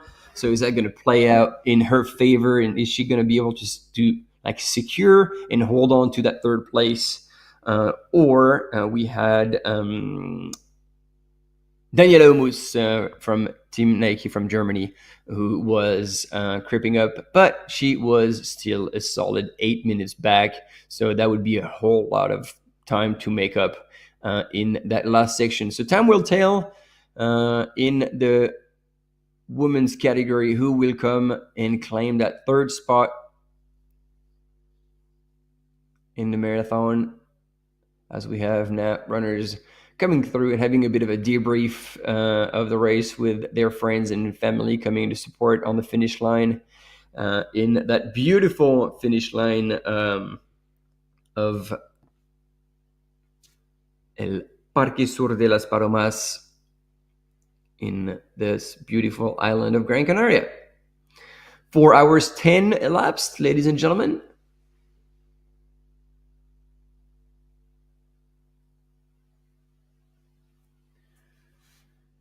Big shout out to Jen Lichter coming in 19th overall, so just dipping into that top 20 of the race, and Sylvia Norskart coming in the 22nd overall. So that is some great overall placement there by those two ladies, and yeah, obviously they are mixing it up at the front end still of the overall rankings. You know, it's like it's amazing to see how well, again, time and time again, we see females pace these races. And there we go. We'll have an interview with the second place finisher, Sylvia. Let's hear it.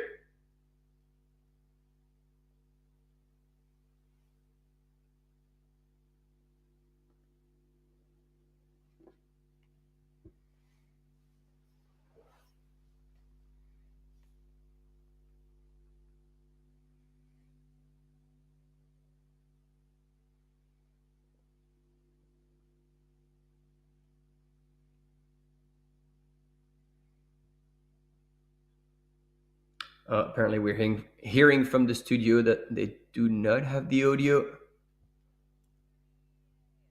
Cold and not so cold, but a lot of wind, so that helped for Norwegian. There he is. And talking about Norway, how did you train for this specific weather conditions? Because it's not really like in Norway. No, so now I have been here since I came down for the race on El Hierro, Meridiano Marathon. And then I went to Tejeda, and I've been there for 2.5-week training. So it's been great. My legs were acclimatized for the downhill, so that was nice. Congratulations, that was a winning strategy, and you've got a beautiful second position here on the North Face Transgrancanaria marathon distance. A big round of applause for Silvia Norskar from Norway. Cuéntanos, Guillaume, ¿qué es lo que ha dicho?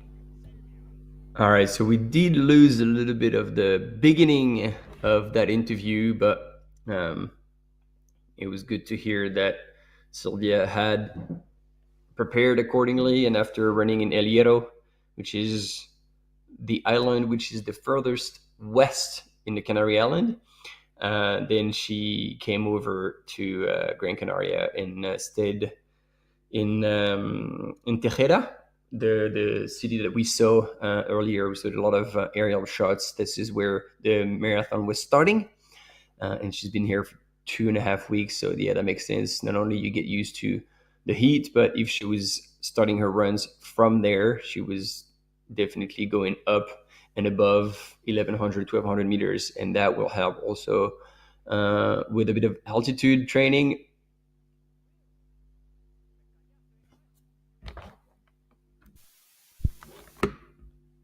Are we back on?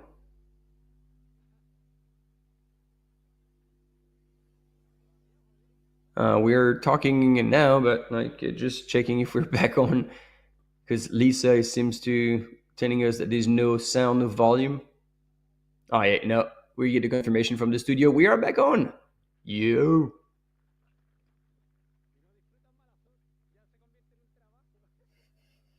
That's a very good question. Did Sylvia pass that guy in the orange shirt? No, we can't tell, but she took a fall on the tarmac.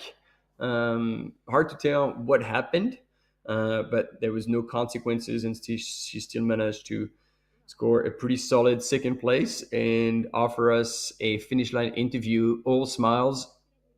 She was all good. So now we're sticking with another man on his way to the finish line as we're waiting for our third female finisher, which once again, as we should expect, Maj, to be Maria Fuentes from Spain. Yeah, that is what we have predicted on Live Trail. So we are going to use that as our guiding light for looking out for the third place female of the North Face Transgrancanaria Marathon for 2025. Maria Fuentes, we saw her go through the last aid station in third place. She took a bit of time there, got a lot of water dumped on her body, and also grabbed a little bit of water in her flasks. So she was setting herself up for a strong finish. And so we are hoping that that is what's going to come to fruition here, as we see just one of the other gentlemen finish off this race with a big smile, looking pretty comfortable. And that's a good sign from this gentleman. I'm just a bit worried, Magic, because it says like now Maria Fuentes should be crossing the line like any moment, and now we're with that gentleman, which is still probably over a K away from the finish. I hope we didn't miss her, and so that she just slowed down a little bit towards the finish, and therefore Life Trail would have anticipated her to finish a bit earlier than she truly will be finishing. Oh, there she is. Oh wow, yep, it is a transition into walking on that flat section. This is definitely a finish on fumes as she's transitioning back into running, but ooh, yeah, it was good that she had that much of a lead over Daniela Omus at the last aid station to hold on to that third place so far. But oh, I don't know what happened with it. Oh, I think she's cramping. Yeah, damn, that is not a great way to finish any run, and it looks like she is definitely fighting the demons of the long distance right now, folks. I hope she is going to be able to just keep moving at the very least. She's walking, which is great. If she stops, I don't think she's going to want to do that. Look at her kind of fight that walk as well. So Maria Fuentes currently in third, and she is going to need to just make sure she maintains some sort of movement. She's definitely walking with a decent bit of purpose, but if she could get into a run, that is going to help her out extremely. Because she's still like over 1,500 meters away, at least from the finish line. And at that pace, that is 10 minutes. And she doesn't have 10 minutes to lose. Oh, hell no. So she's breaking back into a run. Let's see if she can hold on to that stride. Like, she just needs to keep moving. Like, I know it's hard, and I know it probably hurts a lot. But we had seen her already, like, I don't know if it was overheating or something. And you can see that she can't even keep her trajectory right. Like, it's, yep. I mean, I don't know. Like, maybe she stepped up to the marathon distance, and she's experiencing that kind of like distance for the first time. Looks like she's breaking back into a run, and she's holding on to it so far. Maybe she's listening to us and she's like, yep, I know I need to make it happen. Because if Daniela Omus is closing on her and she catch, like if she sees her in a distance walking, whew, we're in for hell of a fight for the finish. Yeah, and you can't miss that hair. If that hair is just bumping around in front of you, you're going to see it, and you're gonna know that it is moving. It is moving below what it could, and people, we are going to have to make sure we rally around Maria to get this finish done. There's a decent bit of like technical rocky trail that needs to be overcome as well, and I bet that is gonna slow her down even that little bit more, because right now she was running on quite smooth trail there, and looked like it was a bit of work to get it done.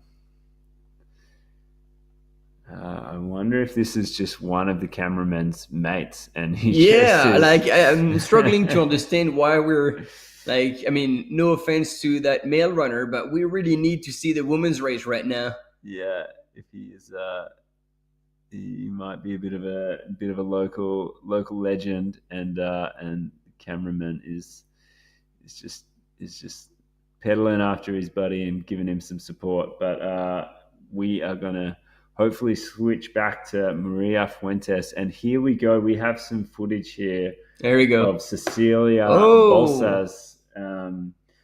So Cecilia Bolsas is moving a lot faster than our third place female, Maria Fuentes, on this section. And it is going to be interesting to see if she has closed on our Spanish runner, Maria. Daniela.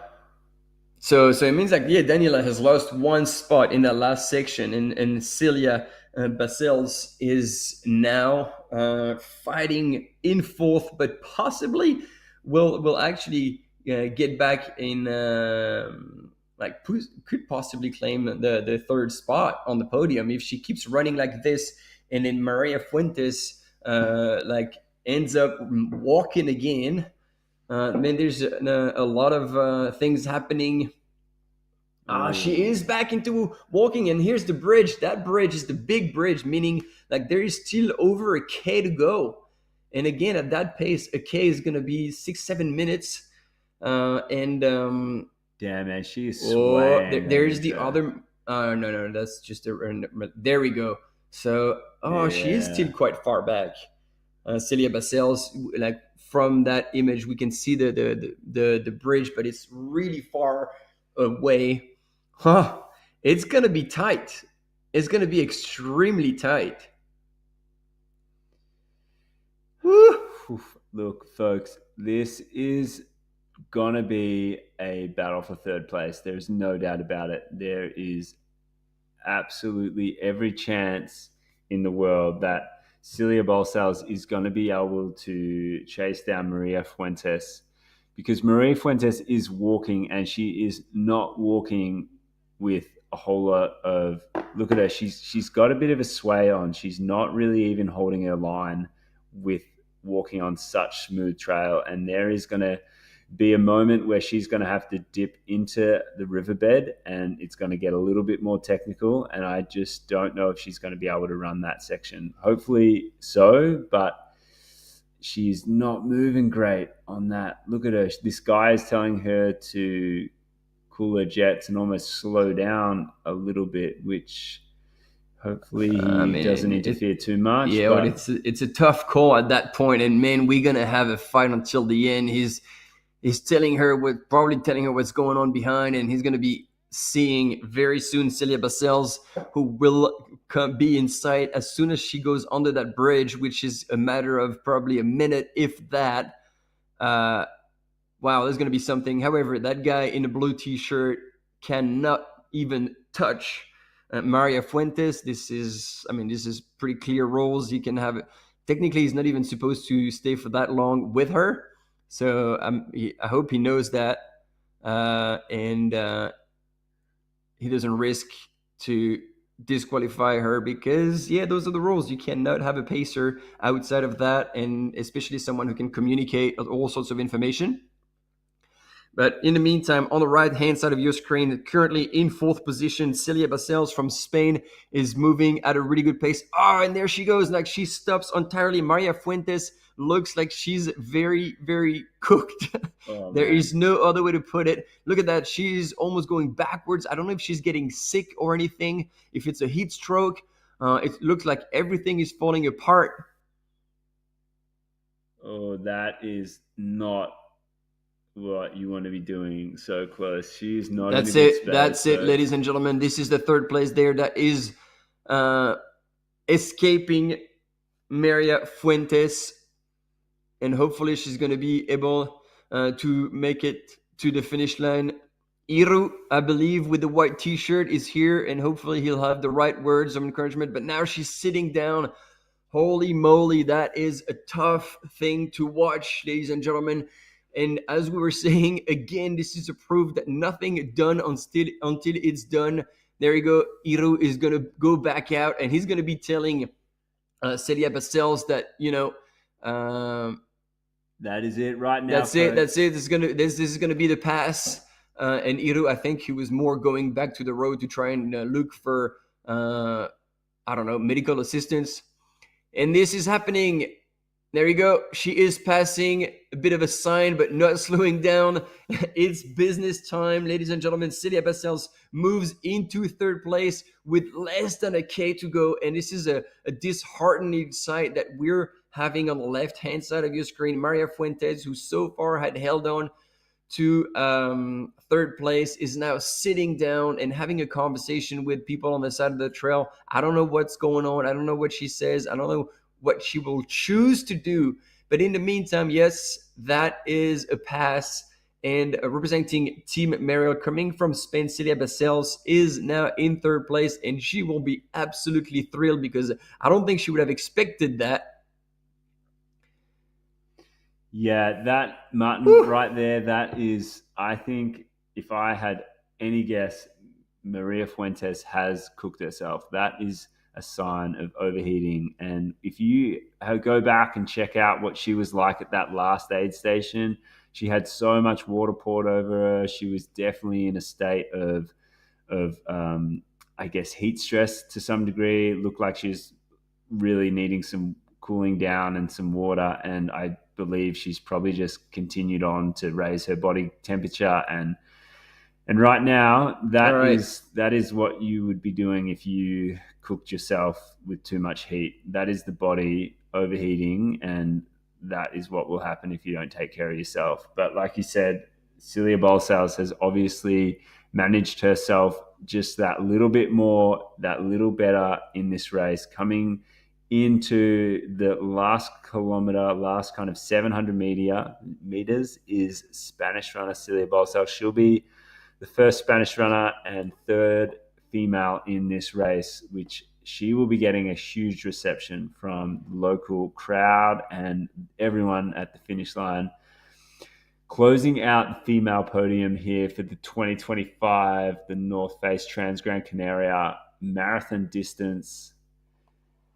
That is a incredible effort and finish, because Celia Balsals has made up 2 positions since that last aid station and has got herself on the podium today.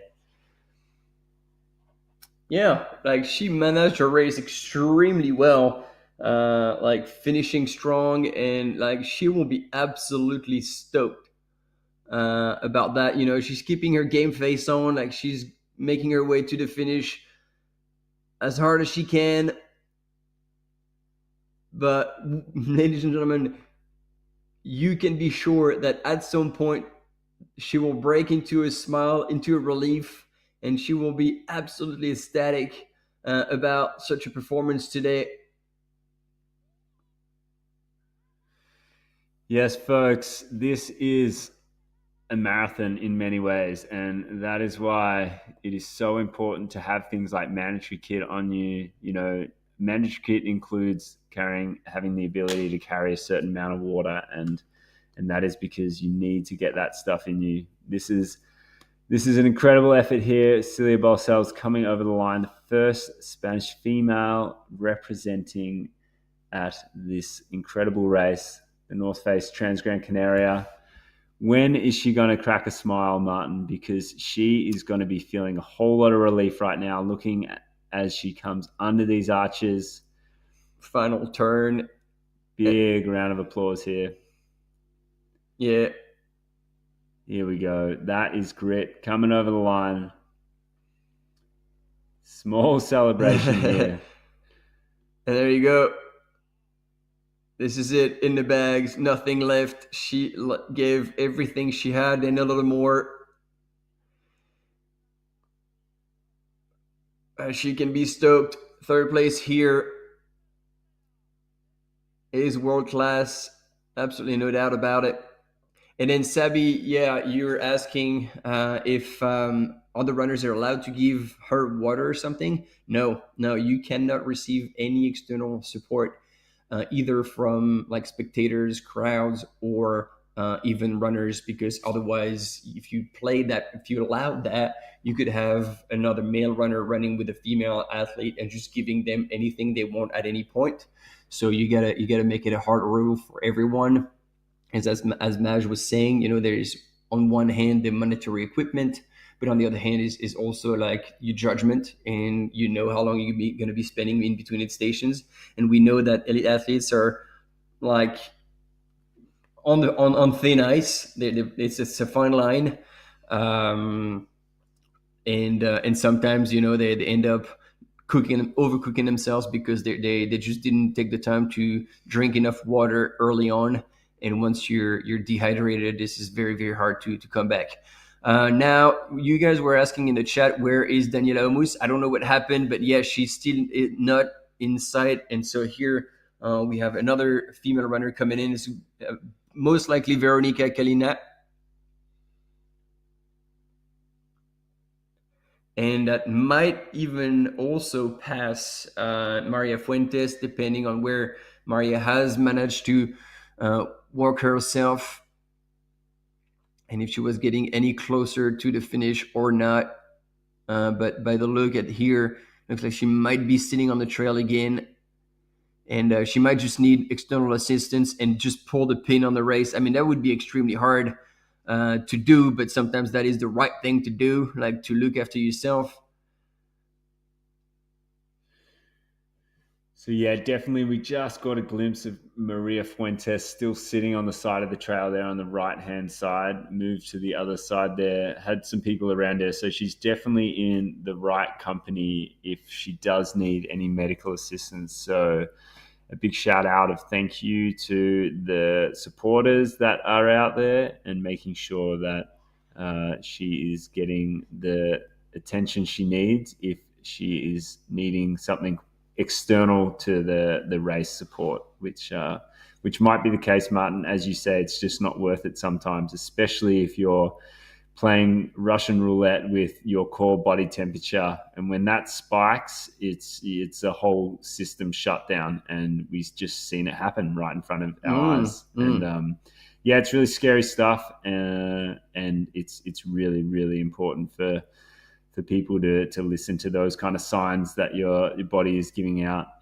These are absolutely endurance events, and this is not the longest race of the weekend, but that doesn't matter because these races really ask the most of the human body and everyone that's a part of it. So we see our fourth place female now coming over the line. We believe it might be Veronica Kalina, and we are going to see her get back onto the road in just a moment. She's going to cross the road and jump onto the footpath, and that is about 700 meters to go.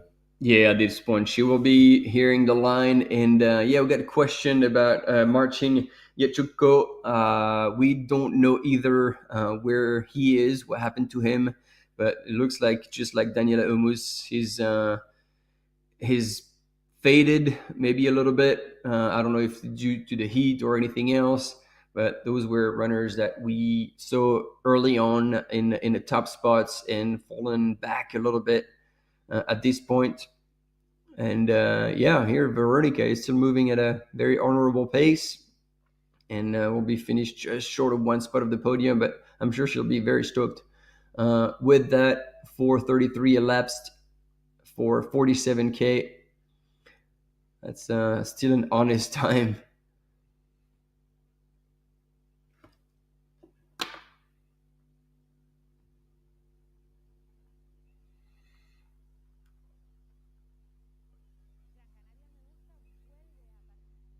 Transgrancanaria, la prueba deportiva internacional que no solo refleja el paisaje, sino también los valores de nuestra isla. Es el momento ideal durante las carreras de probar el producto de Gran Canaria, no solo por sus propiedades organolépticas, buenas para la salud, sino porque es una forma de apoyar la economía local y sobre todo porque es una forma de cuidar nuestro medio ambiente, ese medio ambiente que atravesamos mientras suceden las carreras de Transgrancanaria.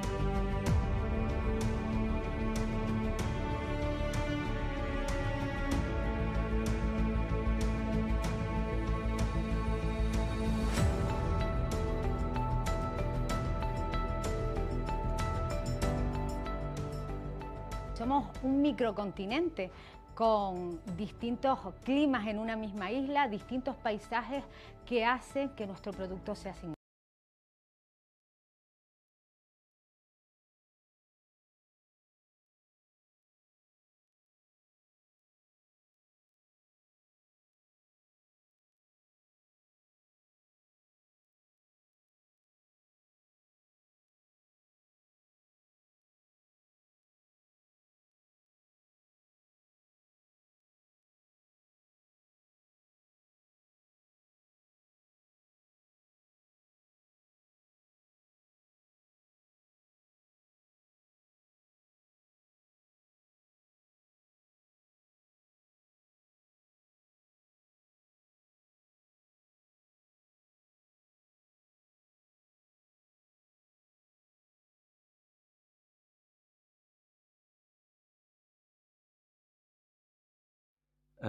We are still live from Parque Sur de Las Palomas, filming the North Face Transgrancanaria Marathon. We had our top men finish, a top women finish as well, and we had a lot of drama, both in the men's and the women's.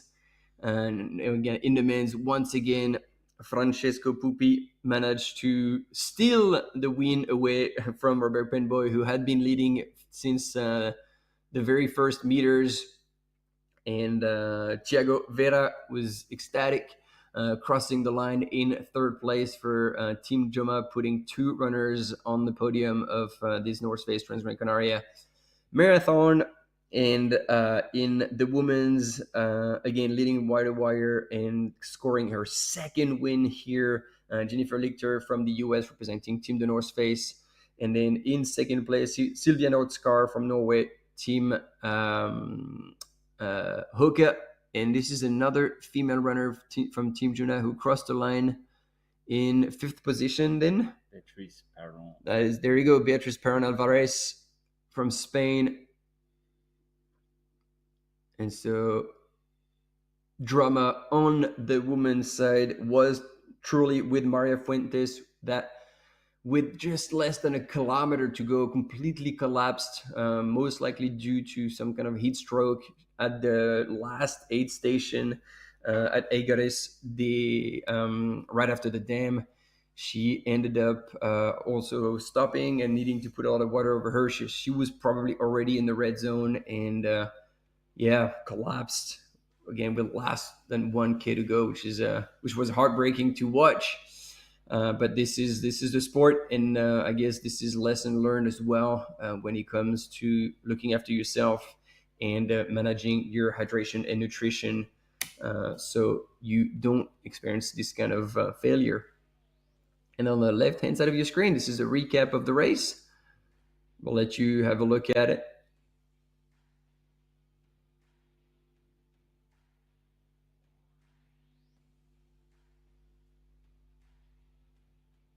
And then we take advantage of this recap of the North Face Transgrancanaria Marathon to thank you all for being with us this entire time, following the live broadcast.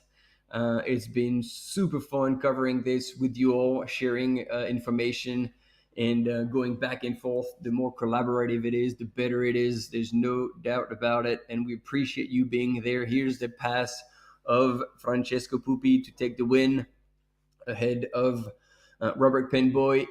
And we look forward to having you again on the live broadcast, because we're going to be back for the start of the Classic, which local time is going to be 11:30 a.m. 11:59. Yeah, 11. So we'll be back live 11:30, and then just shortly before the start, like 11:59 is going to be the start of the Classic, and I'm going to film for just about an hour, and then we're going to just lose the runners because then it's dark.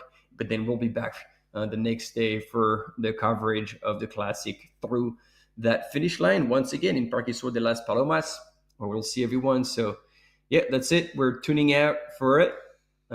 Thank you all for being here, and we'll see you tomorrow. Thanks, folks. Have a great day. We'll see you later on. Can we get balloons? Yeah. Can we get confetti? Yeah. Killing it. Tuning in again.